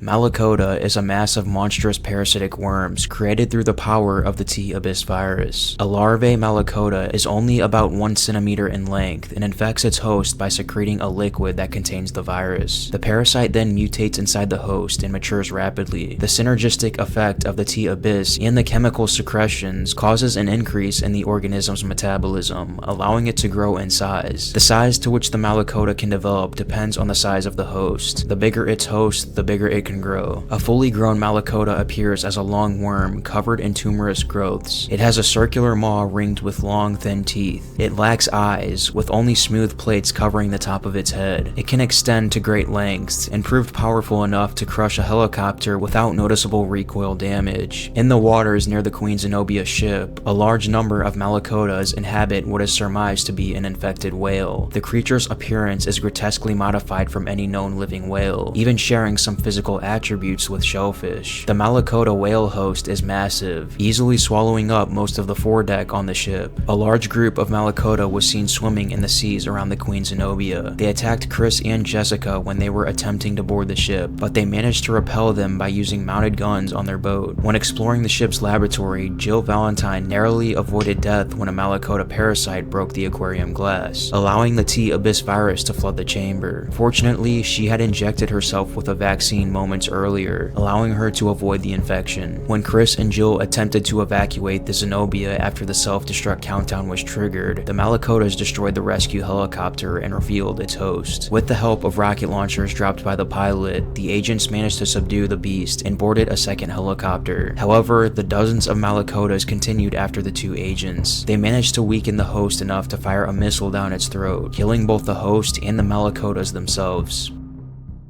Dr. Jack Norman was a university teacher and founder of the organization Veltro, which was a protest movement he controlled as a personality cult consisting largely of his students. Believing that the earth had become degenerate and sinful, Norman began sending his groups on tasks that became more and more extreme. It was this conduct which earned his approach from Federal Bioterrorism Commissioner Morgan Lansdale.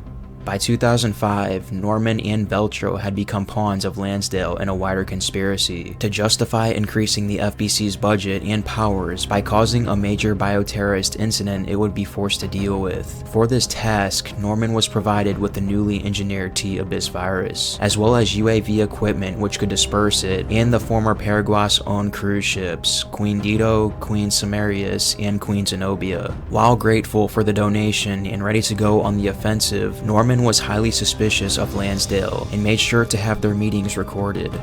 In mid-2005, Veltro made its move on Terra Grigia, a city the group had protested the construction of. From his base on Queen Dido, Norman coordinated the offensive over a period of 3 weeks, while footage of the continued fighting was transmitted to the TV screens across the world. As the FBC began drawing plans to pull out of the city, Veltro ceased to be of relevance to Lansdale's plans, and Norman discovered too late that the 3 ships had been sabotaged. Over the next year, Norman and several other Veltro fighters remained trapped on board Queen Dido, surviving in a large air pocket containing several rooms. The survivors counted down the days of their entombment and blood on the walls, as they were running out of rations very quickly. In an attempt to prolong their lives, Norman instructed his students to infect themselves with syringes carrying T-Abyss and try their best to resist their inevitable mutations. One by one, Norman's remaining students had perished. Knowing more would come, Norman prepared himself for a last stand. Mistaking a BSAA search party for more FBC officers, Norman then injected himself with what remained of the virus and began experiencing violent mutations, becoming the creature known as Ultimate Abyss. This creature appears as a giant humanoid figure with aquatic traits. The creature's left hand is noticeably bigger and possesses sharp claws that serve as its primary weapon. 2 fins sprout from its back, with a massive growth between them. Upon attacking, a flap on the right side of Abyss's chest will open to expose its large heart. The creature began a battle against Jill and Chris. However, in spite of his physical advantages, Norman was fatally wounded by gunfire and ultimately defeated. In his final moments, he made peace with himself and knocked over a candle, destroying his Veltro flag. Rachel Foley was an agent working for the United States federal government's anti-bioterrorism task force, sent to the ship Queen Zenobia to investigate the outbreak of the T-Abyss virus. She was joined by her partner Raymond Vester, but the two were eventually separated due to their missions. While Rachel headed to the back of the ship, Raymond headed to the front. While looking around the ship, Rachel discovered a mass of slime before being ambushed by an ooze. She shot the creature several times before escaping. The creature followed her through the air vents, and Rachel ran into a hallway with more ooze. She shot again, only to run out of ammo and throw her gun on the ground. Rachel managed to get away and reach the elevator, where she was ambushed by yet another ooze, which ended up cutting her leg. She avoided death one final time as the elevator doors opened, allowing her to escape and lock herself in the research room. It was in the research room where she met her tragic end. Surrounded, Rachel was choked as an ooze fed on her bodily fluids and infected her with T-Abyss, finally throwing her at a window. As this happened, Jill was looking for the crew quarters key and arrived just in time to witness the moment when Rachel hit the window and lost consciousness.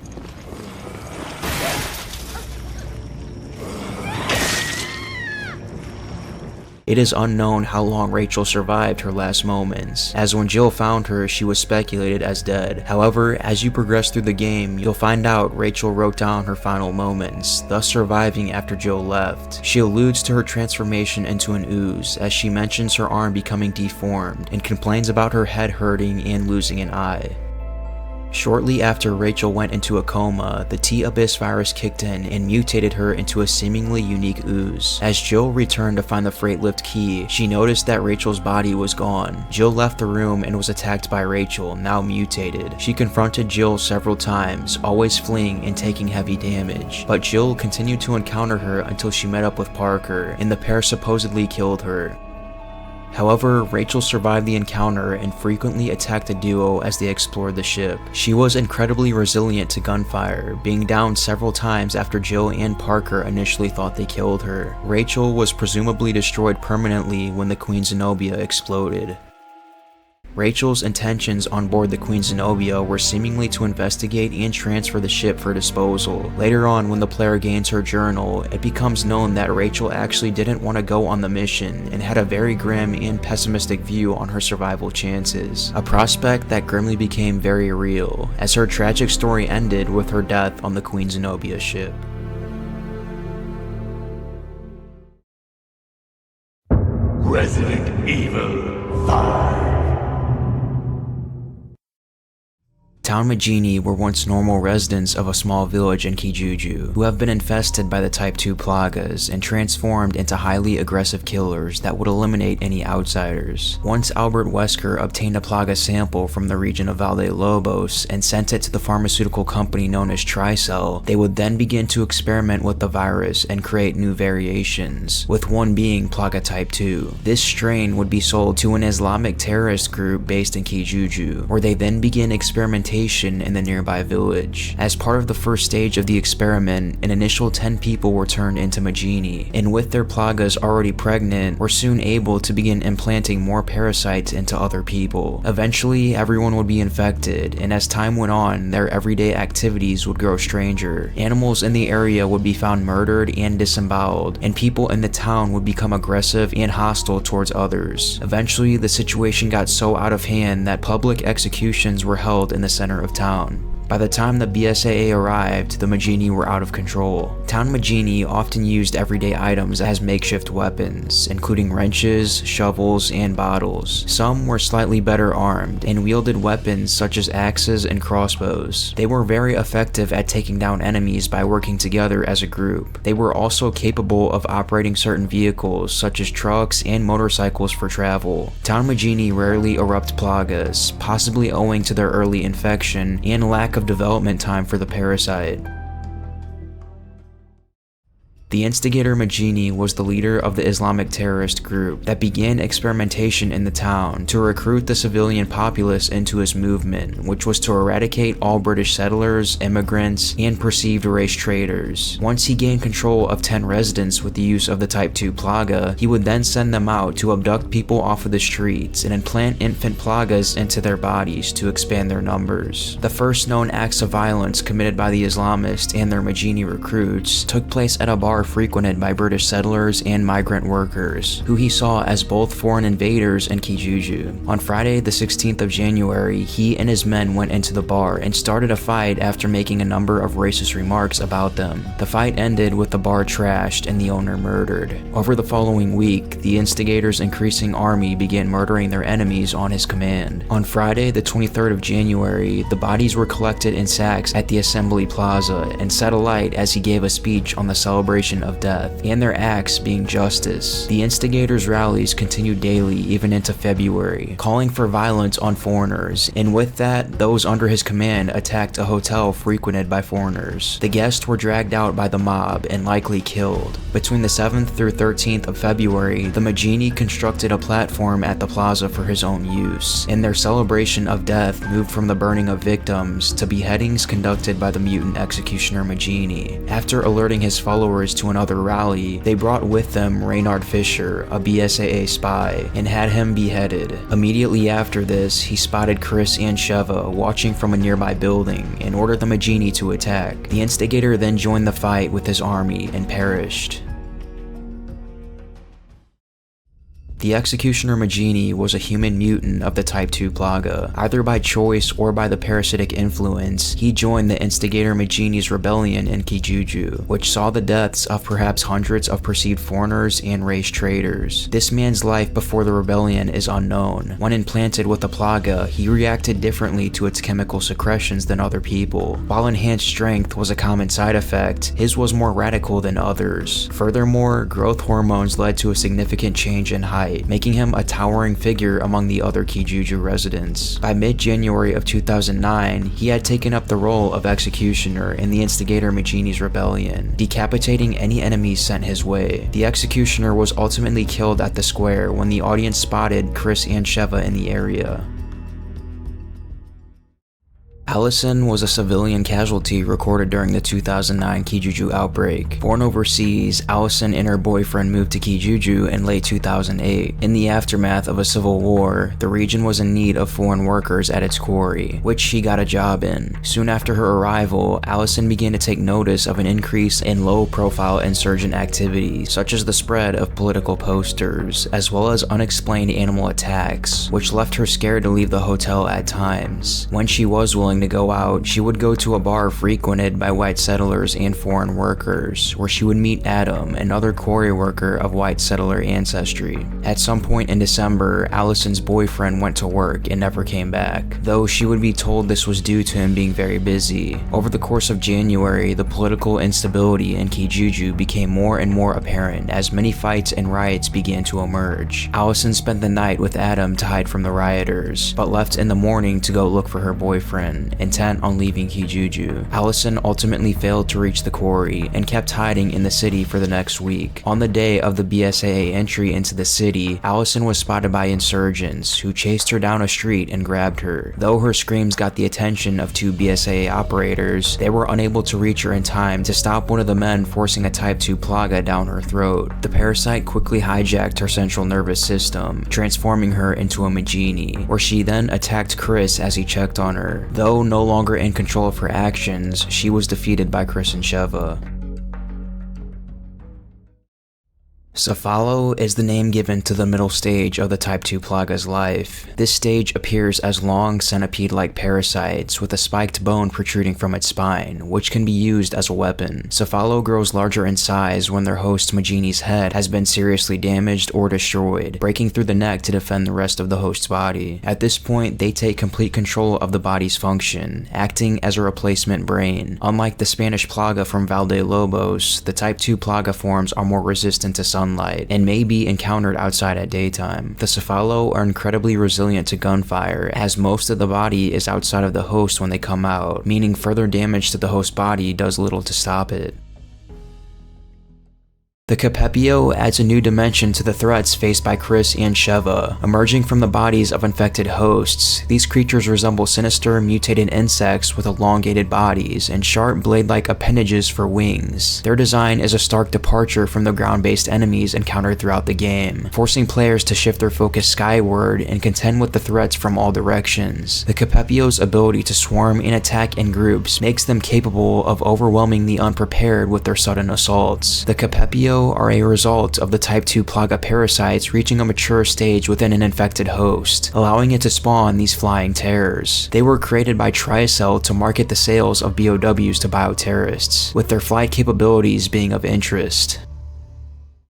As the name suggests, Big Man Majini are universally large males, who oddly show less signs of Plaga infestation than lesser Majini. They're all large, muscular men who wear shorts or sweatpants but no shirts. In addition, the Big Man Majini never use weapons of any kind, preferring to get up close and personally take down their enemies with their bare hands. Although Plaga infestation is known to cause extreme resilience and a slight increase in strength, the Big Man Majini demonstrate these traits far beyond those of their brethren. These enemies can take far more punishment than ordinary Majini, and a single punch is enough to send their foes flying.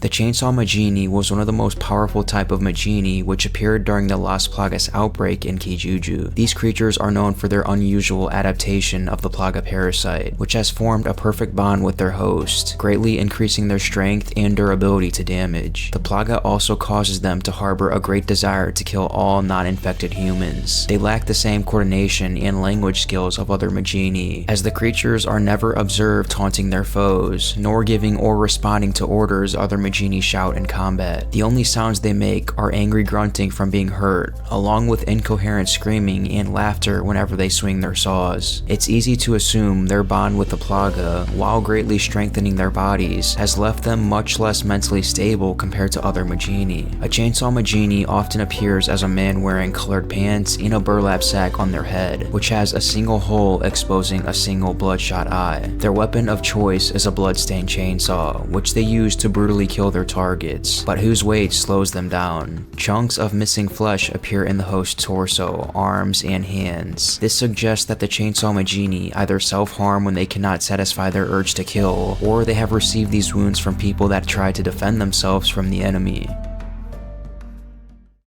The Ajul is a feral African wild dog, which has been infected by one of Tricell's Type 2 Plaga. The parasite has deformed its head, turning the left and right sides into new sets of jaws for more powerful bites. These creatures have the same appearance as the zombie dogs, but their ears are down instead of pointed, and their skin is completely gray. Also, they do not have any visible bites on their flesh. These enemies hold a unique trait in being able to open their heads to allow the parasite to consume prey. The Ajul spread in the Kijuju Autonomous Zone during the terrorist infiltration of the village, though it is uncertain if they were intentionally infected to aid the rebels or were the natural result of the parasite spread. Popokarimu was a genetically modified bat-based BOW produced by Tricell, created by infecting bats with the Las Plagas parasite. The creature resembles a large, mutated, overgrown bat, with an insect's thorax as a tail with several legs attached to it. This is probably the result of splicing together genes from bats and silkworms before infecting the resulting creature with Plaga Type 2. Its entire body is extremely resilient, with only the underside of its tail where the parasite emerges being vulnerable to the player's Empire's attacks. The creature was initially a prototype BOW, intended to be sold as part of a weapons deal to an unknown party in Africa by arms dealer Ricardo Irving. After finding out from a Tricell spy planted in the BSAA that the organization was onto the deal, Irving then moved the deal location to the mines near Kijuju and arranged to have the Ouroboros test subject left at the original location to ambush any BSAA agents that showed up. However, while the test subject successfully killed the BSAA team, it ultimately failed to kill Chris and Sheva, who subsequently were able to recover data which led them to the new deal location. Learning of their survival, Irving ordered the prototype BOW to be released from a container truck in an attempt to stop his pursuers. However, despite its best efforts, the creature was shot out of the sky by Chris and crashed on top of the truck, which then promptly fell off a cliff with the creature and exploded. The creature returns again later on when the agents went to investigate Tricell's facility in the ancient Napaya ruins. After a fierce battle, the creature then attempted to chase the pair but was subsequently crushed to death when part of the ruins collapsed on it, finally finishing it off for good.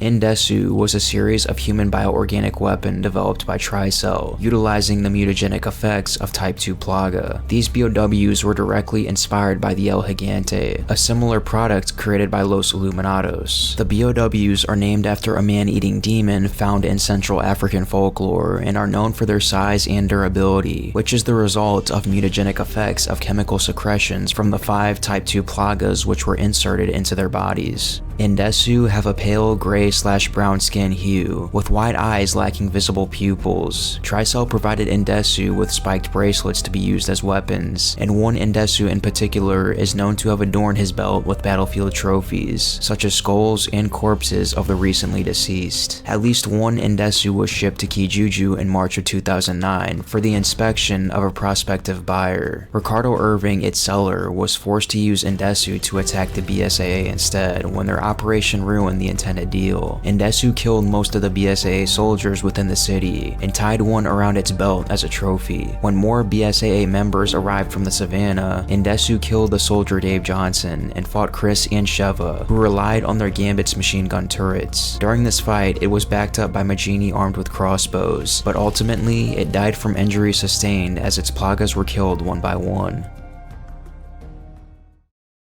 The Napaya are an ethnic group inhabiting West Africa in and around the Kijuju Autonomous Zone, who reside within the marshlands upriver from the city of Kijuju, as well as an ancient underground city nearby. Only bits and pieces are known of the tribe's culture. At least 3 deities were worshipped by them: a sun god responsible for movement of sun in the sky, and a moon god responsible for the phases of the moon, were both worshipped on altars in forms of a gold and silver idol respectively. A war god was also worshipped in the form of a ceremonial mask said to belong to it.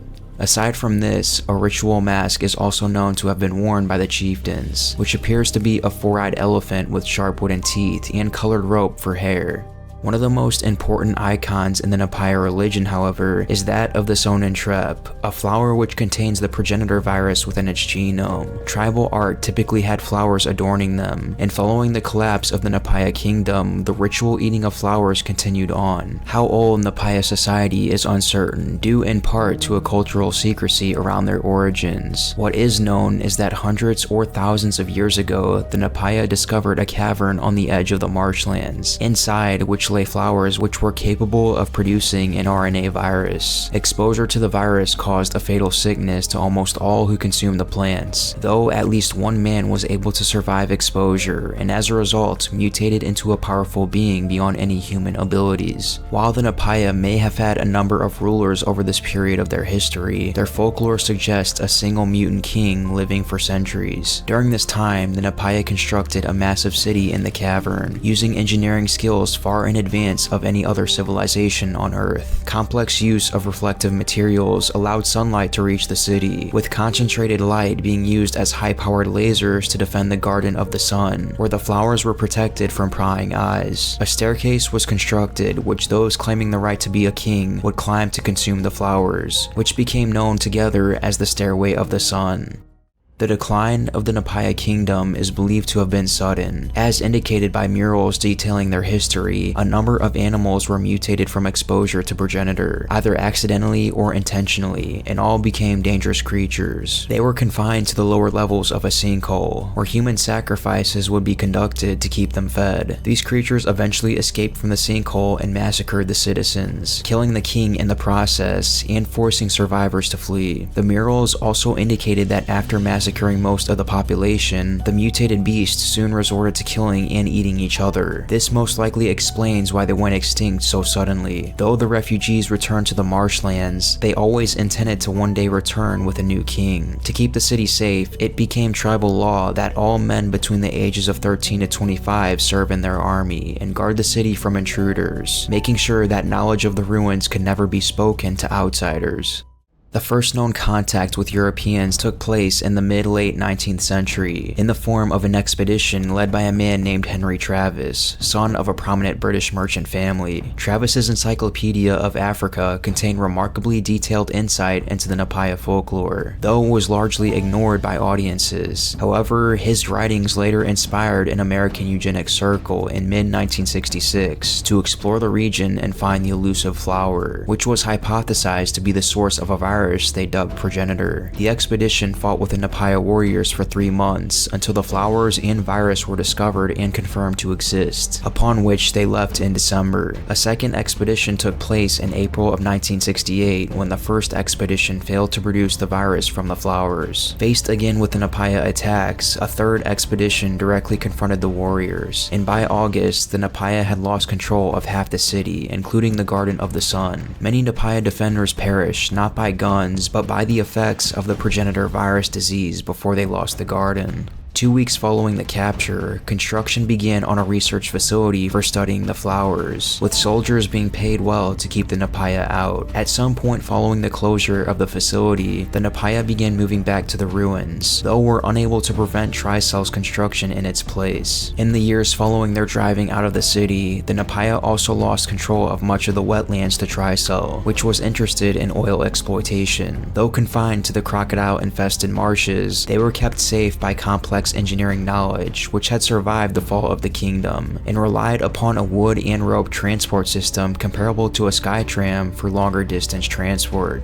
In 2008, the Napaya in the wetlands became the focus of bioweapons testing, and were deceived into taking injections of Type 3 Plaga eggs. The Plagas killed the women and children in their attempts to take over their hosts' bodies, and mutated the men and older boys into powerful, and in some cases taller forms, at a cost of unrivaled aggression towards almost all non-hosts. The massive presence of human skulls and rib cages found thereafter offered the possibility that Napaya members who refused injection were eventually ritually murdered.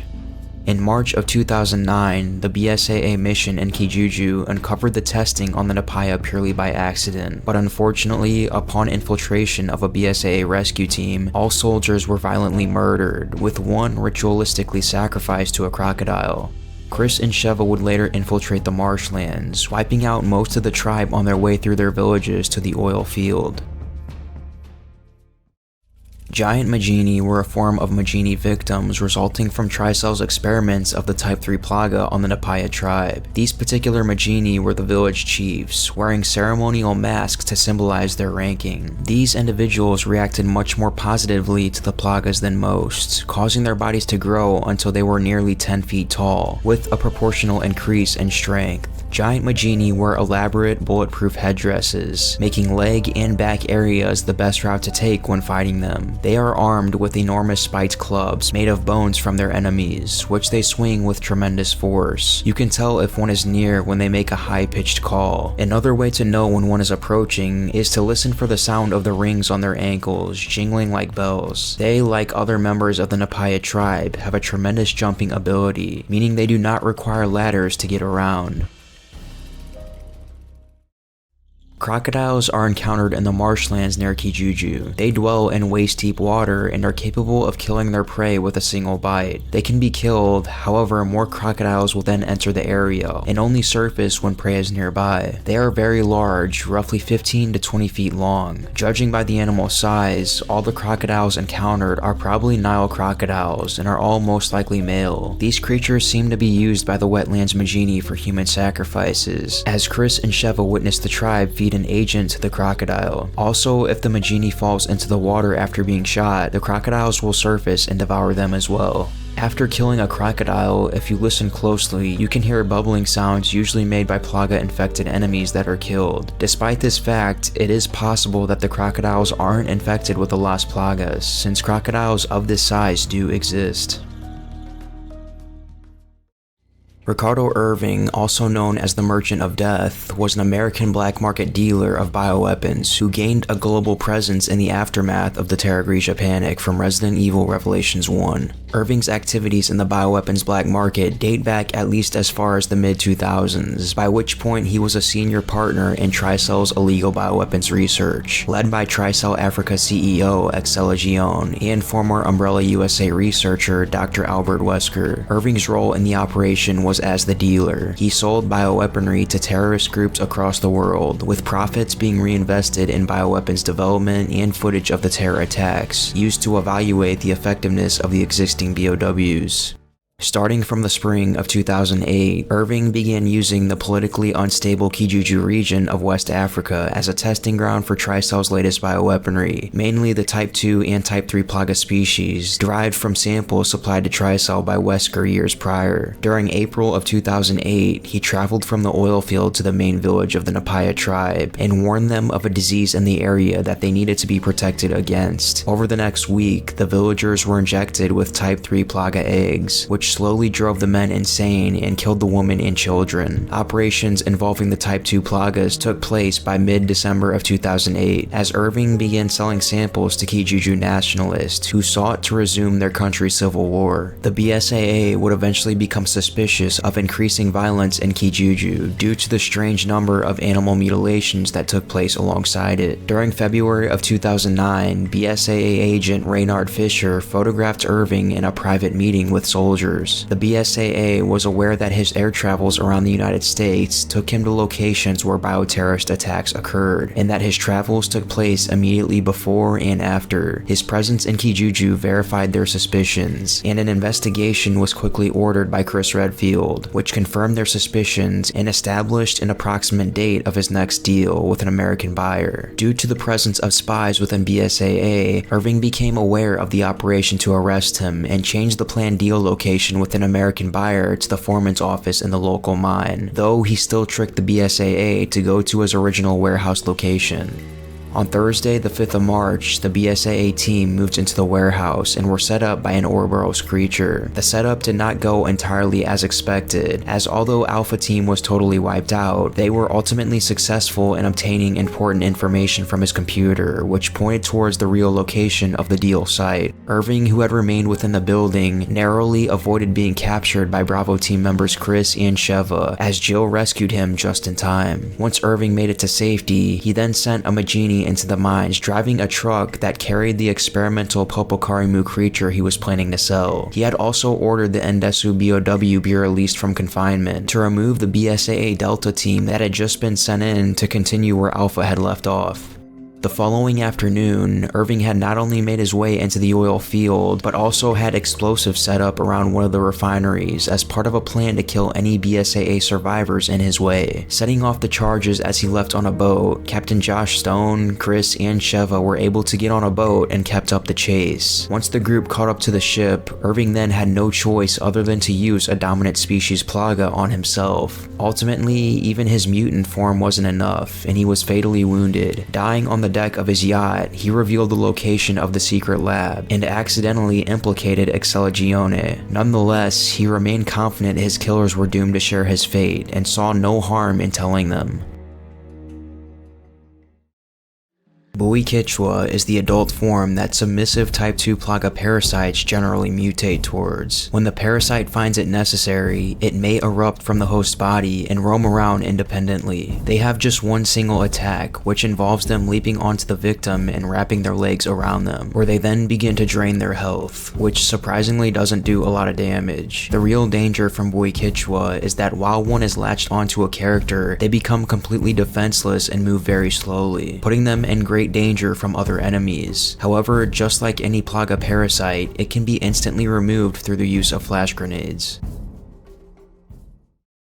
The Liquor Beta is the result of Tricell's decision to research and develop from the liquor data left behind by Umbrella, following continuous high demand on the black market for these creatures. The beta variant was created after administering the progenitor virus to an average liquor. This variant of the liquor was physically stronger and larger than their T-virus counterparts and had a heightened sense of awareness. They also had the ability to reproduce at a fast rate. This fertility rendered it more of an actual animal. Like the standard liquor, the beta variation was blind, yet still possessed an increase in hearing sensitivity, allowing it to trace loud sounds to their source almost instantly. Like their naturally occurring forerunners, the liquor betas would travel in groups, therefore it would quickly become dangerous when a sound alerts many at one time. One major difference from the original is the creature's vastly increased muscular mass, as well as an improved sense of smell. One weakness exhibited by the liquor beta was an exposed heart located in the center of its chest. A simple knife can end a beta's life with a single stab to its organ. This creature was mass-produced by Tricell before their collapse, and as such, they were commonplace of the black market, and frequently ended up in the hands of terrorists.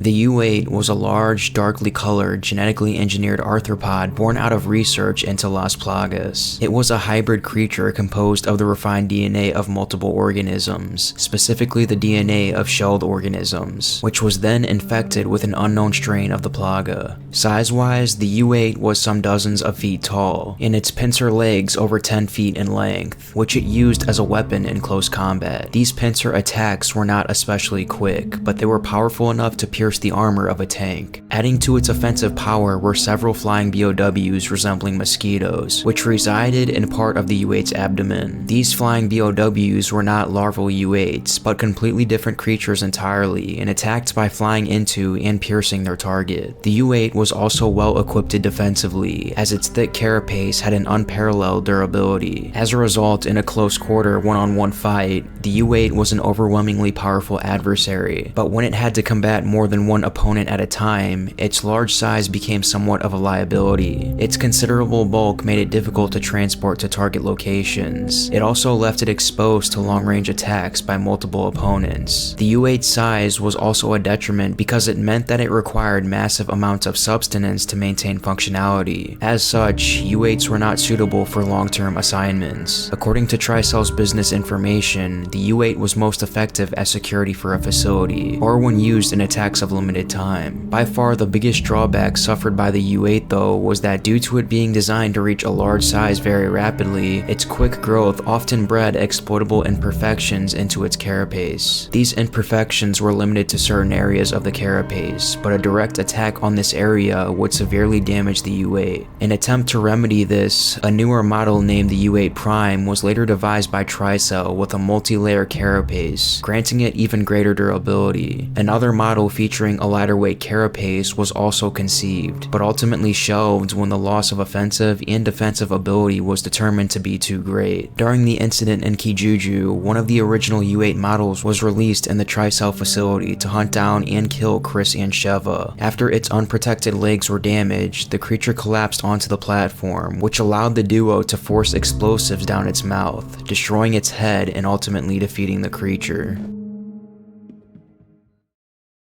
The Base Magini were a security force which served Tricell in defending their top secret bioweapons development facility near Kijuju. These enemies were once former soldiers or insurgents native to Kijuju's country that were tricked into being infected with Tricell's Plaga parasite. Due to their familiarity with weapons, the Base Magini were armed with stun rods, AK-47s, rocket launchers, hand grenades, and bulletproof shields. The Gatling gun Magini are enemies that appear in the later portions of Resident Evil 5, where they are stationed to guard the bioweapons development facility. These creatures were given an enhanced strain of the Plaga, making them much more stronger and durable compared to a traditional Magini soldier. They are very large muscular men that wear a beret and a pair of sunglasses. They also have a cigar in their mouths, a yellow or red vest, a necklace around their necks, and army cargo pants. They carry a Gatling gun that has an ammunition container mounted on their backs, and use it to eliminate anyone that trespasses the facility. Dovalia are a mutant variety of the Type 3 Plaga, which emerges from its Magini host by destroying the entire upper body. It appears as a large flower-like parasite with thick armor on the outside of its body. Its weak points are the fleshy tail that hangs off of its back, and the fleshy core of its shell, which is only exposed when the Dovalia is about to attack its foe, or if shot in the legs repeatedly. In addition to these, and the usual weakness to bright light, a Dovalia can be blown to pieces with a single hand grenade if the explosive hits the core. The Reaper is a cockroach mutated into a giant humanoid form, similar to the Chimera BOW. However, it is not part of any bioweapons project, neither from Umbrella nor Tricell. It's actually a completely random and unprecedented mutation of common African cockroaches following exposure to the Ouroboros virus. According to a file, the exposure happened due to a fire in the Tricell African Research Facility, where spores of the Ouroboros virus would spread in the surrounding area. Standing upright at around 7 feet, the Reaper has 2 pairs of limbs used as arms and 1 pair used as legs. However, it can still use all 3 pairs to crawl around if needed. Its arms end in huge jagged claws that can be used to slash and stab its prey. Its rigid carapace protects it from explosive damage, and it has a powerful regenerative ability that enables it to quickly restore lost limbs. It also has the ability to generate a chemical vapor that can interfere with vision, making it harder for attackers to get a shot on it. The Reaper's main weakness are the luminescent white sacs on its body, presumably important organs externalized by its mutation. Damaging these sacs will bypass its otherwise excellent durability and enable relatively quick and efficient termination. Ouroboros Mkano was a specific manifestation of the virally created Ouroboros creature, birthed from an anonymous test subject in a Tricell laboratory. It was far more dangerous than the Ouroboros test subject, being much more aggressive and having 2 cores instead of 1. However, the creature had a major flaw of extreme sensitivity towards heat. Chris and Sheva used a nearby flamethrower to weaken Mkano, and then shot at its exposed vital organs. The Blob was a monster originating from the human prisoners trapped below the Spencer estate. After being infected with an unidentified virus and experimented on by Oswald E. Spencer's butler, they soon became the guards of the underground. Physically, Blob showed signs of decay, not unlike that of zombies. Furthermore, their faces appeared to be mutated into a maw, and their backs had increased size from muscle growth to the extent of needing a harness. This growth also had a yellow eye seen from behind, which served as a weak point on the creature. They possessed superior strength, able to carry anchors far larger than themselves, and could lift enemies off the ground single-handed. They also have heightened senses, as one of the blobs that was encountered by Chris and Jill was able to deduce that they were directly behind a breakable wall. Excella Guione was a British-Italian businesswoman that was known for her leadership of Tricell and her involvement in Tricell's bioweapons program. She was born into the Guione family, which was a dynasty of wealthy Italian merchants. Through her grandmother, she was also closely related to the British Travis family, who had founded Tricell in the years before her birth. Academically impressive, Guione was elevated to university education at a young age and graduated from her school majoring in genetic engineering. With her family connections, Guione was quickly recruited into Tricell's pharmaceutical division and would soon be approached by Dr. Albert Wesker, a former Umbrella virologist. Wesker saw her as a worthy business partner to maintain a stake in the bioweapons industry and provided her with research data on the T-Virus project he had access to. Around 2006, Gione gained control of Tricell Africa, which allowed her to establish a massive bioweapons research facility in the Kijuju Autonomous Zone, within a cavern that housed a former Umbrella facility, as well as the natural home of the progenitor virus. By hiring Ricardo Irving, a bioweapons dealer, and giving him role as director of the nearby oil fields, Gione was able to sell bioweapons in exchange for money to be used for more research and construction. Another addition to her team was Jill Valentine, who had been drugged a performance enhancer which made her obey their every command, making her a valuable strongwoman for the team. The Ouroboros project reached its final stages by the start of 2009, and to prevent unexpected information leaks, Gione ordered the murder of all researchers, leaving day-to-day operations in the hand of the Plaga-infected base Magini. When Irving began using the local area as a means of selling bioweapons to clients, the BSAA started to take notice of Kijuju, and by March deployed a force to engage them. Information left over by Irving led the BSAA to the Tricell facility, and soon enough, Gione was forced to evacuate on a cargo ship with Wesker. In spite of this pressing emergency, Gione spent these moments flirting with Wesker as the queen of his idealized new world, providing him with a new supply of the medicine and overseeing the Ouroboros Mkano test. On the cargo ship, the Ouroboros project had reached its completion, and missiles filled with Ouroboros were loaded onto an assault bomber. At this point, Wesker saw no further use of Gione other than killing Chris and Sheva, and infected her with Ouroboros to put her claims to the test. Let out into the open against a pile of corpses, the virus failed to stabilize in her body, and instead used her vessel and the pile of corpses to achieve greater mass as a creature known as Ouroboros Eri. Chris and Sheva managed to defeat Eri with the use of a conveniently located satellite laser device, which relayed target data to an orbital satellite. After 3 hits to its main core, Eri was defeated, ending the twisted tale of Excella Gione. Albert Wesker returns in Resident Evil 5 once he partnered with Excella and established a BOW trade ring through Ricardo Irving. This connection to Irving got the attention of Dr. Spencer, who had Irving tell Wesker to visit the Spencer estate. There, the existence of the experiment known as the Wesker Project was revealed to him, which finally put to close many questions he had been struggling with since his time at Umbrella. Seeing no more use for Spencer, Wesker impaled him with a stab to the chest using an open hand. Immediately after, he was interrupted by Chris and Jill, now working for the BSAA, who had come to arrest Spencer. In the fight with the two, Wesker and Jill fell through a window and down the cliff edge. Having survived the plunge into the Atlantic and carrying an unconscious Jill, Wesker looked back on his previous run-ins with Resistance, as well as the revelation of his identity. From there, the Ouroboros project began, which aimed to create a virus that would both rid the world of organizations like the BSAA and mutate those with certain genetic characteristics into superhuman beings. Jill was kept alive in cold sleep at Tricell's facility to serve as one of the test subjects, one of thousands who would be kidnapped over the next 2 years. Further analysis, however, determined that she had antibodies to the T-virus in her system, which made her a poor test subject. Rather than simply killing her, Wesker saw fit to have her injected with performance-enhancing drugs to serve unwillingly as one of his agents.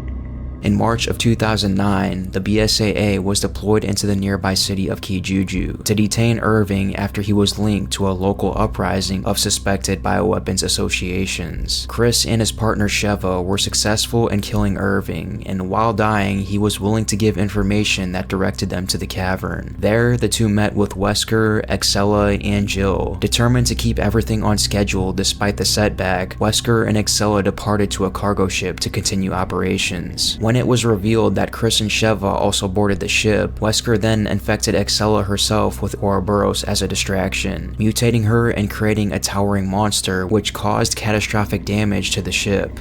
Having learnt of Wesker's need for medicine, he was confronted during launch preparation for the stealth bomber and given an overdose of the particular medicine. Weakened but still dangerous, Wesker was able to take off from the carrier and fought the two on board the bomber. When the rear hatch opened up, he was pulled out, and though he made an attempt to take Sheva with him, a gunshot wound sent him falling to the ground. As the stealth bomber was falling to the ground, he was able to survive the fall towards a volcano. With the Ouroboros project ruined, Wesker destroyed one of the Ouroboros-filled missiles so as to infect himself with the virus. The fight across the volcano was put to a close when a BSAA helicopter picked up Chris and Sheva, who were able to use RPGs to create an explosion that incinerated him after he fell into the lava, ridding themselves of Resident Evil's most dangerous villain. Resident Evil. Dr. Alex Wesker was a high-ranking Umbrella Pharmaceuticals employee who played the role as the primary antagonist of this game. Her early life and true surname are unknown, though she was taken from her parents at an early age to take part in a eugenics project known as Project Wesker. As part of the project, she was given a privileged upbringing with access to the best education around, while at home being instilled with the worldviews of Dr. Oswald E. Spencer. Spencer's ultimate goal was that these children would be infected with a progenitor virus strain and usher in a utopian superhuman society. As a young adult, Alex left her home to pursue a higher level education in a field of her choosing and was eventually headhunted by Umbrella Pharmaceuticals as one of its candidates. By the 1990s, Alex was mostly or even fully aware of Project Wesker's true motives and was able to keep this a secret to others while being a head acquaintance of Dr. Spencer. In 1998, the Wesker candidates were infected with the prototype virus as part of the next phase in the project. Alex and Albert were the only confirmed survivors of this procedure, though Albert was able to fake his death for several months. The virus had a 20% probability of negligible mutation for each candidate and became a certainty in Alex due to an incurable illness that she developed, and because of this, she possessed no superhuman powers. Alex herself was not as loyal to Dr. Spencer, as he believed and made sure to use her position to build a power base of her own, while Umbrella Pharmaceuticals still had resources that she could use. On July 19th of 2000, Alex and a team of Umbrella researchers and her right-hand man Stuart landed on Scene Island, which was a small Russian island which suffered from an economic collapse during the fall of the Soviet Union. Alex chose to take advantage of their desperation before using them as guinea pigs. Using Umbrella's funds, Alex kickstarted an economic recovery by hiring the locals to construct a research complex. Seeking to eventually use the locals as guinea pigs, she also saw the reopening of its mine, which made an ideal place for abducting test subjects. Unaware of this, she was hailed as a goddess figure by the locals for her actions. After the final collapse of Umbrella in 2003, Alex remained at Dr. Spencer's side. Sent out to Umbrella's old facility on a remote island, Alex was instructed to pivot her viral weapons research toward the creation of a new virus, which had the ability to stop human cells from aging. To be infected with such a mutagen would have made him biologically immortal. Already feeling the effects of her own degenerative illness, Alex gave up on the project and abandoned the island, taking all of the research data with her to Scene Island, where she then reformed it into the T-Phobos project in 2006. Instead of keeping an aged body alive, Alex's new project aimed at developing human technology that could digitize her consciousness and transfer it into a superhuman host body created with T-Phobos. During work on this new project, Alex received news about Spencer's death in mid-2006, as well as Albert Wesker's death in early 2009. When she heard about Albert's death, she took a personal blow, and as the sole remaining of the 13 candidates of Project Wesker, she insisted that the project should be sped up.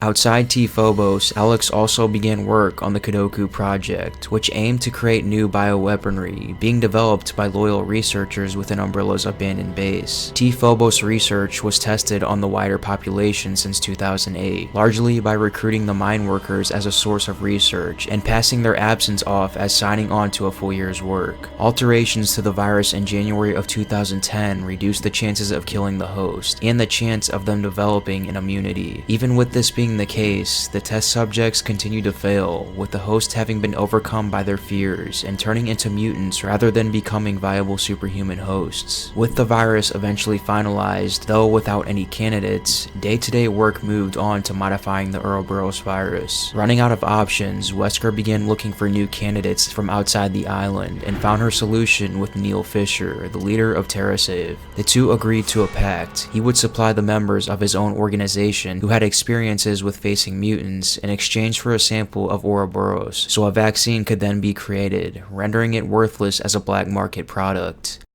Sometime in 2011, the operation began with the abduction of over a dozen people at a company party, with Fisher himself surrendered as an alternative body to use should the others fail. One by one, the pool was met with failures again, seeing the mutation of Gabriel Chavez when he attempted to escape from the island in a booby-trapped helicopter, while on the other hand, several others were killed by mutants, leaving only 3 remaining candidates: Claire Redfield, Moria Burton, and Natalia Corda. Alex's team continued to monitor the survivors' progress and concluded that the child Natalia Corda was the ideal candidate, as her childhood trauma made her incapable of feeling fear. Fisher was ordered to abduct Corda and take her directly to Alex, so she could be put in a comatose state for the next 6 months to ensure the experiment's success. Seeking to tie up loose ends, Wesker infected Fisher with Ouroboros to turn him into a monster, rather than simply handing it over. Alex's right-hand man, Stewart, oversaw the killing of all researchers ahead of his own suicide,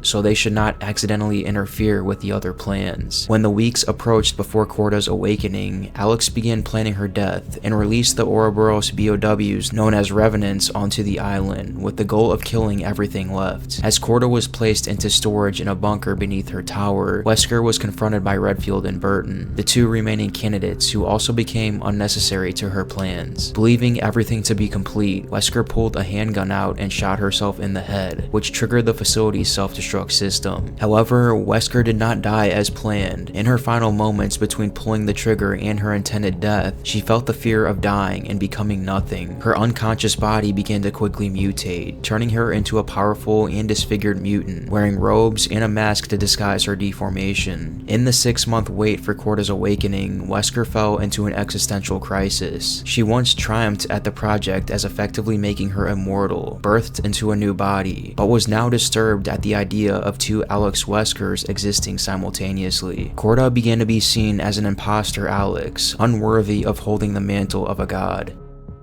Alex eventually found Corda outside the mines, escorted by BSAA supervisor Barry Burton. Knocking Burton off a cliff, she was free to do with Corda as she pleased. Infuriated that Corda showed no sign of the copied consciousness, she declared her to be a failure and began choking her. With Corda close to passing out, something sparked in Alex's mind and she fled before finishing the job. She confronted Corda and Burton again in the mines, where she infected herself with the Ouroboros virus. Want to transcend?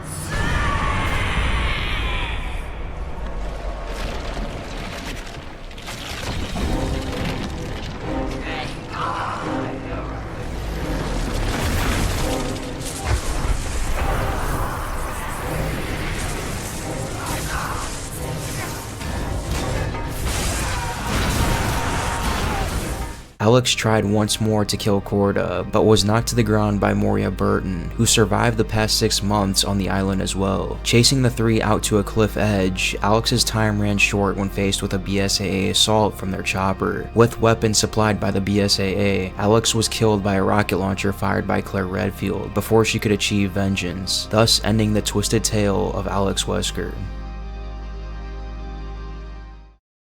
The afflicted are humans that became infected from exposure to the T-Phobos virus. Torture and abuse triggered fear within their bodies, causing them to mutate and act violently towards non-infected people. The afflicted are initially found in an abandoned prison complex which belonged to the former Soviet Union. A few of them are also found in the town, suggesting that the remaining inhabitants of the island were also taken to be tortured/experimented on with the virus, and then escaped confinement and started wandering around the town and sewers.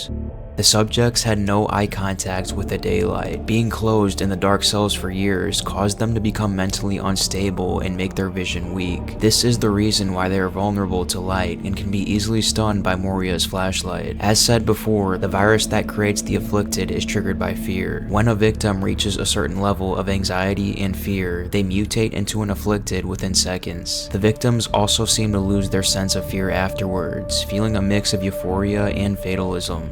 The biology for these creatures gets very dark, as their bodies and minds were heavily altered because of the virus and the terror they underwent due to extreme torture and other kinds of abuse. Their skin is yellowed, darkened, and covered in open wounds. Evidence of the torture they endured is still present, such as barbed wire tightly holding onto their flesh, and sharpened pieces of bar pipes impaled through their bodies. Driven completely mad from the pain, solitude, and fear, they react to any living person in sight with immediate violence. Through means of scratching, biting, or even using rudimentary weapons, they will do whatever they can to kill whoever they find in the areas of the prison. Holy shit, it's gonna kill her! Come on, hurry. Ironheads are afflicted that have been subjected to further enhancements, increasing their size and strength. They stand a head taller than regular afflicted and are considerably more durable, being able to absorb much more gunfire. Their most distinguishing feature is the metal helmet they wear, hence the name Ironheads. This helmet is completely bulletproof and appears to have been welded onto the creature's face. There are two variations of Ironheads. The first variation wears a faceplate similar to a gas mask, while the other wears a conical shaped helmet. Both variants wield crudely constructed axes that are capable of inflicting bleeding damage to any human that stands in their path. Giant whip spiders are bioweapons engineered by Alex Wesker's laboratory on Scene Island. Derived from a species of whip spider, they were not native to the island, and their entire Scene population was purposely transplanted from the tropics for research reasons. These creatures are more of an annoyance than a threat, causing minor damage to humans. However, they tend to arrive in large numbers. The rotten is the result of radical changes in the metabolism of afflicted after complete zombification, which takes longer than the typical T-virus induced zombification. As with zombies, the afflicted can stay alive despite serious injuries. All energy is spent on keeping the body active in the search for more food, and as a consequence, the body begins to deteriorate and expose the skeletal structure. A revenant is created by stitching together various body parts into a humanoid figure before infecting the mass with the Ouroboros virus. This results in a living organism of humanoid appearance, able to move each body part like a walking marionette. When exposed to the virus, the cells are repaired and begin mutating. With the human brain dead, the emerging organism instead grows a fleshy core elsewhere on the body, which takes over brain functions. Consequently, destruction of the core will kill such a creature. Following the demise of the research team in 2011, the Revenants were free to explore the ruined island. Though it is uncertain when precisely they escaped the mines, within 6 months they and other Ouroboros mutants almost succeeded in wiping out all other life on the island. All Revenants are believed destroyed following a BSAA operation to sterilize the island. Pedro was one of the few TerraSave members that were abducted and taken to Scene Island. He awakened in a forest alongside Gabrielle, Edward, and Neil Fisher, with strange bracelets on their arms. Through these, they were contacted by a woman calling herself the Overseer, who insisted they head for the Wozek. They were then attacked and pursued by several afflicted, which were the former residents of the island, driven insane through torture and abuse. These creatures end up getting a hold of Edward and killing him. Thinking quickly, they cut off his hand to investigate the bracelets. He and Gabrielle are separated from Neil during the pursuit before they arrived at the Wozek. Here they meet up with Claire and Moria Burton, who were also instructed by the Overseer to head there. Soon they're once again contacted by the Overseer, who informs them about a special virus with which they were injected, one that reacted solely to fear. Throughout this, he studied the bracelet they pried from Edward's body, leaving several notes strewn throughout their path. He then found a drill that he used to help Claire obtain fuel for a helicopter that Gabrielle was fixing. However, soon after, the siren in the bar was activated, calling the afflicted, which caused them to attack the bar. Through this, he becomes more and more agitated and scared, until he mutates into a unique version of the afflicted. He stands a head taller than Claire and Moria, and his joints, most notably his right arm, swells up, allowing him to wield the drill more effectively. His most noticeable feature is the numerous eyes that erupt from his body. Pedro in his mutated form attacked Claire and Moira with his drill and attempted to kill both of them. When they were unable to stop him, Neil appeared and ushered them to safety. 6 months later, Barry and Natalia Corda encounter a further mutated Pedro in the apartments near a crashed helicopter with Gabrielle's corpse. Pedro was aware of Gabrielle's death and began to mourn while in this state. Seeing Barry and Natalia, he attacked them with his drill until Barry ultimately managed to defeat him and acquire the drill. The Orthus appears to have been a dog, and like the afflicted, shows signs of heavy physical trauma and abuse. A large tube was forced into the skull, causing near decapitation. What appears to be a bear trap has also been forced into the neck area, which the creature uses to bite potential prey. It is unknown if the animals survived the torture, or whether it's a similar situation to the rotten enemies. It is believed that these animals were the first test subjects used by Alex Wesker on her experiments with fear in order to create or further develop the T-Phobos virus. The Glasp was created naturally by the T-Phobos virus that spread throughout Scene Island. As described in 2 notes, Glasp is formed almost immediately after contracting the virus. However, they do not state how the mutant arose, only that the victim immediately transforms into an insect-like thing, stating that there was one researcher named Gregory who turned into a Glasp, apparently being able to speak some words that describe how painful it is, and shouting that he wanted to commit suicide. As it can be seen, after the person mutates into Glasp, the visible human features are a face with some gray hair attached, the front part of the body, and the almost not changed human legs. The skull split in half and the brain deteriorates, forming a jaw-like opening which Glasp could open freely, turning the pelvic and abdominal areas into a large bulbous structure. The human hands have disappeared to almost nothing but tiny claws of an insect. On the sides of the body, 3 pairs of insect wings have developed. Several short spikes grew on the legs. The spine broke in half, which, as in the case of the skull, forms a jaw-like opening. The creature can produce a kind of special gas containing chemical components which causes abnormalities in the optic nerves of living creatures. This creature also has the ability to mimic the scenery by diffracting ambient light, allowing it to stealthily approach and attack prey without being seen. With strong vice-like legs, it can not only grip and hold on to the prey, but also easily break a human spine in half. When the creature captures prey, it will feed its offspring by releasing them from its body onto the victim.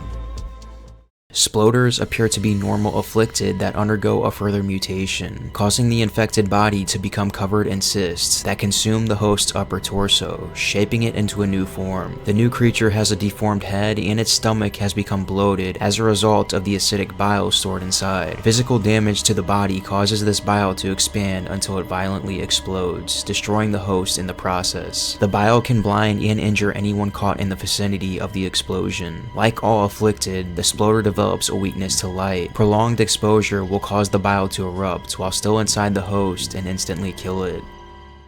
The Vulcan Blubber is a hulking afflicted, being significantly larger and much more durable. The creature was violently tortured, with its head being wrapped in bandages and encased in an iron cage. It carries a large urn containing an explosive substance which it can ignite using its torch, turning the substance into makeshift mortars. While the Vulcan Blubber has poor thinking abilities due to the damage done to its neocortex, it still possesses enough intelligence to fire its cannon. Considering its abnormally enlarged physique, it is likely that the subject was biologically modified by various drugs in addition to T-Phobos virus.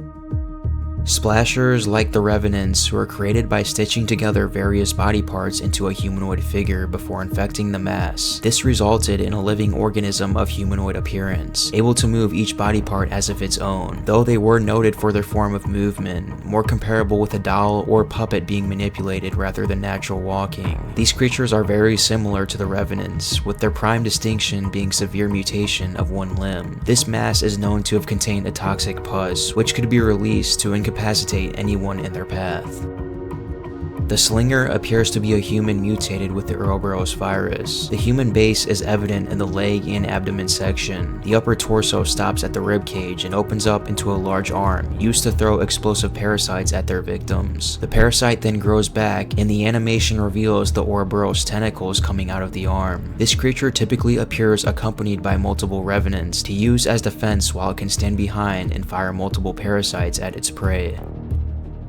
The Durlga is an Ouroboros creature similar in appearance to the Revenant and Splasher. However, it seems to have assimilated drastically more corpses than either of those creatures, leading to a different appearance. The creature's name comes from a multiple-armed goddess in Hindu mythology known as Durga. This creature has an almost tree-like appearance. A singular human lower torso is used to walk, leading to a trunk dominated by a massive yellow Ouroboros core. Above this is the creature's head, which is a wavering forest of multiple limbs. limbs, including revenant blade arms, splasher pus arms, and an indestructible tendril-covered tentacle that ends in a massive 3-clawed hand. The Durga's assimilated corpse limbs are used to protect its core, though it can also flail them to strike at nearby foes. Destroying these arms exposes the core and makes it easier to hit, but also drives the creature into a wild frenzy as it senses its vulnerability. Its thrashing tentacle can be used to grab a victim and beat them against the ground until they die. It's also an indestructible component to the creature, making frontal attacks especially dangerous as it is adept at using it as a shield. Neil Fisher was the leader of a group that provided aid during bioterrorism known as TerraSave. With the goal of exchanging his team for a sample of the Ouroboros virus, he made an agreement with Alex Wesker, allowing her to kidnap everyone at a company party. Following this, Fisher met with Wesker to demand his payment. Rather than hand over a sample, Wesker instead fired a dart at him that infected him with Ouroboros. With there being no need of him as a candidate, Fisher was now at risk to her plans. While trying to escape Alex's base of operations, Fisher was met by Redfield and Burton, who had become aware of his treachery. He defended his actions and soon after mutated. Through his mutation, Neil's personality changed and he was driven insane.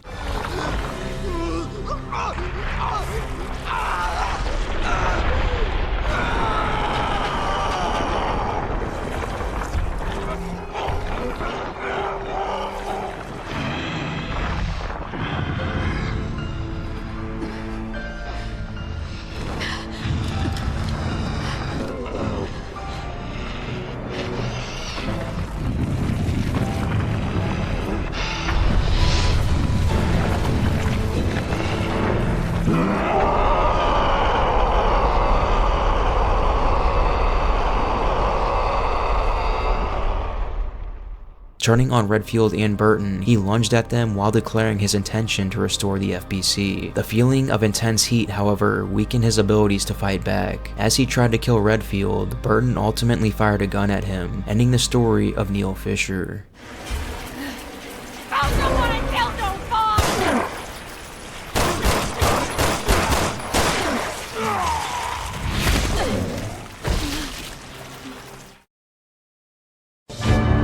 Resident Evil 6. In Resident Evil 6's harrowing world, a new breed of terror emerges, the Havo. These creatures are mutated soldiers, created by injecting the C virus into their bloodstream, making them stand apart from the mindless zombies of previous installments. Unlike their shambling counterparts, the Havo retains their intelligence, allowing them to wield weapons, strategize, and communicate effectively. The term Havo derives from the Siberian word for devil. It aptly captures their menacing nature and the infernal transformation they undergo. Havo results from a primary strain of the C virus coursing through their veins. Unlike the zombies who inhale C virus fumes, Havo undergoes direct injection. Remarkably, Havo retains its higher brain functions even after the infection. Its cognitive abilities persist, enabling it to coordinate attacks and communicate verbally. On the surface, Havo appears human, but closer inspection reveals significant differences. They often have multiple eyes scattered asymmetrically across their faces and foreheads. These eyes vary in size and color, ranging from off-white to darker shades. The emergence of new eyes causes facial damage and bleeding. Additionally, Havo possesses incredible physical power. With one hand, they can lift an adult human off the ground. Their regenerative abilities allow them to survive injuries that would cripple ordinary humans. One Havo even survived having its entire upper skull blown off, regenerating and resuming the fight against BSAA agents. The strain of C virus responsible for widespread terror attacks in 2012 and 2013 robbed infected individuals of free will, making them intensely loyal to Carla Radames, the mastermind behind Neo Umbrella. Havo's combat skills remain intact post-infection. Soldiers and militia fighters maintain their proficiency, making them formidable adversaries. Unlike automatic mutations in other strains, Neo Umbrella's Havo soldiers can intentionally trigger mutations. These transformations enhance their resilience and adaptability. Additionally, Havo's body temperature runs hotter than that of humans. They can endure injuries that would hinder others, demonstrating remarkable pain tolerance. Their tragic existence mirrors that of the Magini, once ordinary people whose lives were irrevocably altered by forces beyond their comprehension. The Chrysalid, a formidable enemy in Resident Evil 6, stands out due to its unique characteristics. These grotesque creatures, born from the malevolent C virus, are not mindless zombies. They retain their intelligence, making them even more challenging to defeat. Understanding their nature is crucial for survival in the game. After a Havo is defeated, it occasionally undergoes a metamorphosis, encasing itself in a hard cocoon. Within this Chrysalid, profound changes occur. The creatures that emerge from the Chrysalid are known as complete mutations. Their appearance can vary widely, reflecting the unpredictable and chaotic nature of the C virus. This unpredictability adds an element of surprise to the game. The Chrysalid's cocoon boasts remarkable resilience. Destroying it before hatching requires substantial firepower. Some Chrysalids resemble reptiles or amphibians, their bodies twisted and mutated. While cocoon formation takes time, the exact duration remains a mystery. The C virus reshapes the host into something more sinister within this enigmatic process. A Havo who enters the cocoon state may transform into one of several high-level mutations. Strelat, a formidable adversary with unique abilities. Napad, a fearsome creature capable of devastating attacks. Miset, a twisted form that defies explanation. And Nesdo, a rare mutation shrouded in mystery. In the relentless battle against Neo Umbrella, the Chrysalids serve as living experiments and lethal weapons. The Strelat, emerging from the infected hordes of Resident Evil 6, stands out as a chilling abomination. Born from the twisted womb of the C virus, these creatures defy the norms set by their zombie predecessors. The Strelat resembles a lizard in both appearance and movement. It slithers and crawls with reptilian grace, its elongated form adapted for stealthy traversing. Strelats typically emerge after Havo undergoes a metamorphosis into a chrysalid cocoon. Their existence is a testament to the C virus's insidious influence. They unleash needle-like spines from the fins around their necks, seeking out unsuspecting victims. Taking cover from the Strelat's spine is possible, but their agility makes sniping challenging until they momentarily pause to fire. While melee attacks are affected, you must proceed with caution, as the Strelat will vomit acid if you get too close. Quick shots leave them vulnerable to melee strikes, but a well-placed shotgun blast can often bring them down. Engaging from a distance with an automatic rifle provides safety while dodging their spines. Each defeated Strelat drops 1,000 skill points, a valuable resource for enhancing your abilities. Their lizard-like menace echoes the tragedy of the Magini, a reminder that forces beyond comprehension can irrevocably alter ordinary lives. The Miset are eerie beings, defying the established norms of their zombie predecessors, and exist within a shroud of mystery. This creature is a rare BOW with a bird-like appearance. Its name is derived from the Siberian word Misek, which means moon. Like many other human mutants, Misets are byproducts of Dr. Carla Radame's C-virus research. The goal was to transform humans into BOWs, and the Miset exemplifies this twisted experimentation. Misets prefer to attack from above. They fly around their prey, seeking the perfect moment to strike. Their primary method of attack involves grasping victims and dropping them from high heights. This tactic catches victims off guard and inflicts significant damage. Due to their agility, Misets are challenging targets. They evade gunfire by flying erratically, unless they make a direct attack run or land to strike. Defeating a Miset yields a moderate skill point reward. Swift and accurate gunfire is essential when a Miset swoops in for an attack. You can't defend against their surprise attacks from above, so shooting them down before they get to you is essential. These bird-like creatures are a spooky reminder that regular lives can be changed by things we don't understand.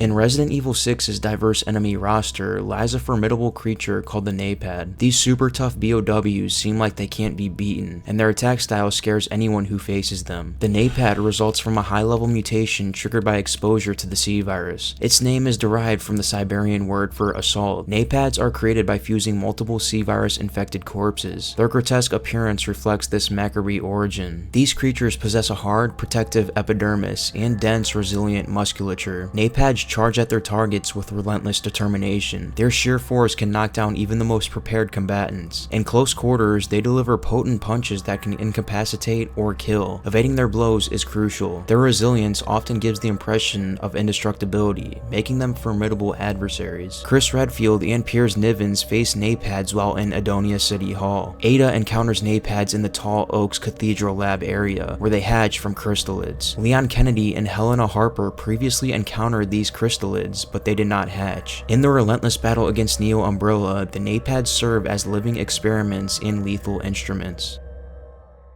The Nesdo are a unique bioorganic weapon that looks like a swarm of insects in a human shape, but their natural form is a giant bee-like insect. The Nesdo manifests as a swarm of insects, their collective movement resembling that of a humanoid figure. Under this deceptive guise lies a Queen Nesdo, which orchestrates the swarm's actions. Like other BOWs, the Nesdo is a product of the C virus, a malevolent creation that reshapes life into monstrous forms. The Nesdo attacks by swarming its prey. It hides within the swarm, making it difficult to target directly. To defeat the Nesdo, one must focus on dispersing the swarm. Once the swarm suffers enough damage, the Queen then emerges. Snapshots can reveal the Queen, but sometimes characters mistakenly aim at the swarm. Precision is crucial. Successfully eliminating the Nesdo yields a skill point reward.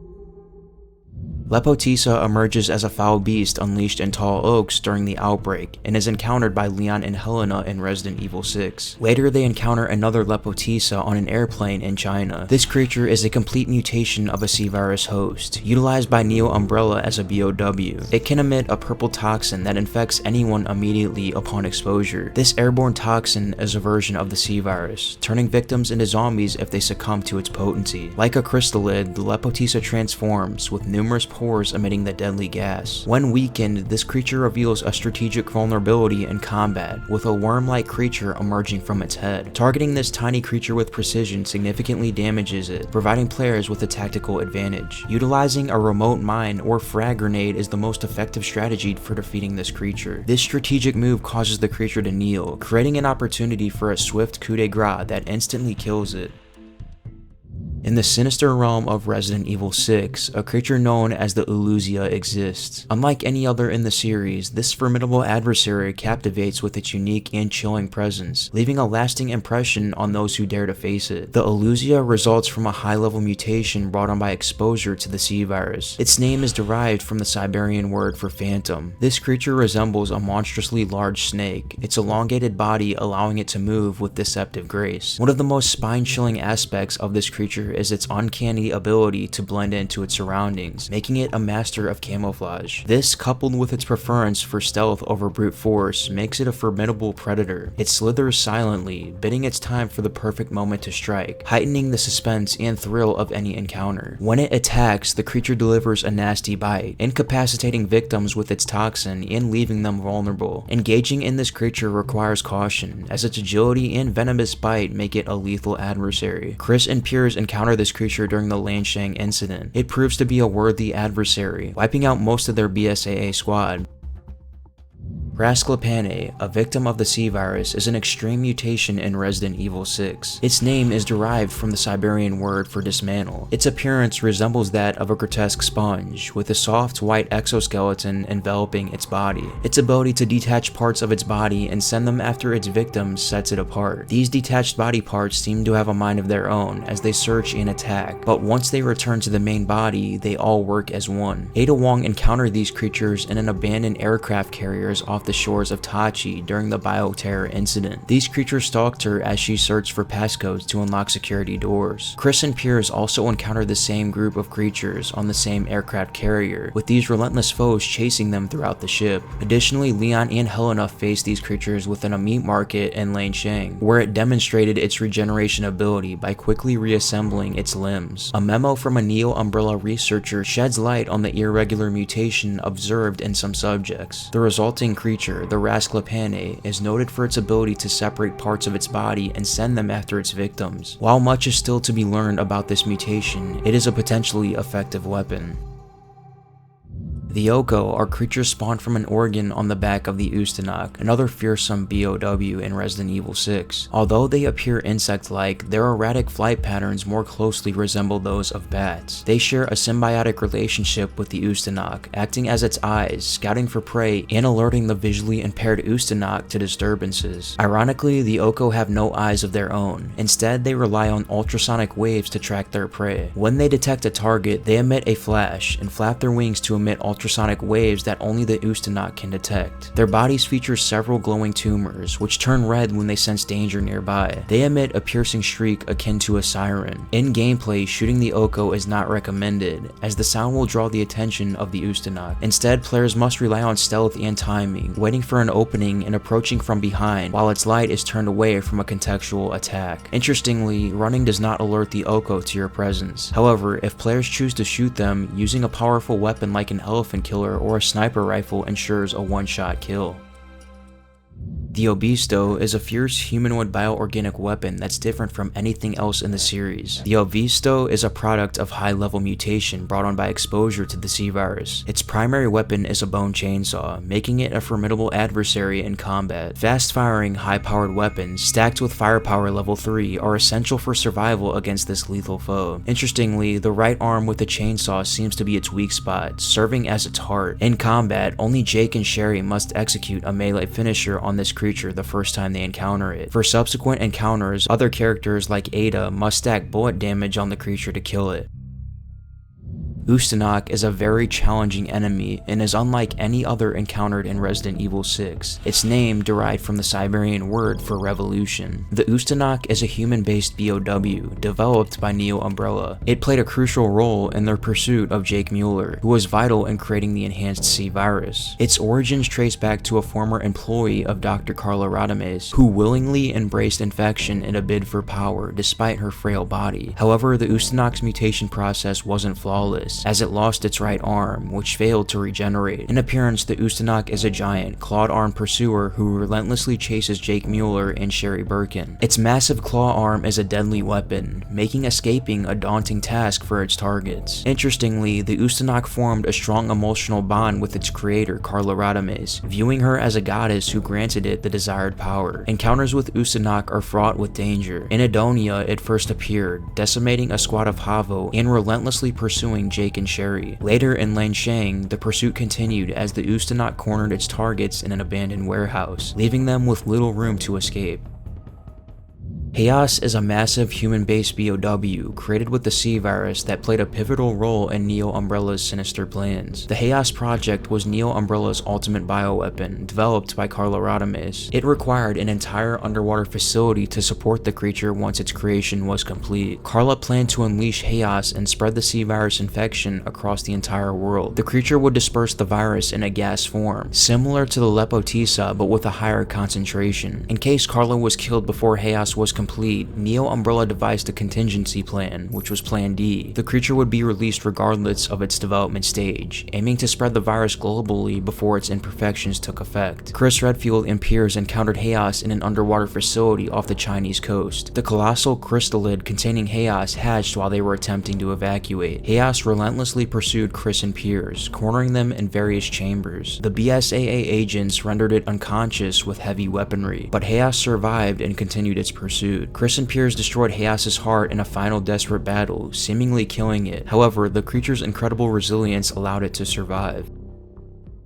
In the dark world of Resident Evil 6, a figure known as Carla Radames emerges. This virologist is the mastermind behind the deadly C-Virus and a central villain in the game. Carla was a brilliant researcher working for Derek C. Simmons. She played a pivotal role in the discovery and creation of the C-Virus. Her prodigious beginnings saw her earn a doctorate at the age of 15, catching the attention of the Simmons Foundation, a front for the family's bioweapons research project. Work began on the C-Virus project in 2001. With Simmons' assistance, Carla obtained samples of the T. Veronica virus and the G virus, which she utilized to advance the C virus. However, Carla's life took a dark turn. She suffered irreversible trauma after being subjected to experiments against her will. In response, she embezzled funds and formed the paramilitary death cult Neo Umbrella, seeking revenge in the fulfillment of her twisted goals. Under her leadership, acts of terrorism and mass murder were orchestrated using the C virus in 2012 and 2013, with the ultimate aim of plunging the world into chaos. Carla's pursuit of global destruction reached its climax with the creation of the Chaos Doomsday weapon. However, Ada Wong thwarted her plans during final preparations for its deployment in China. Ada's intervention led to a dramatic showdown, culminating in Carla's demise and the destruction of Chaos. With her death, Neo Umbrella ceased to exist, leaving behind a legacy of terror and tragedy.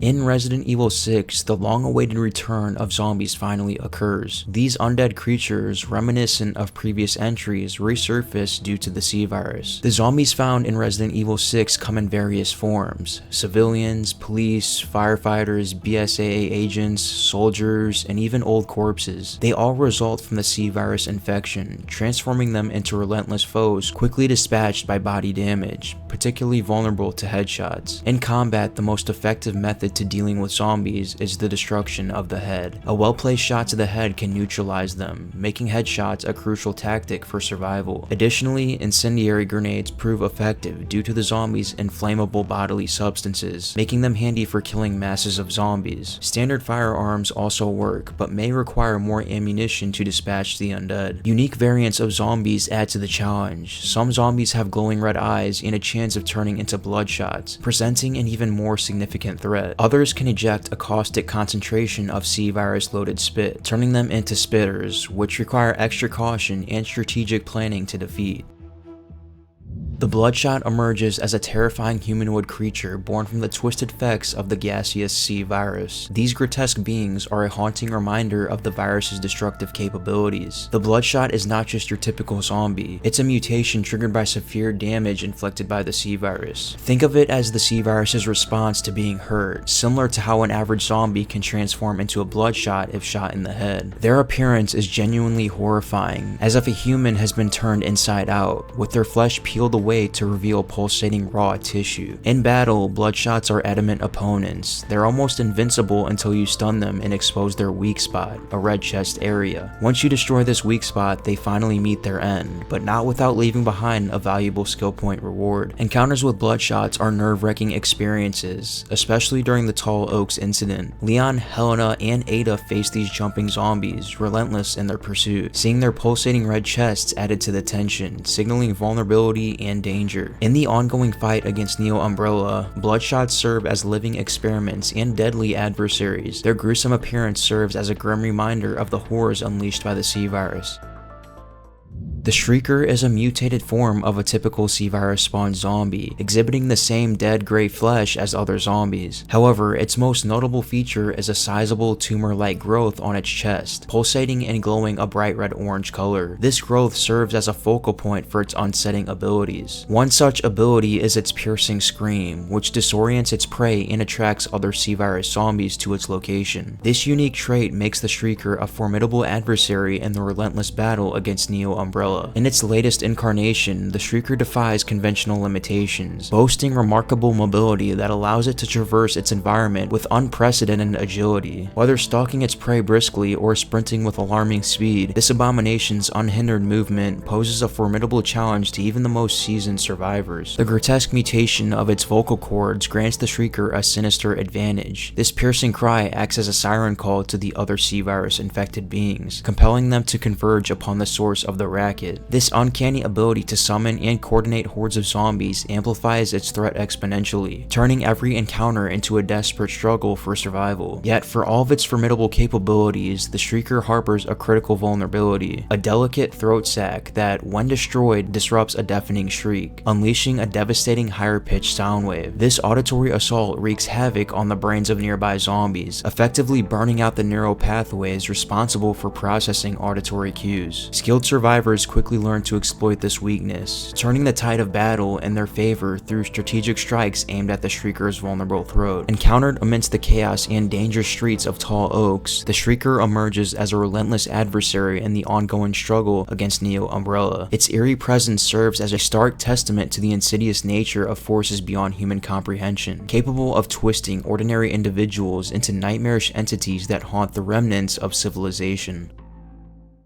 The Whopper emerges as a more considerable variation of a standard zombie. These formidable foes stand out due to their imposing size and unique characteristics. The Whopper is a product of the C virus, likely resulting from a gas infection. These zombies are notably more significant than their counterparts, making them more imposing on the battlefield. They are encountered in various locations, including the Tall Oak subway station and Forest Cemetery catacombs. Ada also faces two more on top of the quad tower in Lane Shang. Whoppers exhibit exhibit remarkable durability in combat, absorbing significant punishment before going down. However, they can be stunned by targeting their calves or thighs, allowing survivors to exploit their weaknesses. Effective weapons such as rifles or shotguns are recommended to deal with these formidable foes. The Whopper Supreme, a rare and larger iteration, looms ominously over survivors, amplifying the threat they face. Its imposing size and unparalleled resilience are haunting reminders of the tragedy of the Magini, illustrating how incomprehensible forces can irreversibly alter ordinary lives.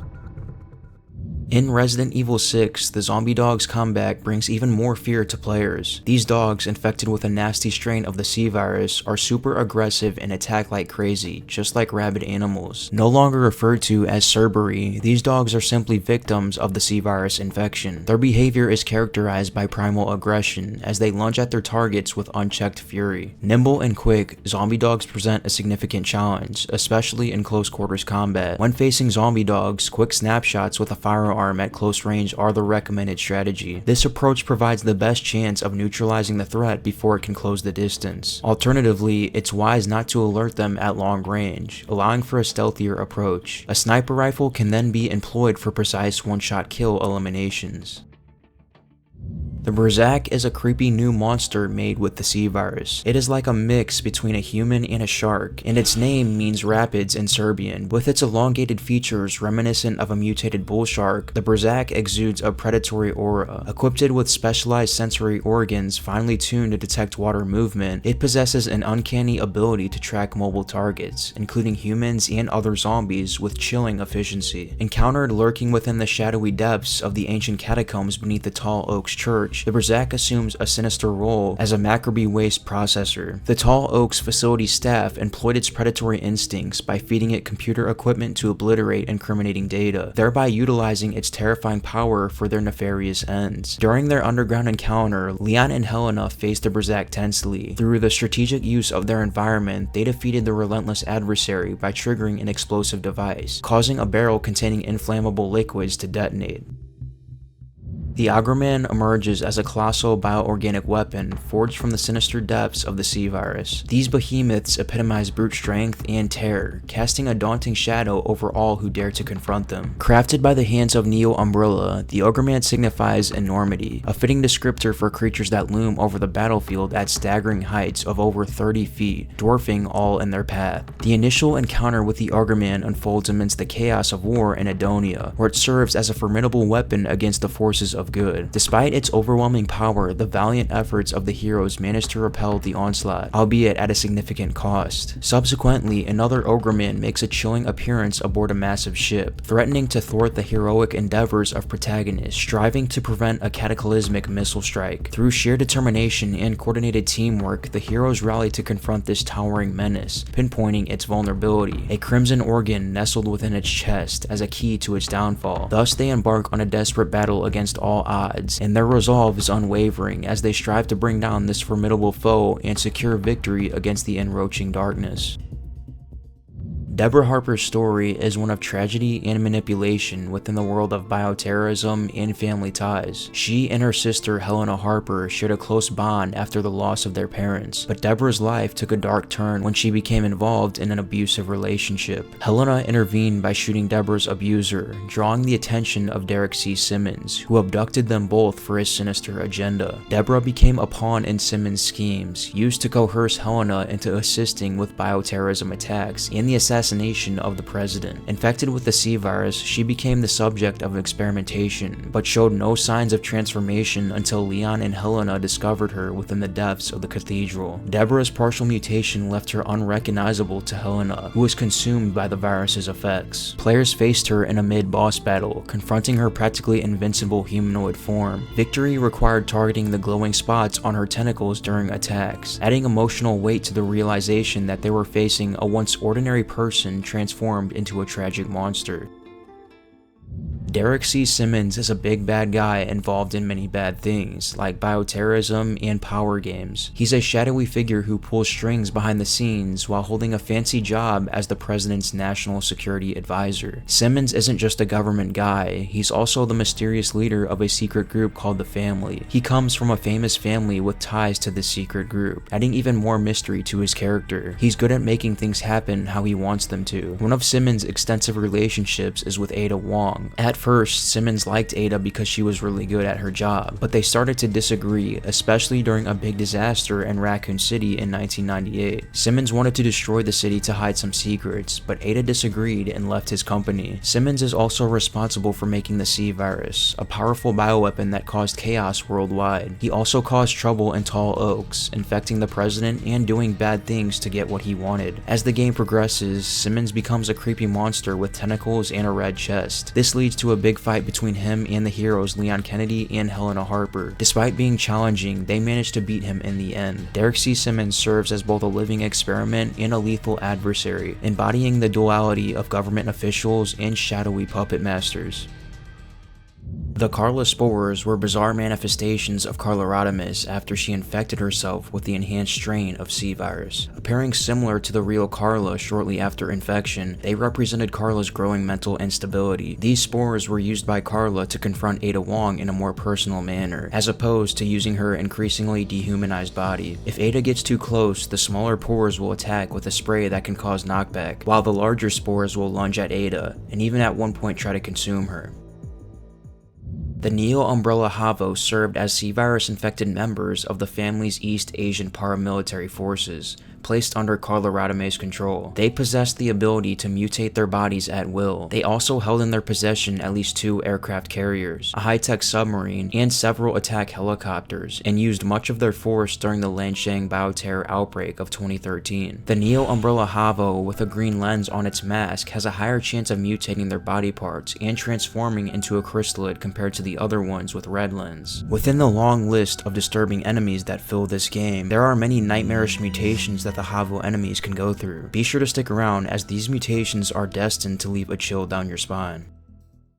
Glava Begunak is the term given to a specific form of mutation Havo experience where their head splits in two. As is typical with Havo mutations of this type, Glava Begunak mutations can be experienced alongside other mutations to the arms and legs. This variant comes from the head as the Havo regenerates damage. 2 different protrusions appear, one resembling the front/head of a cicada, the other containing 2 small hook-like appendages. This type of mutation is very dangerous, as this mutation causes the Havo to enter a berserk state, and will continuously shoot/swing its weapon anywhere it goes. Damaging its arm will mutate it, making its running around much more dangerous. Glava Dim is a mutation commonly exhibited by Havo. As with other Havo mutations, Glava Dim mutations can be experienced alongside separate mutations of the arms and legs. The Glava Dim mutation seems to come from the head. Several protrusions come in place as the Havo regenerates, including something that resembles the stinger and abdomen of a bee. The creature emits a poisonous gas that damages and impairs vision. Glava Sluz is the term given to a specific form of mutation the Havo experience, where the head grows an organ to release a sticky substance on enemies. As is typical with Havo mutations of this type, Glava Sluz mutations can be experienced alongside other mutations to the arms and legs. This mutation is triggered when the Havo suffers heavy damage to the head. The creature spits a sticky, vicious fluid to constrain the player that can leave them vulnerable to other attacks while they try to free themselves. While the player is freeing themselves from the webbing, Glava Sluz begins to use melee moves until you free yourself, in which it tries to spit more acid webbing. To kill this particular creature, the player can either use melee moves constantly or the crossbow if you are on Ada's campaign. You can also use Chris Redfield's knife or a shotgun to the head 3 times from Leon Kennedy. Glava Smek is a particular Havo mutation where the head forms itself into a set of pinchers. This creature is a mutant form of Havo resulting from a particular strain of the C virus. Like other similar mutations, the process is triggered when the Havo has sustained significant injury. In this beetle-like form, the Havo's head becomes a large set of mandibles. When it grabs enemies, it will hoist them up in the air with its mandibles and snip the victim in half to be devoured. The Nogalet is one possible further mutation experienced by the Havo. This creature has the appearance of a moth carrying a human being. It is created when the C virus triggers further mutation in a Havo's lower torso and legs, resulting in a moth-like body erupting from them with wings and a long-tailed stinger capable of piercing unwary targets. The Havo's upper body remains intact and the individual remains conscious, allowing them to fire upon enemies with weapons. The Noga Oklop is a term given to a specific mutation the Havo experience, where their leg develops armor plating. This mutation can be experienced alongside other mutations to the head or arm. The legs of the Havo split and expand as they mutate into Noga Oklop. This ends with the upper body being carried by a pair of legs covered with an insect-like carapace with some human bones protruding. The new legs enable them to perform powerful jumping kicks that can knock a target down. Noga Scaninae is one possible mutation experienced by Havo. This mutation is focused on the lower part of the Havo's body. As the legs rupture, a new lower body grows in place, resembling an insect's thorax and abdomen, complete with large grasshopper legs that are easily able to carry the weight of the Havo, jumping and kicking people. A side effect of the mutation is that the legs have become more fragile, making them easier to break.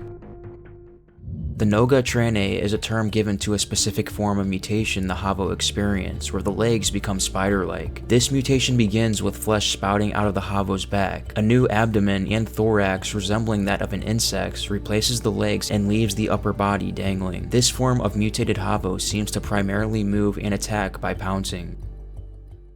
Ruka Badem is a C virus mutation potentially experienced by Havo. This mutation leads to one of the arms transforming into a shield comparable to a crustacean exoskeleton. Ruka Hatane is another mutation experienced by Havo. This mutation was first encountered by Ada Wong in mid-2013 on board a Neo Umbrella controlled submarine. They were later seen in the Chinese city of Langshan by the BSAA. When this mutation is triggered, the joints on a Havo's arm form into a tentacle with a pincer, capable of reaching long distances to grab a target. The tips of this tentacle serves as the creature's weak spot. They were also capable of engulfing and killing prey the size of humans.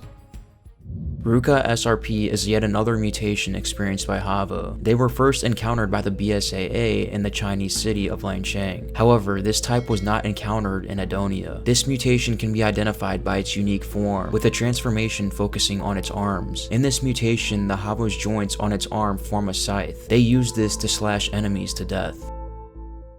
Teloexplosia is a mutation that causes a Havo's torso to mutate into the shape of an insect's larva. Its name refers to its use of autothysis, the act of destroying the body by rupturing organs. Just like termites, this mutation is able to rupture its body to cover enemies in a sticky substance. The Telocrust is another mutation experienced by the Havo. With the exception of its scales, this mutation is otherwise identical to pre-mutation Havo. The Havo encases its torso in scales that render its body immune to gunfire, though it is still vulnerable to melee attacks and explosion. This mutation has no specific weak point. Telomangla is the last Havo mutation we will be covering. This mutation is a poisonous variant of the Havo. The word Mangla is in reference to the gas it emits. The Havo writhes on ground and sprouts several appendages and what appear to be moth wings, though it is incapable of movement once it is transformed. This mutation will constantly emit poisonous gas until it is destroyed. If left alone for a period of time, the Havo will return to normal and resume attacking the players as before.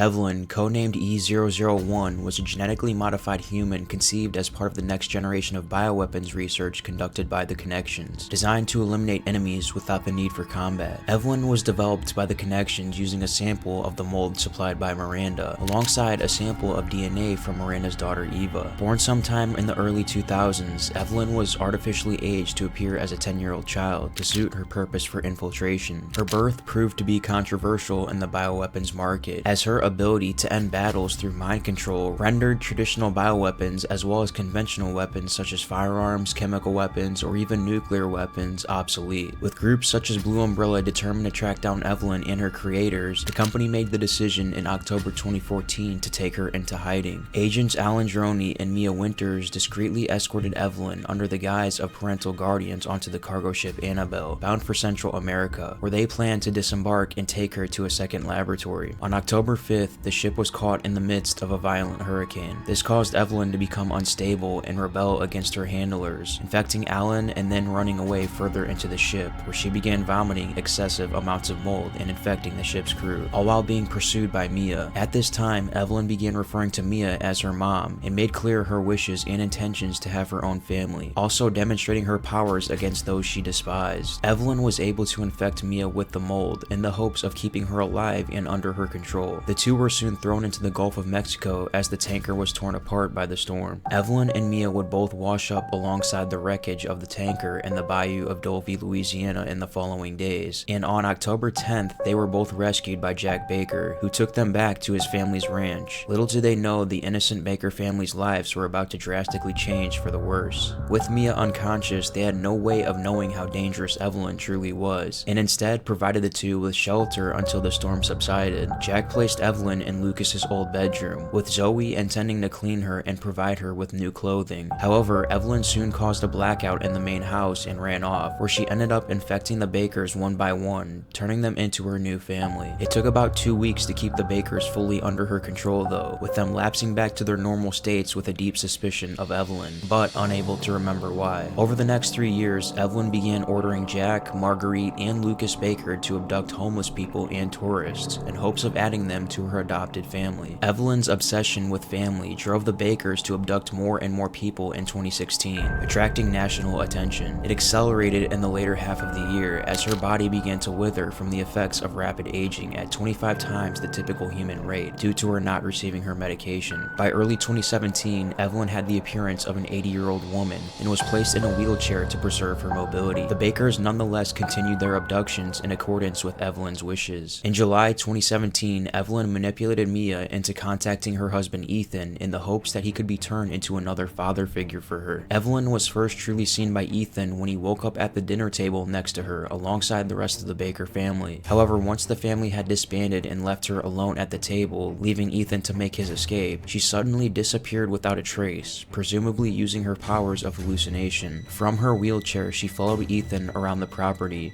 occasionally appearing along Ethan's path and causing hallucinations, such as the sound of childish giggling and a vision of her young self when he recovered the arm of a D-type bioweapon, all while using the mold against him. Once Ethan and Mia defeated the Baker family with the help of Zoe and successfully made it off the Baker property, Evelyn calcified Zoe in retaliation and used the mold to prevent their progress when they came across the rusted wreckage of the tanker, managing to keep Ethan and seal him away in the depths of the ship. As Mia began the search for her husband, Evelyn grew increasingly frustrated at Mia's amnesia, which led her to help Mia regain her memories by reliving the experiences on October 5th, shortly before the tanker was destroyed. Once Mia had fully regained her memory, she despised Evelyn and adamantly stated that she would never be her family, leading Evelyn to discard her feelings and become fully hostile towards her. We will never be a family. Then I don't need you anymore. When Mia finally found Ethan, she pleaded for no harm to come to him, as Evelyn insisted that he did not love her, but that she could make him love her. Mia freed Ethan from the mold and handed him a vial containing tissue samples from Evelyn, shutting him off from her before being reclaimed by the infection. Motivated by the apparent loss of his wife, Ethan determinedly fought his way through Evelyn's molded in the nearby mines, and reached the lab of the Connections, where he crafted the E-neurotoxin required to kill her, experiencing increasingly intense hallucinations as she focused all power on controlling him. Upon Ethan's arrival back at the guest house through a secret passageway in the basement, Evelyn fought back using visions of an infected Mia to ward him off, and an almost telekinetic ability to try and push him away. But Ethan was able to reach Evelyn in the attic of the guest house. Once she was injected with the E-neurotoxin, Evelyn's ability to control Ethan's mind ended, and he could only see her in her aged form, causing her to cry and shout that everyone hated her, before suffering and screaming about how much the toxin hurts. Her body then broke down and merged with the mold around the house, turning her into a large mold-based creature towering over Ethan. Their fight was short-lived, however, thanks to a blue Umbrella helicopter dropping in Albert 01 loaded with ramrods for Ethan to use, and after suffering serious damage, Evelyn finally calcified and her body crumbled into pieces.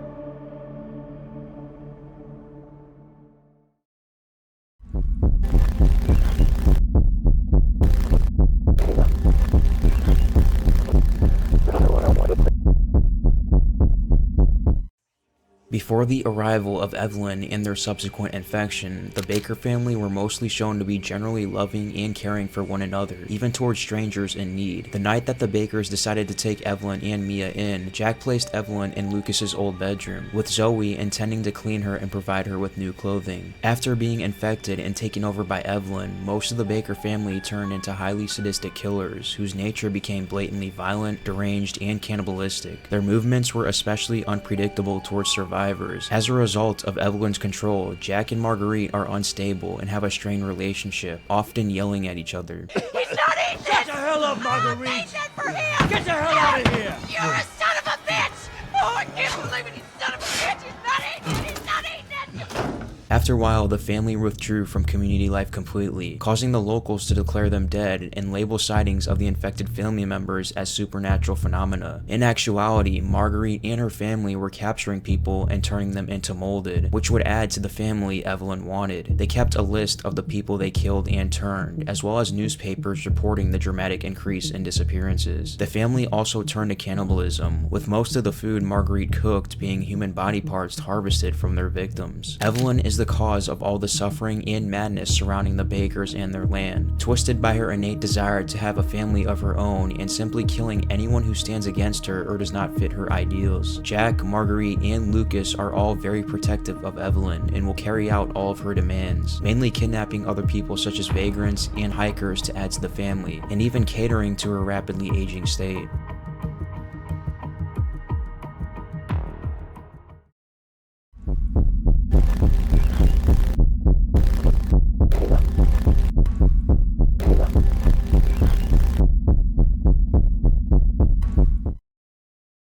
As a child, Jack grew up with his brother Joe at the Baker Ranch in Dolby Parish, Louisiana. The two were well known in the area for getting into fights, including with one another. This did not, however, prevent Jack from serving in the United States Marine Corps in 1980. How long he served for is uncertain, though by the 1990s he had settled down with Marguerite and had inherited the farm from his parents, with Joe living close by in a shack in the bayou. In 1994, he and Marguerite had two children, Lucas and Zoe. On Thursday 2nd, October 2014, the Baker family watched a news report placing Dolby Parish in the path of a hurricane. For the next week, the family bunkered within the main house, which Jack had reinforced, with the waters finally receding fully on Thursday, the 9th of October. On Friday, Jack went out into the bayou to investigate the wreckage ship Annabelle, which had been drawn inland. At the bayou, he discovered Mia Winters, who on returning to the house, warned them about a 10-year-old girl. Despite her warnings, Jack searched again and found the girl Evelyn. What Jack was unaware of was that Evelyn was a human BOW created through a weaponized hallucinogenic fungus called mold. By the time Jack returned to the main house with Evelyn, he had already been contaminated by the mold, which was slowly assimilating his DNA and replacing his cells with fungal imitations. As time passed, the mold spread further and further throughout Jack's body until the human cells were completely replaced. This had a monumental effect on Jack's mental state, whereas at the start he shifted between normalcy and violence under Evelyn's influence. Over the weeks, it became second nature, and he would obsess over Evelyn even without her control. In June 2017, the guest house was entered by trespassers operating an UberX show called Sewer Gators. Jack, who was in the house at the time, grabbed Andre Sticklin and dragged him to the basement, where he was quickly murdered and left propped up against a wall. When fellow crew members Clancy Jarvis and Peter Walken investigated, they were quickly captured. Walken was murdered and Jarvis was brought to the main house, where Jack left him trapped with the molded. When Jarvis was still not dead dead by daylight, Jack tried to finish him personally, only to be incapacitated. Jarvis would, however, fail in his escape attempt, and he was captured by Marguerite and treated as a guest and potential candidate for the family, though Jack was not fond by this idea. When Jarvis escaped the bedroom via a secret passageway, he was ultimately captured by Lucas for his own amusement. In July of 2017, Ethan Winters arrived and trespassed on the guest house, watched closely by Jack, who locked him in to prevent escape. After Ethan attempts to find a new way to escape, Jack cuts him off and knocks him out with a punch and stomp to the head. Jack then drags Ethan back to the main house. In the evening, Jack, Marguerite, Lucas, and Evelyn sat down for dinner with Ethan, strapped to a chair as their guest. While eating, an alarm warned the family of Deputy David Anderson. Jack went back outside to intercept Anderson, catching up with him just as he entered the garage. There, Jack forced a shovel through his head, severing the top of his skull before turning on Ethan. Their fight was brief but destructive, with Jack ultimately losing on purpose by shooting himself in the head as a psychological tactic.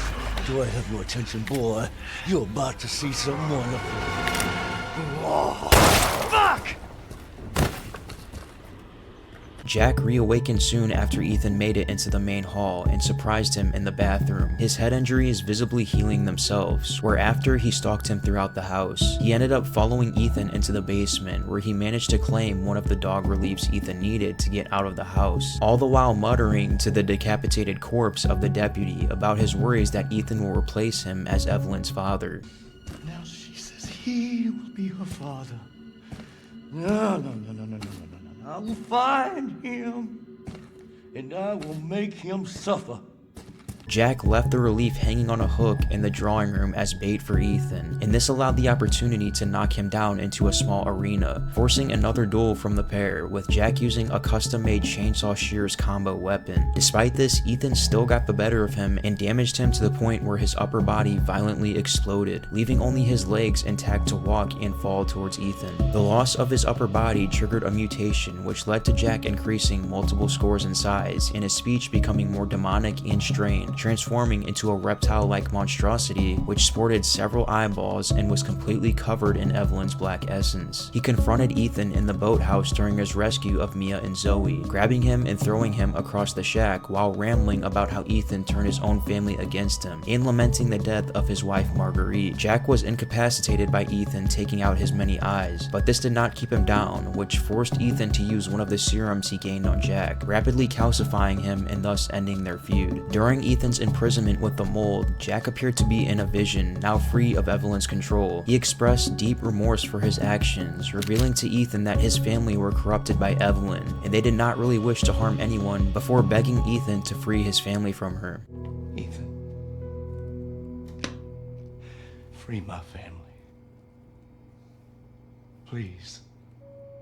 From there, the mutated Jack managed to survive Zoe's cure due to his poison cells growing out of control, evolving into a decayed but near invincible creature nicknamed the Swamp Man, who acted on his own accord after Evelyn's death. His new mission was to capture the now calcified Zoe, but his brother Joe Baker managed to get to her first and take her to his shack. While Joe left the shack to find a cure for Zoe, Jack set the shack on fire and viciously murdered the BSAA operator captive there in his attempt to kidnap his daughter.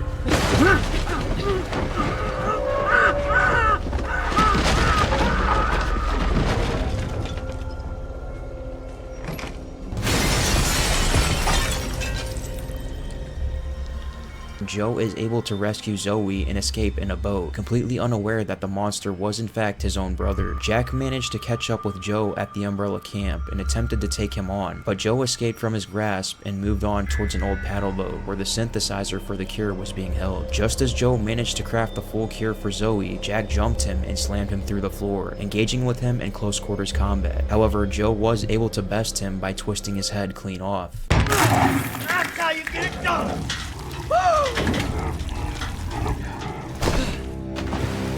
It wasn't long before Jack regenerated and once again caught up with Joe, though as he kidnapped Zoe right before Joe was able to administer the cure, carrying her into the Umbrella quarantine zone and vanishing in the fog before Joe could pursue. Jack then sets up a trap for Joe at a rundown church, setting Zoe out in the open so he could ambush from behind. Joe got the chance to peel Jack's mask of mold back to reveal the remains of his face. Joe was so shocked by the Swamp Man's identity that Jack knocked him out and stuck him in a coffin, which was then pushed into the depths of of the swamp. Jack walked to the main house, killing all of the BSAA soldiers he saw ahead, who were unable to stop him. Jack has one final encounter with Joe in the main hall of the main house at the Baker Ranch, where he set up Zoe at a table. However, Joe was finally able to stop Jack thanks to his AMG 78 gauntlet completely obliterating his head, finally killing him and ending his misery.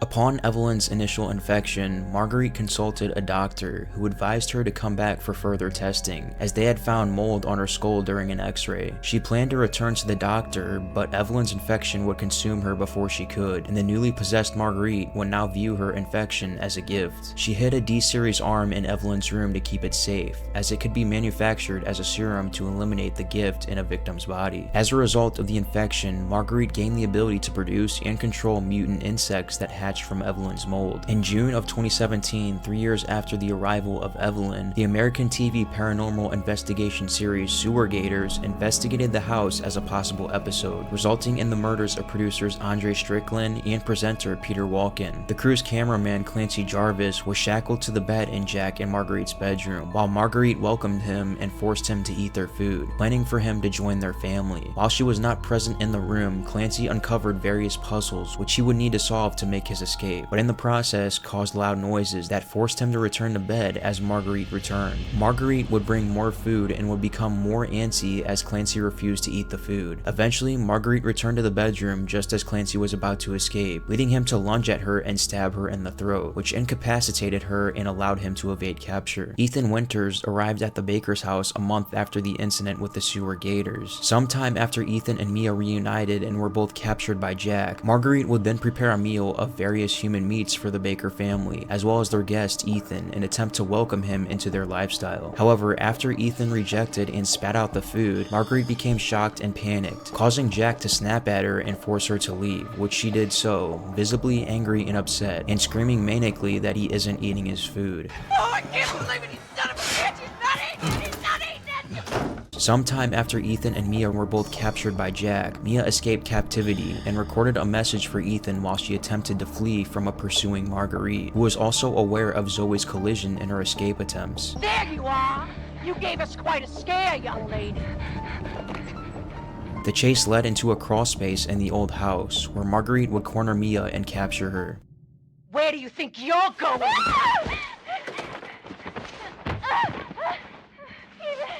Ethan, please help me. Ethan, help me.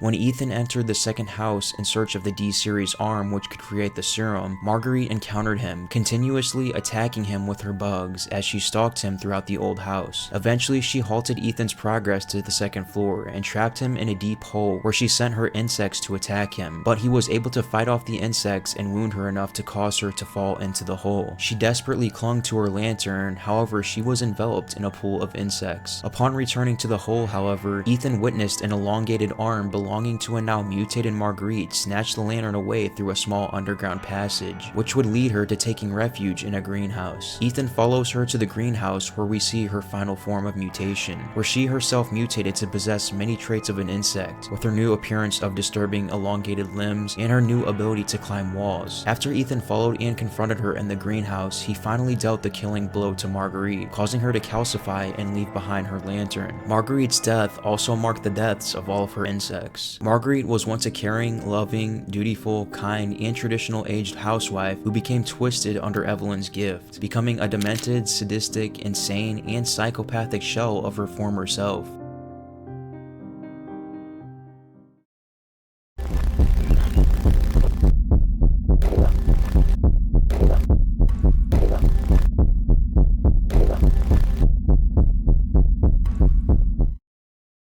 Lucas was born in 1991 to Jack and Marguerite Baker, being the firstborn child. He was apparently a bad seed, but despite his unruly ways, he was a gifted inventor and won several awards for his work, which he displayed in his room. It can be presumed that he was already mentally unstable, as he mentioned the time when he trapped one of his childhood bullies, Oliver, in the attic and sealed it with a remote, leaving him to die of thirst and starvation. By 2014, he and his sister were still living at their parents' house. His antisocial nature led him to constantly fall out and argue with his family, resulting in him creating an FU list on his laptop to log these events and vent his frustrations. Jack eventually returned home with a girl named Evelyn as Lucas watched. He was irritated that Marguerite let Evelyn have his old bedroom, although he nonetheless consented. Oh, come on, can't you put her somewhere else? Oh, Lucas, you just hush. You've long outgrown that room. After Evelyn had woken up, Lucas wound up unconscious and eventually was dragged by Jack to meet Evelyn, where she gave him her gift, with him telling his father to not do it in sheer terror. Lucas was eventually met by agents working for the Connections, who provided him with a serum that stopped Evelyn from controlling him. In exchange, Lucas spied on his family for them, while managing to fool Evelyn into thinking he was still under her control. During his time of possession, Lucas also began building elaborate puzzles within his family's old barn, some of which were certain to cause death of the victim, even when solved. He was also given the role of lead researcher by the Connections, much to the dismay of another researcher who had a master's degree in microbiology from Stanford University. According to the researcher's note, he would commonly make test subjects fight each other and perform pointless autopsies. Aiming to take Evelyn's mold for himself, Lucas eventually betrayed the Connections, arranging for all of their researchers to be locked in a room to be killed by molded. After the sewer gators arrived in the Dolby haunted house and were confronted by Jack Baker, Lucas took Clancy Jarvis, the sole survivor, and forced him and Hoffman, another survivor, to play 21, a modified version of blackjack of Lucas's design, where the loser would suffer painful consequences. Clancy soon proved himself to be the better card player between himself and Hoffman, leading to the painful death of Hoffman. Lucas later put him into the party room within the repurposed barn. After removing his bindings, he taunted Clancy into solving the puzzle, putting a candle on a cake, promising him freedom if he did. However, unbeknownst to Clancy, Lucas had rigged the puzzle to require a winder, which would spill oil onto the floor. Completing the puzzle, the cake exploded and set fire to the room. Unable to extinguish the flames or escape, Clancy died as a result. Shortly after the flames died out, Lucas came into the room to retrieve the camera, taunting Clancy even after his death. Happy birthday! When Ethan was captured by his father, Lucas attended dinner with his family to welcome him to their group, continuously throwing food at him while he was unconscious. Eventually, Lucas threw his dinner plate at him, to which Jack responded by slicing off Lucas's hand, causing the latter to shout, "Not again," signifying that this wasn't the first time that this happened. While Ethan was investigating the old family house, he found Mia in the basement. However, before he could find a way to her, Lucas appeared behind her and took her hostage. During Ethan's investigation of the old house and fight with Marguerite, Lucas placed key cards around the family's house and the key to access these rooms within the neck of the now deceased deputy. He later captured Zoe in the family trailer as she retrieved an ingredient to a cure for Evelyn's mold, leaving the severed, molded head of the officer in the fridge with a note attached to it, reading, "The pig is in the dissection room." As Ethan arrived at the trailer after collecting the ingredient, Lucas called its phone, and when Ethan answered it, he taunted him, telling about his capture of Zoe and sending him to collect key cards that would allow him to access the barn. Lucas also filmed a short video explaining to Ethan how he wants things to stay the way they are, setting up a television to play it. As Ethan progressed through the barn, foiling his traps and defeating the molded, Lucas would continually mock and tease him, getting on his nerves. Once he made it to the party room, Ethan, having seen Clancy's fate on a videotape and learning from his mistakes, completed the puzzle without releasing the oil. Angered, Lucas threw a stick of dynamite through a hole in the room's wall to kill Ethan, only for Ethan to throw it back through the hole,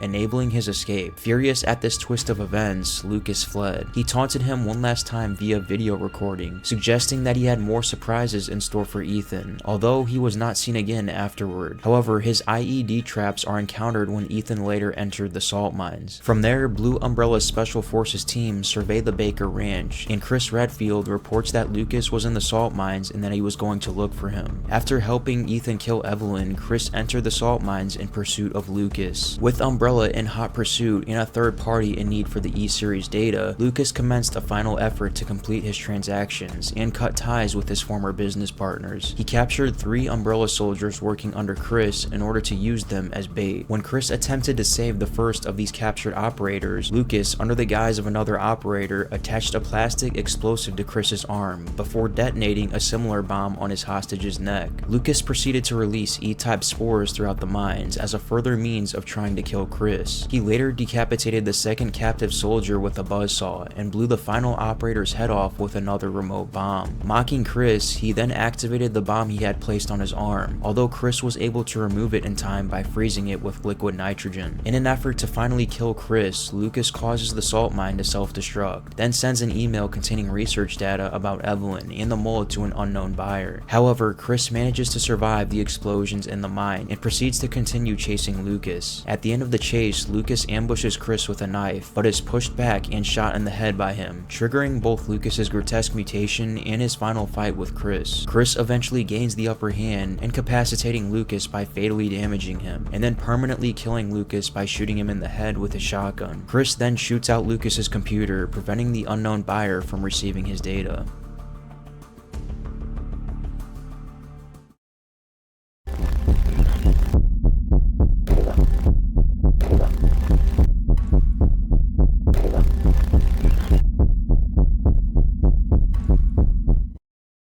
Mia was a resident of Texas in the 2000s when she began dating Ethan Winters. In 2010, she began working as a researcher and operative for The Connections, a crime syndicate specializing in production of bioweaponry. This was kept secret from Ethan, who she would marry on May 29th of 2011. A few years after her marriage to Ethan, Mia took on the job of a handler for the first successful E-type bioweapon, simply known as Evelyn. Alongside her colleague Alan Droney, she was tasked with transporting Evelyn on the cargo ship Annabelle to a facility in Central America. During the voyage, Mia sent a heartwarming video message to her husband Ethan, saying that she misses him and that she cannot wait to be finished with her babysitting job. When the ship's course fell in the path of a hurricane, Evelyn started to become unstable, attacking Alan and infecting the crew members, who would then be turned into molded. Arming herself with a submachine gun, Mia was to track down and pursue her throughout the ship, realizing that Evelyn had bonded with her and thought of her as her mother. After briefly reuniting with Alan, Mia witnessed his horrific death via Evelyn's mold before she herself was infected by it. Realizing her impending doom, Mia desperately tried to send Ethan a second video message, urging him to forget their relationship and wishing him a good life. She is soon after thrown from the ship into the waters as the tanker continues to be destroyed. When the tanker washed up in the bayou of Dolby, Louisiana, Jack Baker discovers Mia amongst the wreckage and brought her back to the Baker estate, housing her in his daughter Zoe's trailer. During this time, Mia wrote a letter thanking the Baker family for their kindness, as well as warning them not to approach Evelyn along with the consequences of doing so. Before she could finish the letter, she fell unconscious, and unbeknownst to her, Jack had already found Evelyn and brought her into the mansion, leading to their infection and subsequent madness. Mia, under the influence of Evelyn, sent a brief and cryptic email to her husband Ethan, only telling him to find her at the Baker farm in Dolby, Louisiana. When he arrived, he found Mia unconscious and locked in a cell below the Baker guest house. Upon waking, she was shocked to see Ethan and doubted her involvement in his arrival. In a panic, Mia guided Ethan through the basement. However, the couple reached a dead end, much to Mia's distress. It's not here.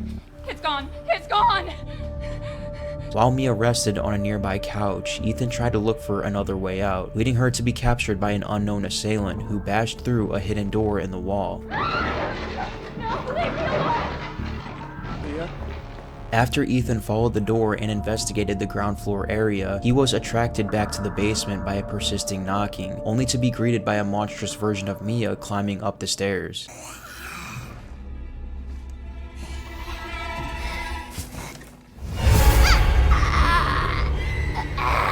She grabs and throws Ethan with tremendous strength back up the stairs and against the wall, attacking him with a knife. After a brief struggle between the two, Ethan disarmed Mia and she briefly returned to her normal self, alluding to him that Evelyn would not get out of her head as she bashed it repeatedly against the wall before knocking herself unconscious. However, she quickly rose back up and grabbed Ethan, throwing him to a wall and grabbing a sharp piece of wood to fight him once again. Ethan was able to defend himself with an axe, and after a short duel, he struck the weapon into her her neck, causing her to lapse back to her normal self and collapse in her apparent death. While Ethan was distracted by a mysterious phone call, she managed to rise once again and flee further into the house, wandering around ominously and eventually jumping Ethan after he had returned power to the attic stairs. First appearing normal and apologetic to Ethan's previous attack, she quickly turned and pinned him to the wall by stabbing a screwdriver through his left hand. As Ethan desperately struggled to get the screwdriver out, Mia obtained a chainsaw with the intention to butcher Ethan, but at the last moment, Ethan freed himself and raised his left arm in defense as Mia sawed it off. As Mia continued to fight over her controlled body, she wandered upstairs with Ethan in pursuit. The pair went head to head in a fight in the attic, but Ethan prevailed and Mia fell to the floor, muttering "I love you" to him.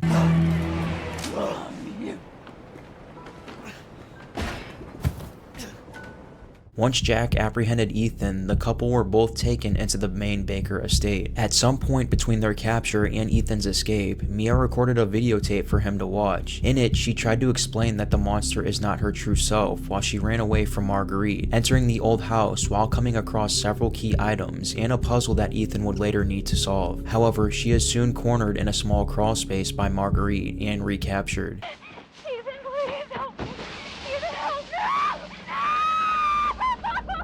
Once Ethan entered the old house, Mia briefly reunited with him on the other side of a chain link fence. As Ethan demanded answers from her, she was grabbed and dragged off by Lucas Baker. She would later be found hand-tied to the wall of the boathouse alongside Zoe Baker as Ethan made his way through Lucas's death trap. Ethan eventually reached them and freed them both, giving Zoe the necessary ingredients required to craft 2 serums that would cure both herself and Mia. However, a heavily mutated Jack separated Ethan from the girls and eventually left Ethan no choice but to use one of the serums on Jack in order to defeat him, forcing Ethan to use the other serum on Mia. They both pleaded with Zoe to join them in their escape, but she angrily refuses and orders them to leave, believing herself doomed. The couple rode into the swamp on a boat, but as they came across the old wreckage of the tanker, the mold grew over and flipped the boat, causing both to be submerged underwater. Mia soon regains consciousness outside the wreckage and desperately hunts for Ethan, who is quickly captured by Evelyn and taken deeper into the wreckage. As Mia made her way through the ship, she regained her memories of Evelyn and her origin through a videotape where she relived the fall of the tanker, giving her more determination to free Ethan. Mia discovers where Ethan was being held through a security camera system on the bridge and made her way down to him, freeing him. Despite Ethan's confusion, Mia quickly handed him Evelyn's tissue samples in the hopes that he might be able to craft the neurotoxin necessary to kill Evelyn, urging him to leave as quickly as possible before Evelyn regained control of her and separated the couple using the mold. I won't be able to resist for much longer. No. Now go kill that little bitch. No. Mia! No! Shortly after Ethan successfully killed Evelyn, they were reunited while being evacuated from the area via helicopter.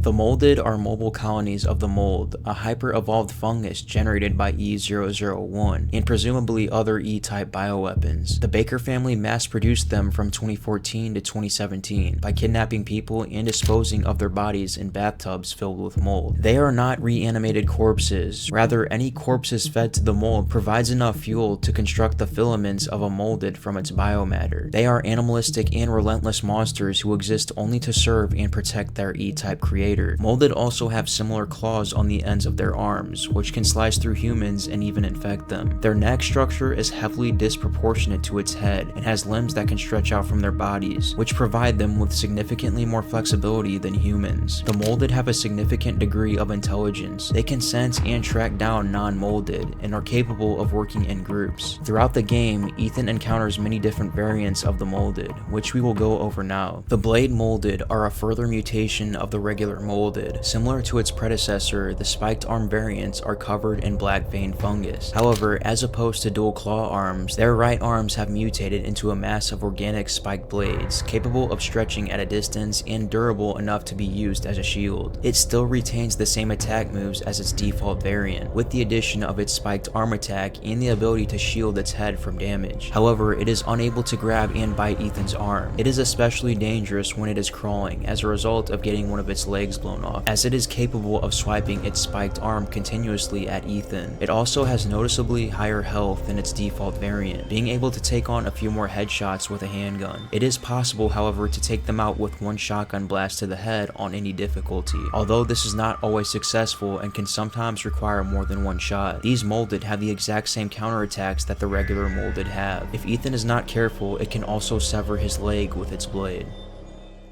The double blade molded are a further mutation of the blade molded, appearing structurally similar to that of their predecessors, albeit with key differences such as having spines that protrude from their head and having both of their arms covered in blades instead of just one arm. The double blade molded can be encountered alongside other types of molded. However, when compared to their predecessors, they are quite weak by comparison, as Joe Baker is able to take them out within just a few punches. If one leg is destroyed, the double blade molded is particularly aggressive and will perform a series of attacks in a row if Joe is in range.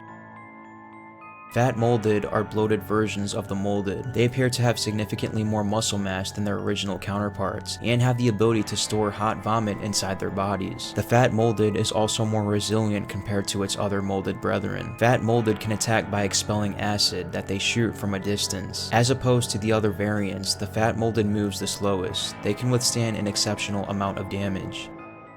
Further into the mines, Chris stumbles upon the Fumers, advanced white molded that are invulnerable to regular damage, forcing him to retreat. He soon after finds anti-regen ammo that is capable of breaking down the fungal membranes and prevents the regeneration of damaged tissue. This ammunition is more than capable of defeating Fumers, only requiring a singular well-placed shot. It is later found that they are the creation of Lucas Baker in association with the Connections, who supplied him with a fully operational laboratory and research staff in hopes of improving upon the E-type molded. They were codenamed WM002 in research files and photographs. Fumers look similar to a basic molded, but with white colored fungal strands covering their bodies. Their heads are much more human-like than their brethren, resembling a decaying skull instead of a mass of fangs. However, they retain the basic molded's clawed hands. Organs and muscle tissue can be seen beneath the mold, implying that these molded are created from human victims instead of being directly manifested from the mold. Fumers are almost invulnerable to ballistic trauma due to their rapid cellular regeneration. However, they can be easily killed by using anti-regen ammo.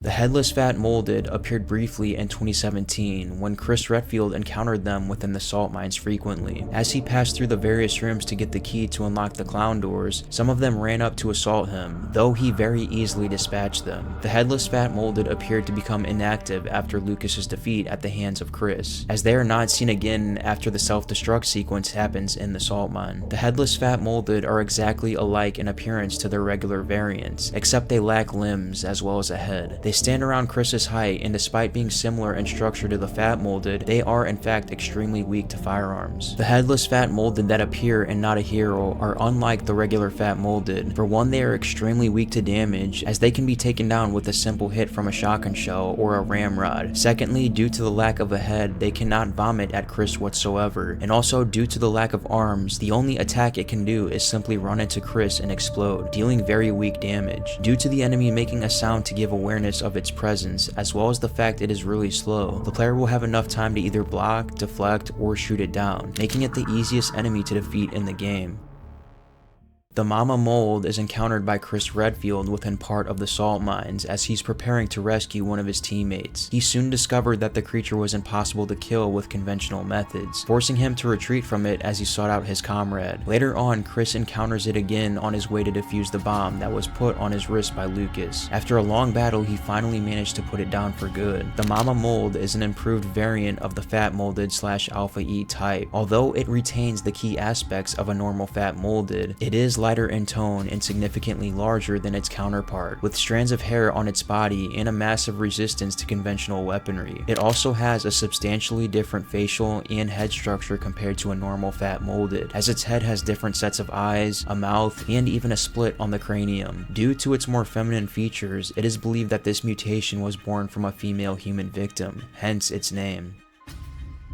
The four-legged molded variant of the creature bears the same biologically mutated body composition as the more common humanoid molded, with the exception of its ability to move on all four limbs, which are distinguishably longer and slimmer, and having a much more leaner and smaller body. This makes the creature exceptionally nimble. Unlike the normal molded, it lacks endurance and it can be killed more easily. This, however, does not mean it's any less of a threat, as it can cover distances with its excellent agility, leaping at its victims and moving about in an unnatural manner.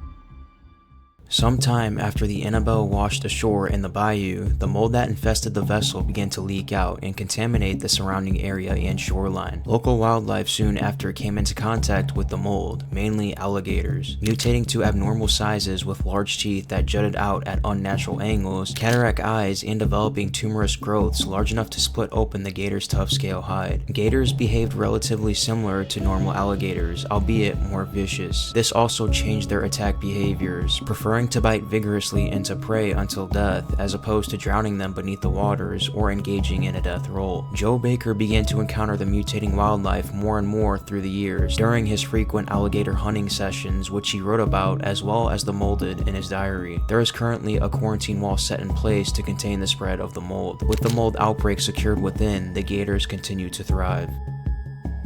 The insect hives are hives that are often lined with an unknown material layered upon them. They are grayish or beige in color when they are first spotted and appear to be moving. As well, there are some slight holes within the layers of their materials. These hives vary in size and even host a number of different man-eating insects within them. As they are whittled down, however, they obtain a more colorful appearance as their phases go by. During the main game, the insect hives act as a slight obstacle and first appear in the old house. They are non-hostile by themselves. They vary in shape and size and can spawn in man-eating insects if the player disturbs them. It is mandatory to destroy the hives to progress the game further. The hives are very vulnerable to fire, as they are easily dealt with using the burner or the grenade launcher. They can also be destroyed relatively quickly using the shotguns, but it is possible that some of the man-eating insects will block damage dealt to the hives. Other insect hives appear during the boss fight against Marguerite Baker, as she is able to spawn smaller variants of them, which allows her to create more of the larger man-eating insects. These have relatively low health and can be dealt with in a variety of ways, though any weapon with fire is the most effective. The man-eating insects were the result of hybridizing various insect species brought upon by Marguerite Baker through examination with the mold. Responsible for their creation, Marguerite would often refer to them as her babies. The man-eating insects have similar anatomy to crane flies and mosquitoes, while also displaying traits of black flies and wasps, all of which are extremely common insect species in the swamplands of Louisiana. They have mutated to abnormally large sizes far beyond the capability of any ordinary insect. Like other mold imitations, the man-eating spiders were born from mold, a fungal bioweapon. They were used in the Baker Ranch's old house to defend it, making their nest on doors ready to pounce on intruders. Unlike naturally occurring spiders, the imitations only have 6 legs. Due to their powerful legs, these spiders can jump at enemies even a foot away. Little crawlers are small, spider-like creatures that rely on their quickness and maneuverability to overpower their enemies. They are blue, gray, and pink in color, with 7 crude leg appendages, a vertical mouth, and 1 large red eye. They are often seen to attack in groups. Due to their diminutive size, little crawlers can be easily dispatched with a knife, handgun, or shotgun. They only have 1 attack, a leap towards the player, which can either be blocked or simply sidestepped, after which they'll explode regardless of if they've come into contact with Chris. They are also able to dodge back if the player aims at them.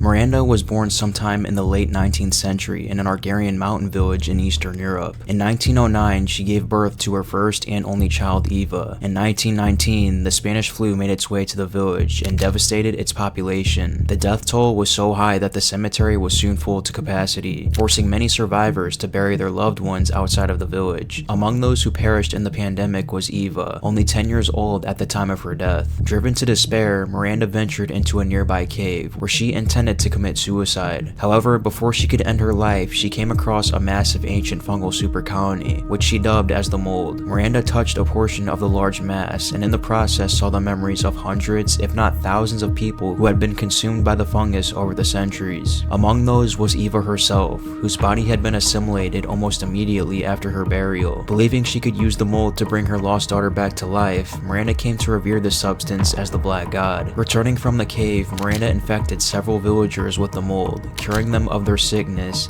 and used the apparent miracles to proclaim herself a prophet of the Black God, soon after giving sermons at the local church. The villagers, under the mind-altering effects of the mold, quickly abandoned their Christian faith and converted to her new pagan cult, henceforth addressing Miranda as Mother. Over the next several decades, Miranda conducted research on the mold from makeshift labs beneath the village and ceremony site, where she would perform experiments into its functions and abilities. One of these experiments resulted in the creation of the Kadu, a parasitic nematode altered by the mold. Various people from peasants to nobility were implanted with these parasites as part of her studies, which sought to create a superhuman host for a copy of Eva's consciousness to manifest within, therefore giving her a second chance at life. The vast majority of test subjects failed, either dying outright or becoming lichens. These lichens were then cast out of the village by Miranda in order to keep the remaining townsfolk alive for future research. The lichens ended up making their den in the ruins of a medieval fort and were treated more akin to foxes, only occasionally raiding the village to kill livestock. The most promising candidates of Miranda's Kadu experiments were the descendants of the four kings who had once ruled over the region: Alcina de Matresque, Karl Heisenberg, Donna Beneviento, and Salvatore Moreau. Although none were suitable vessels for Eva, Miranda recognized their ancient feudal role over the region, and they operated together as a council. At some point, Miranda began to take on the guise of an elderly woman, dubbed as the Old Hag. This form allowed her to spy on the villagers undetected, most of whom regarded her as insane.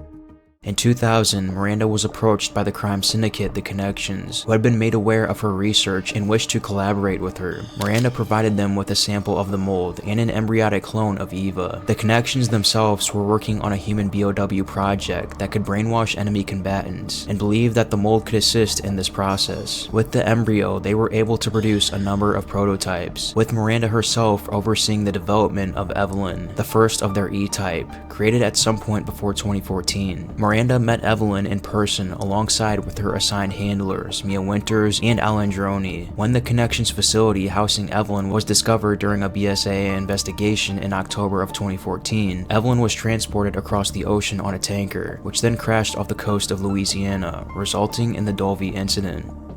In early 2021, Miranda gained vital information for her goals. Evelyn was killed during a BSAA operation in July of 2017, but not before infecting Mia Winters and her husband Ethan, who had since conceived a child. The Connections, who had a mole in the BSAA, were also able to provide Miranda with the family's location and the child's name, being Rose. Believing Rose was guaranteed to be the ideal host for Eva, Miranda immediately made plans to abduct her from the Winters home. On Wednesday, February 3rd, Miranda instructed a villager, Eugene, to bring her medical equipment and medicine. By Friday, Miranda had successfully abducted Mia and subjected her to unknown tests, allowing Miranda to assimilate Mia's DNA into her own body and physically transform into a duplicate of her, thereafter convincingly disguising herself as Mia to infiltrate the Winters home. Miranda pretended to be Mia for several days, with Ethan completely unaware of her true identity. Already having marital difficulties, Miranda's more confrontational behavior towards Ethan was not suspicious, and her sudden familiarity with local folklore could easily be explained away. Although Ethan was fooled, Miranda's infiltration was quickly uncovered by a counter-bioterrorism unit under the command of Captain Chris Redfield, who had been investigating Miranda since the Baker incident. Miranda was gunned down through the dining room window and shot repeatedly at close range by Redfield himself. Although conventional firearms had minimal effect on the immortal Miranda, she realized that it would be difficult to escape with Rose and instead chose to play dead. Her body was loaded into a car with Ethan and Rose and then taken away. During transit, Miranda attacked and killed both soldiers on board, causing the car to crash in a forest. From there, she grabbed Rose and made her way to the village. In the early hours of Tuesday on February 9th, Miranda held a ritual with the Four Lords in the ruins of an ancient church. There, Rose was subjected to a procedure which crystallized her body in a way that would ensure her survival even after being mutilated, with each of her body parts then being put into flasks and taken into possession by each of the lords under Miranda's orders. survivors. Rose being divided served as an insurance for the ritual. Though unbeknownst to the lords, Miranda planned to kill everyone in the region to feed the Black God and ensure the ceremony's completion, including each of the lords themselves. With the peasants' usefulness expired, Miranda unleashed the Lycans on them. By daybreak, most of the village population had either been slaughtered or transformed into Lycans. While overseeing the destruction, Miranda spotted Ethan Winters fending off an attack by the Lycans. Rather than let him die, she ordered the Lycans to retreat. Taking the form of the old hag, Miranda provided him with false information that Rose was at Castle Dimitrescu, knowing he would search for Rose there, and if all went according to plan, kill Alcina Dimitrescu, ridding herself of one of the most powerful lords of the region, while simultaneously allowing her to observe the extent of Ethan's mold infection. During her final search through the village, Miranda spotted the last survivor, Lulian, and killed him personally. Not long after, Miranda held an emergency session at the old church, following Heisenberg's capture of Winters. Having either lost faith in Winters' reliability or simply pretending she did not care about his survival to avoid the four lords becoming suspicious of her true motives, Miranda gave in to their demands to have Ethan killed and charged Heisenberg with the task. As noon approached, she received a phone call from Alcina Dimitrescu, alerting her to Winters' presence in her castle and the death of one of her daughters, though Miranda once more decided to prohibit Ethan's execution, much to Alcina's fury. In the early afternoon, Winters escaped the castle after his slaying of the Dimitrescu bloodline, and ran into Miranda in an underground shrine beneath the ceremony site. In her old hag form once more, Miranda teased her knowledge of his mutant nature, and sent him off in search of the other three lords, knowing for certain he would be able to dispose of them now. Over the course of the evening, Miranda became aware of a BSAA operation taking place, having been tracked back to the village by the mercenary squad Hound Wolf,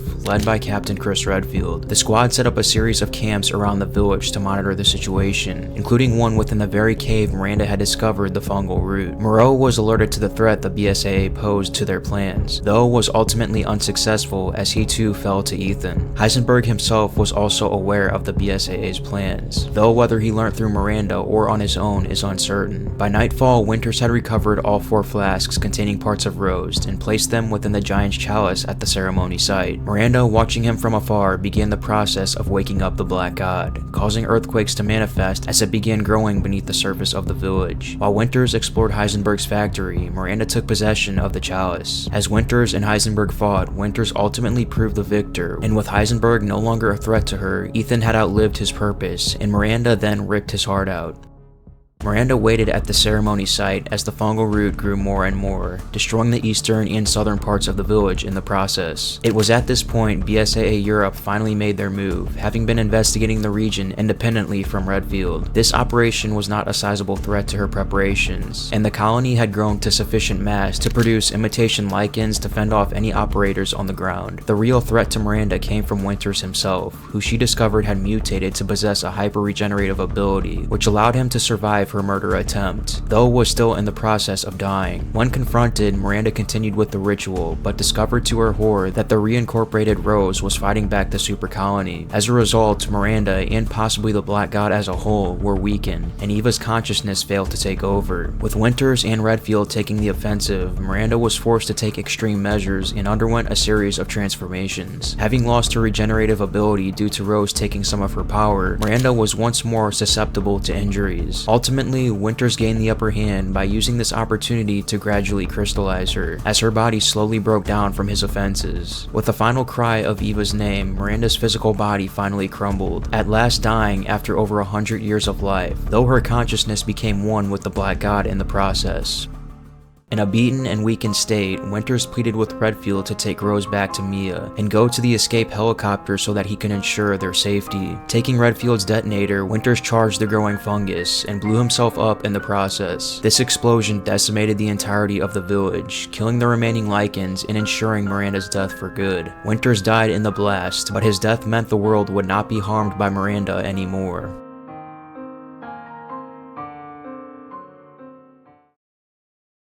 Due to a fragment of the Black God being salvaged from the wreckage by BSAA, Miranda's consciousness continued to live on inside of it, surviving for years after her demise in its realm of conscious. Reiterating her determination to use Rose as a vessel for Eva, she began conducting experiments on the properties of the Black God by cultivating different realms in its stratums, each mimicking areas of the village she once ruled, including Castle Dimitrescu and House Beneviento, mixing and manipulating the consciousness stored within the Black God to create entities who would further her research. Her first creation was a warped, sadistic version of the Duke, the merchant of the village who had previously conducted business dealings with her and the Four Lords. In her attempts to make duplicates of Rose, all would result in failure, as the Rose copies were merely husks without the true Rose powers. Miranda began plotting to bring the real Rose into the realm of consciousness by manipulating her through her mold infection. With the real Rose now a teenager desperate to relinquish her powers due to her overwhelmingly strong abilities, Miranda projected an illusion in her mind of her family friend and colleague Charlie Graham to exploit Rose's traumatic childhood as an outcast and victim of bullying. Using the Charlie illusion to guide Rose into entering the salvaged fungal root fragment in the Black God's realm of consciousness, Miranda convinced her that within it she would find a purifying crystal able to remove her powers. However, Miranda's plan was interrupted by Ethan Winters, whose own consciousness had become a helpful guide for Rose in evading and foiling the Duke's traps. After Rose retrieved the crystal, purifying herself of her powers, Miranda at last revealed herself and her intentions, much to Rose's horror. With Ethan interfering to help Rose escape, Miranda engaged in a final battle with him, nearly erasing his consciousness in the process. Unable to lose the last trace of her father and her connection to him, Rose destroyed the crystal to regain control of her abilities and fight Miranda, overpowering her to save her father. In one last scream of her daughter's name, Miranda's consciousness crumbled to dust, at last erasing her from existence. The Four Houses' origins lie in ancient times, with four men who founded one of Europe's earliest settlements. An unknown catastrophe befell the region, leading to the disappearance of its inhabitants and its abandonment, until a village was established on the surface of the fallen ruins. By the 15th century, rule over the region passed on to the descendants of the four men, House Dimitrescu, Heisenberg, Moreau, and Beneviento. The direct connections between the four houses and their ancient cohorts are unspecified, though they likely represent a line of noble descent. These houses prospered in the 20th century, though their feudal domination appears to have waned over time. At some point before the turn of the 20th century, Miranda took over the village by presenting herself as a divine figure, a prophet of the Black God, and led the inhabitants to worship her as Mother Miranda. Four subjects demonstrated unique reactions to the Cadou infection. Coincidentally, the descendants of the once dominant four houses, Alcina Dimitrescu, Salvatore Moreau, Donna Beneviento, and Carl Heisenberg, recognizing their potential usefulness in her work, Miranda adopted them as her own family, and they operated together as a council. Castle Dimitrescu became notorious as a place of blood and death, due to its lord's need for fresh human blood to maintain her health. Following a series of family tragedies, Beneviento isolated herself in and around her family home by an old waterfall, having implanted a Cadou parasite within her doll Angie for company. Not gaining superhuman resilience, she instead secreted a mold containment fluid, which mutated local flowers to develop intense hallucinogenic properties, luring those who strayed too close as playmates who would never return from her estate. The fishing village to the north was claimed by Moreau, who dammed the river and flooded it to allow his body to thrive while consuming wayward fishermen. Finally, Heisenberg made his home deep beneath an abandoned factory, where he would use stolen corpses from the village cemetery to mass produce an army of soldats to serve his wishes. Although he initially preferred to experiment on the dead, it was not long before he began to use living people. The four houses also notably had an obvious animosity towards each other. Dimitrescu desired to be Miranda's favorite. Beneviento never explicitly stated her misgivings, but dialogue spoken by Angie indicates a similar resentment to the other lords, such as pushing Moreau and referring to him as ugly. Moreau desired love and attention from Miranda and was obedient in following her instructions, but he didn't have a good relationship with his siblings since the other lords looked down on him. Having hated his forced mutation under Miranda, Heisenberg vented his anger by constantly arguing with the other lords and secretly plotting a rebellion against Miranda with his soldat army. Unbeknownst to the lords, Miranda merely used them all as a means of furthering her plans to revive her long-lost biological daughter, viewing them all as expendable and false children, having created them all merely as a byproduct of her means to an end, and as such was perfectly willing to sacrifice them to her further cause.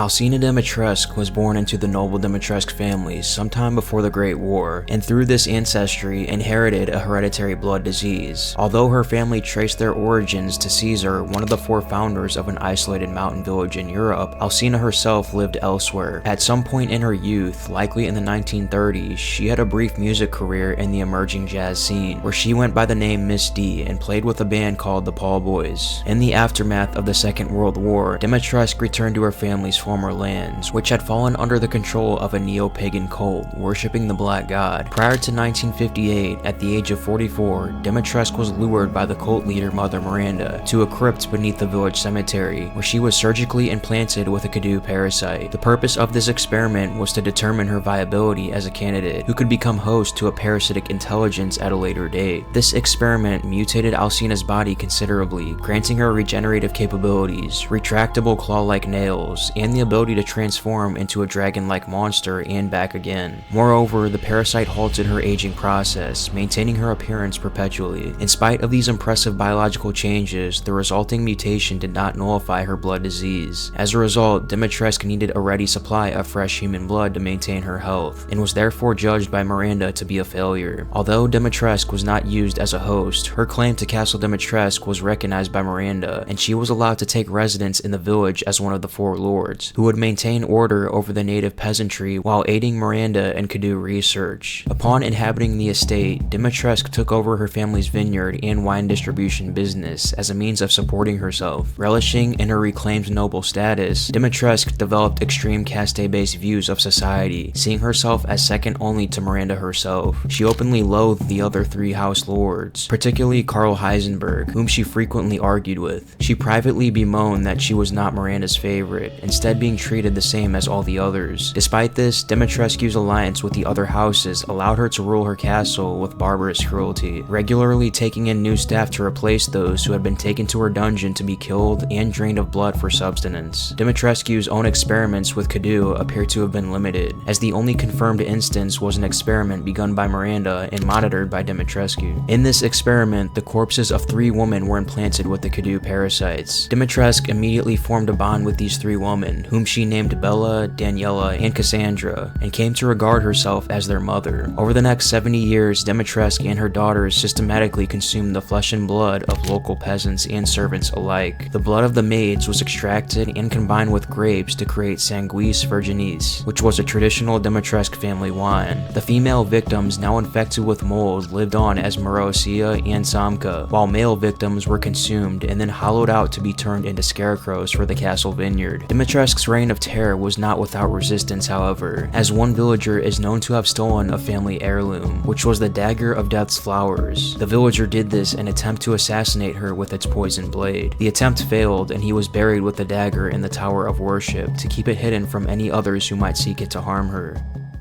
In February of 2021, Miranda's search for a viable host was finally fulfilled with the discovery of Rosemary Winters. In the early hours of Tuesday, February 9th, Miranda returned to the village with the stolen baby. Each of the 4 lords was then given possession of a flask containing a different body part of the child, with Dimitrescu being charged with guarding the head flask. With these body parts, Miranda planned to revive the baby with the mold in order to turn her into a host for her deceased daughter Eva. As considerable biomass was required to accomplish this feat, Miranda ordered the 4 lords to murder their servants and the villagers. By the end of the morning, anyone who remained in Dimitrescu's employ was brutally slaughtered or turned into a lichen.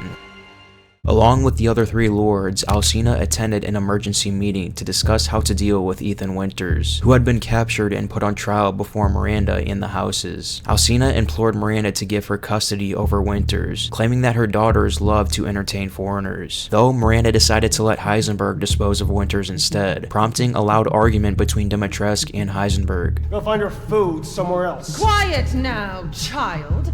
Adults are talking. Winters managed to escape Heisenberg, and believing that Rose might be in Dimitrescu's domain, he entered the castle. Alcina's 3 daughters quickly found and subdued him, bringing him before Lady Dimitrescu herself. Although Alcina's daughters planned to consume Winters, Alcina informed them she would have to tell Mother Miranda first, and commanded them to incapacitate Winters instead, ordering them to impale both of his hands with sickle chains and suspend him from the ceiling. Prying himself free in due course, Winters traveled through the halls of Castle Dimitrescu in search search of his daughter, only to be cornered by Daniela, Bella, and Cassandra throughout, eventually killing Bella and Daniela by exposing them to the cold air outside. Upon discovering her daughter's remains, Alcina demanded Cassandra to find and kill him. Cassandra!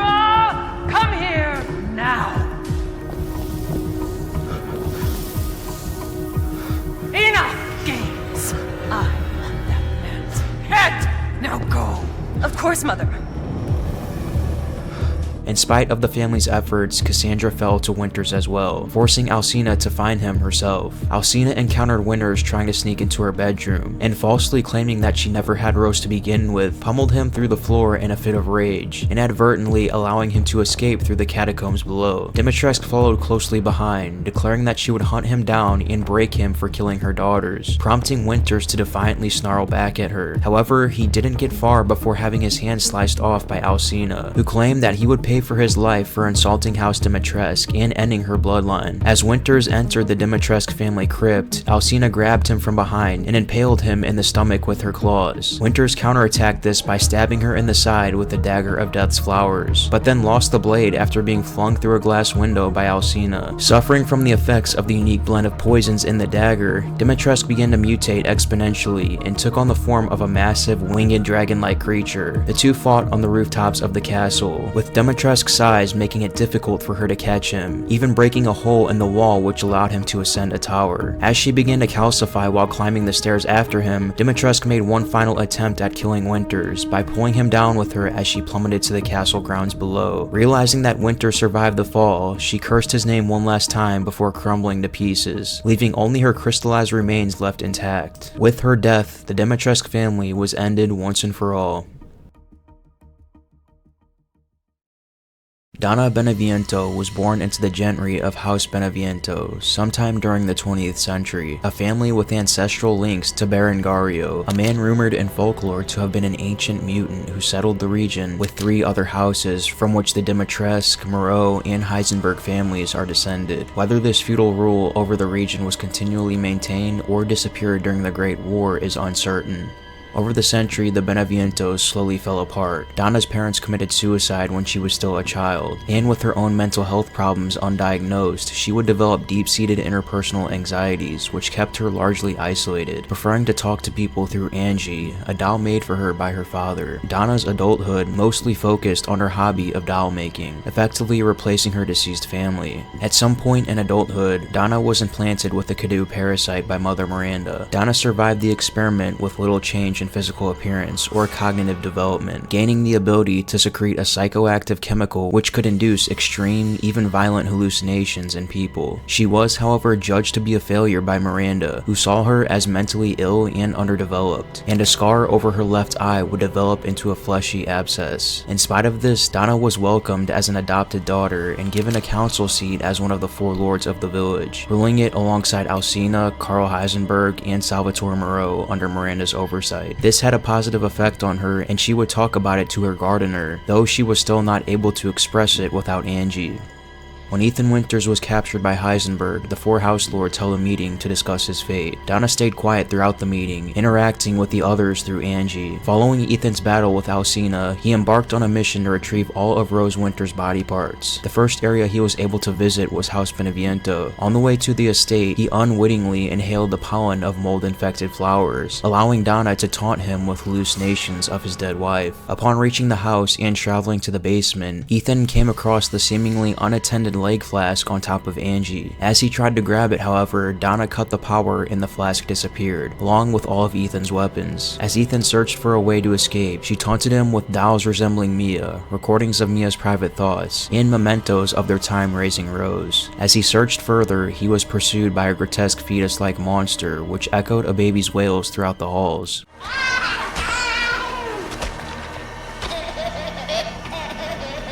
It is likely that many of the things he experienced after reaching the basement, including both the monster and the loss of his weapons, were hallucinations that were created by Donna. When Ethan managed to return to the ground level of the house, Donna appeared with Angie, begging him not to leave. She sent her dolls to attack him, but he managed to fend them off. Angie hid throughout the house, instructing Ethan to find her before her friends killed him. He managed to find Angie 3 times, stabbing her with a pair of scissors each time. After stabbing Angie once more, the illusion broke and Ethan realized realized he had been stabbing Donna herself all along. He only caught a glimpse of her before she calcified and crumbled away, leaving behind a lifeless Angie and a piece of the 4-winged unborn key. Afterwards, a hidden pedestal with a leg flask was revealed near the front door of the mansion.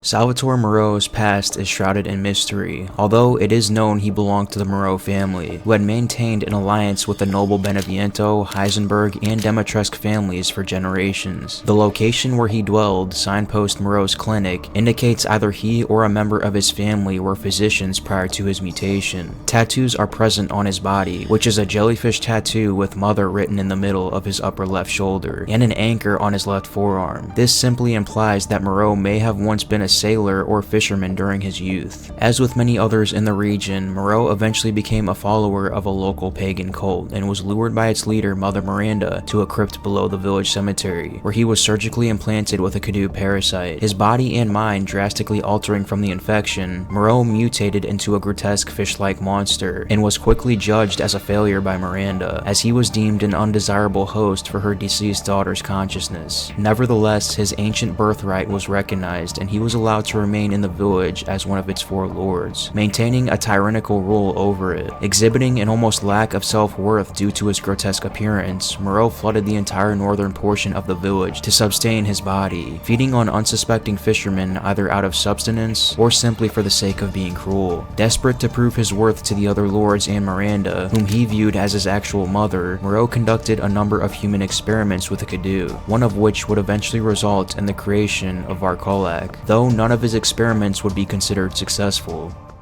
Shortly before the arrival of Ethan Winters, Moreau attended a ritual in an abandoned cave church southwest of the village, during which Ethan's daughter Rose was crystallized by Miranda as insurance for a ceremony which would revive her true daughter. Charged with guarding a flask containing Rose's remains, Moreau worried he would be abandoned by Miranda once she resurrected her true daughter, but was determined to protect the flask due to Miranda and the other house lords looking down on him. Upon arriving at the reservoir, Ethan did not see Moreau as a threat and casually explained he was taking the flask from him. Moreau begged him to give it back, fearing Miranda and the other house lords would disown him as soon as it became known. But when Winters refused, Moreau attempted to trap him by vomiting up mucus-like enzymes blocking the exit. Despite this, Ethan quickly escaped the reservoir and made his way to the windmills, only to once again encounter Moreau. Attempting to attack Ethan in his more monstrous sea monster form, Moreau cornered him after destroying the Hound Wolf Squad station, taunting him that the only way out of the reservoir was underwater and that Miranda was already preparing for the ceremony. Vomiting large amounts of green acid, Moreau retreated into the water as he underwent further uncontrollable mutations, his original body now appearing in the mouth of his new form. As Moreau attempted to consume Ethan, he was unable to prevent him from draining all of the reservoir's water, and proceeded to pursue him into a nearby valley, where he expressed hope that he would defeat Ethan and make Miranda proud of him. However, as Moreau's body greatly inflated, he exploded in a mixture of flesh, guts, and acid, leaving only his crystallized remains behind. Heisenberg was kidnapped and subjected to the Kadoo parasite experiments by Mother Miranda, who tried to brainwash him into being her servant, with only limited success. Eventually he, Alcina Dimitrescu, Donna Beneviento, and Salvatore Moreau became Miranda's lieutenants. Among the lords of the 4 houses, Heisenberg was the only one who held a grudge against Miranda, due to her own selfish desire to revive her late daughter at the expense of the villagers, and how she saw their family as nothing more than experiments. As such, he secretly planned a rebellion to get his freedom back, building an army of cyborg reanimated corpses and hoping to use Rose's latent powers to defeat Miranda. The Heisenberg family was closely associated with the noble Beneviento, Moreau, and Dimitrescu families, and maintained an alliance with them in controlling the region. According to sources, Heisenberg rarely strayed from his family's factory, preferring to hole himself up in its walls. Heisenberg first met Ethan as he ventured to Castle Dimitrescu, encountering him in a chamber before the castle. He noted that Ethan was an outsider, and that Mother Miranda would like him, before impaling him with a metal bar and encasing him in scrap metal. Afterwards, Heisenberg dragged Ethan to a meeting with Miranda and the other lords. At one point, he told Angie and Moreau to stop talking before belittling Lady Dimitrescu and making his case to Miranda to decide Ethan's fate. He won out, but Dimitrescu protested, to which she responded by insulting her further, before Miranda called for silence. He proceeded to put on a show for the Lords, forcing Ethan to run through the mines and evade an ever-increasing number of Lycans, before finally subjecting him to a large grinder to kill him with. However, Ethan managed to escape unharmed.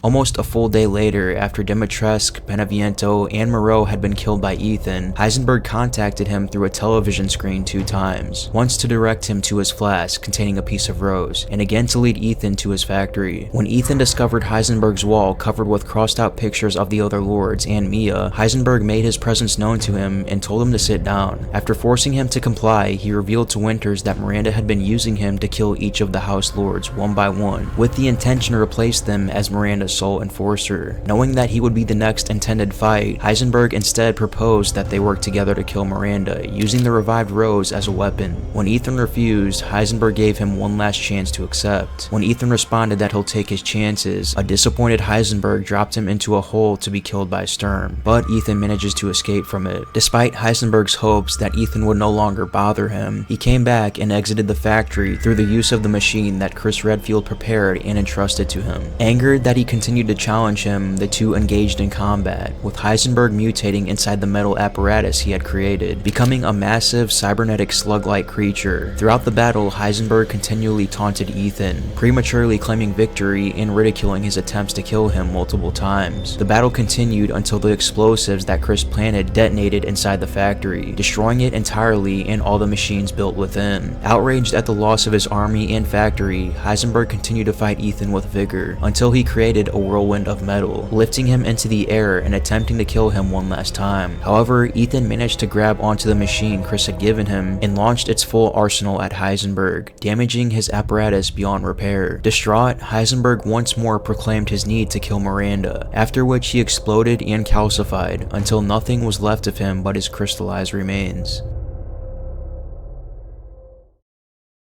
Lycans are the result of a human being implanted with Kadu. Originally, these people were failed test subjects for a superhuman project intent on finding a suitable host body for the copied Eva consciousness, with Lycan being the result of the host and parasite rejecting one another due to the host's low affinity. These mutants were then cast out of the village by Miranda in order to keep the remaining townsfolk alive for future research. They then made their den in the ruins of a medieval fort and were treated more akin to foxes, only occasionally raiding the village to kill livestock. Though there have been cases of people in 2021 becoming Lycans after being injured, it is uncertain if Lycans are capable of infecting people or if they had already been injected with Kadu eggs. In terms of intelligence, Lycans are close to normal humans in that they are capable of expertly handling weapons such as bows, riding horses, and are seen to occasionally wear crude armor. Lycans are also social creatures, and thus they hunt in packs and have a strong hierarchy where the larger Lycan appear to have a leadership role, being Urius, the biggest Lycan, at the top as expected. They are extremely aggressive and will attack their designated target they hunt on sight, except while stalking their prey. While Lycans do prey on humans, they typically consume them after some time has passed. Lycans are known to hang their prey by rope for later consumption, usually while grabbing onto the corpse. They are not picky eaters, however preying on nearly anything, including livestock, birds, and fish. In terms of physical appearance and strength, Lycans are considerably stronger than normal humans, and their distorted jaws give stronger biting force, powerful enough to easily sever limbs of their victims. They are also more agile and durable, able to take and endure multiple gunshot and stab wounds before finally going down and succumbing to death.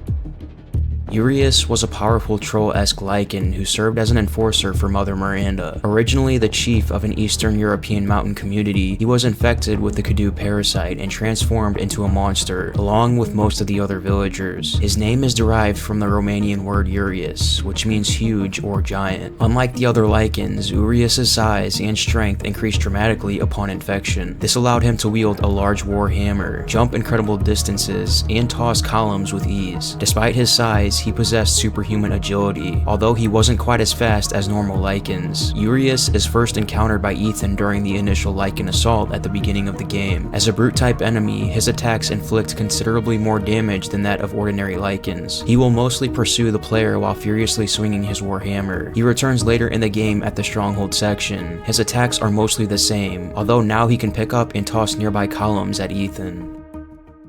The witches arose at some point prior to 1958, and they were the result of human experimentation by Alcina Dimitrescu and Mother Miranda. 3 women, likely maids of Dimitrescu, were brought to the castle, put in a comatose state, and forced to become hosts to Kadu parasites. The Kadu, a parasitic nematode altered by the mold, then laid hundreds of eggs, out of which arose mold-derived imitations that closely resemble that of blowflies. The mold flies then consumed the human bodies and assimilated their DNA. When they completed their feast after a period of a week, they then merged together in the mold back into human form. The 3 awoke, though no longer had memories of their previous selves. Dimitrescu chose to treat the 3 as her biological daughters, and they were raised as such. Though capable of turning back into a sub-colony of imitation flies if needed, the 3 typically kept in their human forms, dining with their mother and eating food provided by the staff in the human manner. They did, however, share in their mother's need to prey on humans, and by 2021 had consumed the entire staff. Due to their ability to change form between human and an imitation blowfly swarm, the witches were for the most part immune to offensive attacks. Their only real weakness was the cold, particularly temperatures below 30 degrees Celsius. Due to the mountain climate, this restricted their hunting grounds most of the year to within the castle itself for protection. When exposed to these low temperatures, the mold enter a hibernative state which rendered them vulnerable. Severe injury while in this form could do enough damage to kill the individual. On the morning of February 9th, 2021, Ethan Winters wandered into Castle Dimitrescu looking for his daughter Rose. Of the household, it was Bella who captured him first, biting into him and then dragging him by his legs to the Countess. Though disappointed she was not given the right to consume the man by herself, the 4 hoped that they would be able to eat him together once given permission by Miranda, and he was hoisted onto a chandelier. While awaiting permission, Winters escaped captivity and was caught by Bella. Bella followed him through the underground and back up to the kitchen. During the scuffle, however, Winters fired his gun at a nearby window, exposing her to the cold air from the courtyard. With the cold forcing her body into hibernation, she became vulnerable to physical attacks and thus calcified, leaving behind her crystallized remains. Daniela later ambushed Ethan in the library. During the fight, the library's skylight was opened and she was exposed to the same cold that incapacitated her sister Bella. She was quickly weakened by Winters and her body calcified and fell apart, with only her crystallized remains left behind. As the last of the 3 daughters alive, Cassandra ambushed him later in the armory room. Cassandra sealed him inside and intent on killing him regardless, commenting that she was worried her other sisters had gotten to him first. However, Winters was able to blow open the wall using explosives and weaken Cassandra with the cold air, similar to how he had dealt with Bella earlier. The ensuing fight was when she lost and calcified. Cassandra's dying moments were of utter shock, unable to comprehend how her prey could have defeated her.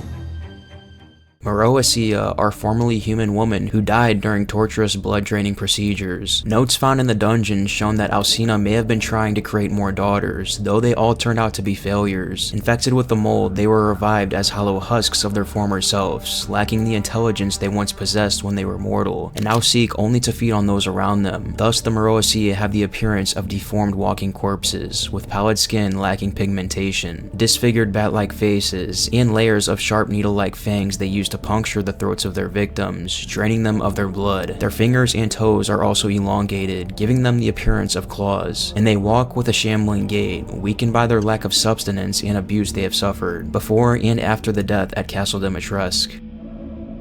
Ingrid awakens as a prisoner within Castle Dimitrescu's dungeon, where she finds a note from a previous prisoner that gives her clues on how to escape before the witches of the castle come looking for her. Through exploration of the castle, Ingrid learns of Alcina Dimitrescu and her 3 daughters, the current owners of the castle. Discoverable notes detail how previous mates had come to the castle to work and then disappeared. Ultimately, she escapes the dungeon and enters the castle halls. Within the castle, Ingrid discovers notes which detail how Dimitrescu produces a high-quality wine known as Sanguis Virginis. From the torturous devices in the castle dungeon and the blood evidence in the main hall, it's heavily implied that literal maiden's blood is used in this creation. She finds the courtyard key, but is attacked by one of Dimitrescu's daughters. Although bitten, she manages to evade the pursuer and is able to reach the courtyard door and unlock it with a key. Dimitrescu appears herself to block her path, and comments how it is nice to finally meet Ingrid, before she grabs and impales her victim using large claws sprouting from her hands. After her death, Ingrid was was transformed into a Meroacia by Dimitrescu. Either during or post her transformation, it was noted that she was unstable and overly alert at times, as opposed to the 3 other Meroacia who all had robust appetites. Ingrid was still roaming the dungeon beneath the castle in February of 2021 when it was infiltrated by Ethan Winters, as upon killing her in the dungeon, she drops her necklace. The Samka is a type of human mutant that arose in the mountainous region of Eastern Europe. It is a mold-infected victim of serial killer Alcina Dimitrescu, who was restored to life while suffering mental degradation and physical mutation into a feral, bat-like creature. It is named after a folkloric monster said to afflict pregnant women and young children with disease. The exact relationship between Samka and Meroacia is uncertain, but the former appears to be a further mutation of the latter, giving their similar appearances and traits. While often obscured by the hood of its ragged garment, the face of a Samka is greatly deformed, resulting in poor, if any, sight. Its tongue has grown into a long, pointed appendage used for drinking blood, similar to that of a mosquito. The most radical mutation experienced by a Samka can be seen in the arms, which have mutated into large bat-like wings. The last 3 fingers on each hand have been grotesquely elongated, and the arms themselves bent upward and are stuck at a 90-degree angle at the elbow. Fleshy membranes spread between the fingers and connect what was once the pinky finger to the Samka's lower back. Angie was built sometime in the 20th century by Beneviento's father, who was himself a doll maker. Beneviento suffered from severe interpersonal anxieties, owing to a mental health problem, but through Angie she was able to take on a new persona as the doll and speak to people. After Beneviento herself was implanted with the Kudu parasite sometime after 1996, she had part of the parasite's body surgically removed and planted within Angie. The 2 Kudu formed together a smaller colony, allowing Beneviento to command the doll to move. Due to Beneviento's hallucinatory abilities, it is uncertain if Beneviento could speak through Angie's Kudu, or if this was simple ventriloquism.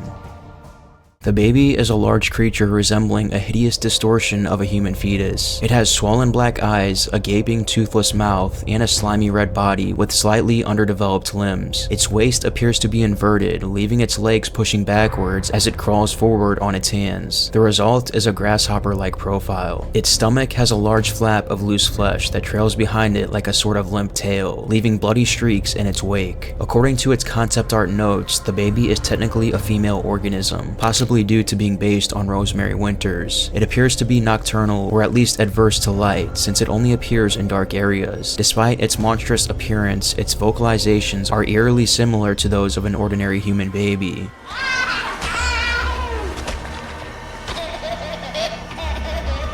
Its sole attack, swallowing Ethan whole, is reminiscent of a baby's tendency to put random objects in its mouth, albeit more dangerous due to its great size. The baby's exact nature is Nibelius, as is common for Ethan's experiences in House Beneviento, but it was most likely an illusion created by Lady Beneviento, facilitated by the mold-infected flower pollen Ethan inhaled when he approached the mansion. It likely represents Ethan's fears about his daughter's potentially inhuman nature, and his guilt over failing to protect her from Miranda and the 4 houses. The living dolls for the most part appear to be normal dolls. They wear black and white clothing and appear to be based on young children. When in their attack mode, the dolls will sprout metallic spider claws and their eyes will be surrounded by a dark color. Some dolls appear to flicker or glitch during the fight with Angie. These dolls also have the ability to float. Angie is Donna's #1 doll, who is with her at all times. During the final battle between Donna and Ethan Winters, Angie refers to the other dolls as her friends. Angie in many ways is far more advanced than the other dolls, being capable of holding conversations and is able to move at her own free will. Unlike Angie, these dolls don't talk, instead let out giggles when Ethan comes near them. These dolls share many traits with spiders. This may be in reference to a weaver that was described at the beginning of the game, who also had a spider-like aesthetic. This weaver is most likely Donna's distant ancestor. The living dolls make a second appearance during the Shadows of Rose DLC, where they torment Rose as she explores Beneviento's house.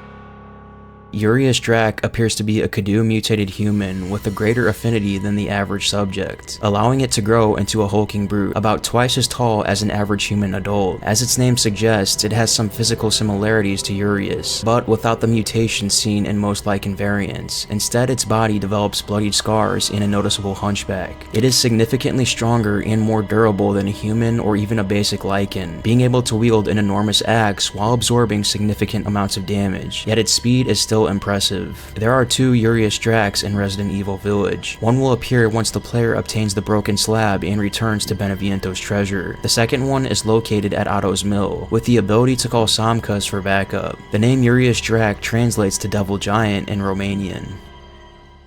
The Varsalak were a side project of genetic engineering conducted by Salvatore Moreau, sometime after he had become one of the 4 lords, created by injecting wolf blood into the spine of a lichen. As such, the Varsalak can be considered an offshoot of the human lichen. Though considerably rarer than the lichen, who treated them more as attack dogs than fellow lichens, they were nonetheless destructive and expanded their territory into the village in 2021. The Varsalak body is a mix of human and wolf traits. Like canines, they walk in a quadrupedal gait, with hind legs that are awkwardly balanced, causing their knees to brush close to the ground as they tread on their heels. While their hands and feet appear human-like, their fingers are more elongated, resembling claws. An unusually large jaw consisting of sharp teeth tears across their skull, and their body is coated in thick hair, typically gray, which covers their spine and scalp prominently. The Varsalak is effectively animalistic in intelligence, demonstrating no higher brain function than base instincts, and relies entirely on physical strength rather than weapons, unlike the lichens. Along with the Varsalak, there is a mini-boss in the middle of the game where we encounter the one and only Varsalak Alpha. It is a tougher variant of the Varsalak and only appears following the defeat of Salvatore Moreau. Haulers are similar to Meroacia, but appear exclusively male and were mechanically modified by Karl Heisenberg. Their craniums are attached with a headgear in order to stabilize their neural activity, similar to Soldaten. Haulers are all armed with an axe made from scrapped metals. According to his notes, Heisenberg originally created the Haulers without the cranial implants, but these specimens were completely brain dead and only moved by destructive instinct. The current Haulers appear to be the 1.01 versions of the Soldaten mentioned in his notes. These had headgear installed into their craniums to stimulate brain waves, allowing them to perform other tasks. However, their combat potential was non-existent compared to the Lichen, with one specimen being killed and devoured in 3 minutes. After this, it appears the Haulers were regulated to support roles, only entering combat when an intruder is detected.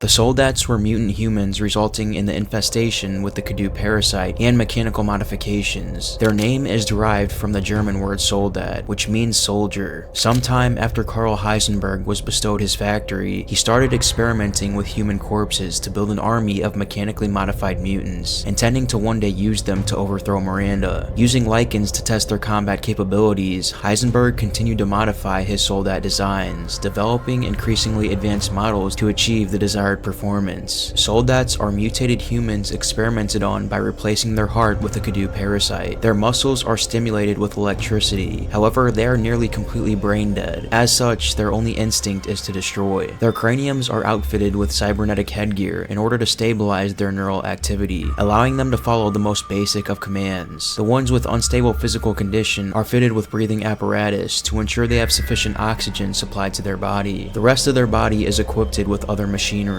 to improve their combat capabilities. Most Soldats use arm-mounted drills to impale, bludgeon, and shred their enemies. Their main weakness is the red glowing exhaust port on their chest, used to vent heat from their Kadu reactor. Unlike the other mutants infected by the Kadu, Soldats don't calcify but instead implode due to their reactor. There are several variants of Soldat encountered throughout the factory. Soldat Eins, the basic Soldat variant, with the left arm replaced by a drill. Its name Eins means one in German, referring to its single drill arm. Soldat Zwei is an upgraded Soldat Eins with both arms replaced by drills. The reactor vent has also been moved to the back. Its name Zwei means 2 in German, referring to its double drill arms. Soldat Jet is an elite Soldat with a jetpack, allowing it to make swift, lethal charges. Its head armor contains a laser sight to help it line up its dash attack. However, this can also give alert players warning to get out of the way. Soldat Panzer is a large Soldat with 3 drills on each arm, and its desired body encased in heavy metal armor. Its name Panzer comes from the German word for armor or tank, referring to its durable armored body. Sturm is a unique Soldat prototype with a massive blade propeller mounted on its torso. Its name Sturm means storm in German. Sturm is one of Heisenberg's many experiments with implanting mechanical components and the Kadu parasite into test subjects. Sturm differed greatly from other subjects. Instead of arm-mounted drills, its main weapon is a massive shredding device that replaces its head and torso, rendering it extremely dangerous in a head-on charge. However, Heisenberg considered Sturm to be a complete failure. It was practically uncontrollable uncontrollable and possessed very limited intelligence. At some point, it managed to lose its arms to its own propeller. As a result, Heisenberg kept Sturm in the lower levels of his factory as a guard/executioner, occasionally shouting at it to be quiet when its revving engine disturbed his train of thought. Last time, you freak, I swear to God! Sturm was created in the same manner as his fellow soldats, being a human augmented with extensive cybernetics and powered by a Kadu parasite. Its most notable feature is the massive turboprop engine mounted on its torso, with 3 chainsaw blades that essentially turn it into a lethal walking rotary fan. Unlike most soldats, its reactor exhaust was located on its back instead of the front. Despite its top-heavy design and lack of arms, Sturm seems to have no difficulty walking and running around. Heisenberg's notes describe it as having very low intelligence, although it seems cognizant enough to recognize his voice and obey his commands. The Sturm is encountered multiple times in the factory, with most encounters being chase sequences. Its final appearance is a proper battle in a series of narrow corridors.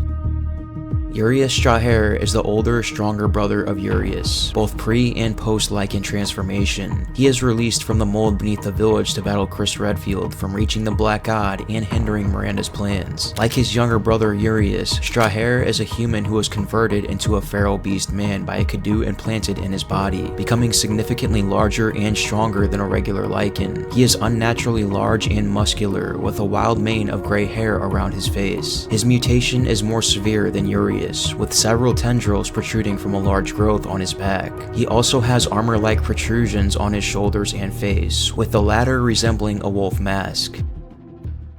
Despite Evelyn's death in Resident Evil 7, the mold still continued to grow around Dolby, prompting Blue Umbrella and the BSAA to quarantine their surrounding area. 3 years later, Evelyn appeared to Ethan Winters as a vision after his heart was ripped out by Miranda, claiming that he was already dead. Ethan at first believed that she was referring to his wounds, but Evelyn corrected him, claiming that he had been dead long before his encounter with Miranda. Evelyn revealed to him that he died after his initial encounter with Jack Baker. When Ethan demanded an explanation as to what he is, Evelyn answered that his whole body was nothing but mold. Evelyn mockingly told Ethan that he would never be able to see his family again, and disappeared as Ethan awoke in the Duke's carriage. Sometime after, a remnant of her consciousness has survived through Ethan, and had been absorbed by a fungal root and stored within the realm of consciousness, with her seeking to take control of the realm from Miranda. After Rose expresses her desire to know more about her dad, Michael took Rose to her childhood home, and she reads a happy half-birthday message that was left by her father Ethan. Evelyn then physically appears from behind her and forcefully takes her back to House Beneviento. There she reveals to Rose that the purifying crystal is not in the house, much to Rose's dismay. Evelyn tells her that if she wants to find it, she has to go much deeper, and proceeds to destroy the house and attempt to kill Rose out of envy and hatred. When Rose attempts to reach the elevator, Evelyn grabs her and expresses her envy that Rose's parents should have died and joined her as a family in death. However, before she could do anything, Michael intervenes and forces her to retreat. In another part of the house, a battle ensues between Rose and Evelyn. However, with Michael's help, Rose was able to suppress Evelyn with her powers. In tears, Evelyn began lamenting on the thought of how little value she has, which led to nobody willing to love her. When Rose approaches her, she resumes her aggression and forces Rose back. Now furious, Evelyn curses Rose that it is her fault, and declares that she'll never get what she wants. Before she could unleash her full wrath, Michael, who is actually Ethan's consciousness, physically appears and saves Rose. What became of Evelyn is unknown after that, as we never see her again. Face Eaters are zombie-like creatures manifested within the fungal root's consciousness. Their role is to test the husks to see if they have powers like the real Rose, draining them of their life force if they come into contact with them. Face Eaters appear as humanoids, albeit with slender, featureless bodies. They have claws and teeth, which they use to kill and eat their prey. They are fairly quick, which, combined with their jerky movements, allow them to quickly close the distance between themselves and the player. Once close, they will usually try to initiate a grab attack, which will deal significant damage. Generally, it is advised to run or avoid Face Eaters if possible, as ammo is relatively scarce and it can take quite a number of shots to kill one. This is especially true later on in the game, where they start to appear in groups, where the player's best bet is to stun them using Rose's powers and dodge past them. The Executioner is a large creature manifested within the fungal root's consciousness. He serves as the Masked Duke's main minion, being sent out to kill the husks who make it too far and achieve their goal in retrieving the purifying crystal. Having been manifested from the consciousness of the Black God, the Executioner was given immense strength and speed, though his many heads are fused together into a singular body. His aggression would immediately increase if his weak spot had been struck a few times. Similar to Urius, he wields a heavy weapon and is big in size, though slightly smaller than the Lycan mutants. Moreover, in his second phase, the Executioner's swing attacks are faster than that of Urius, yet they are weaker.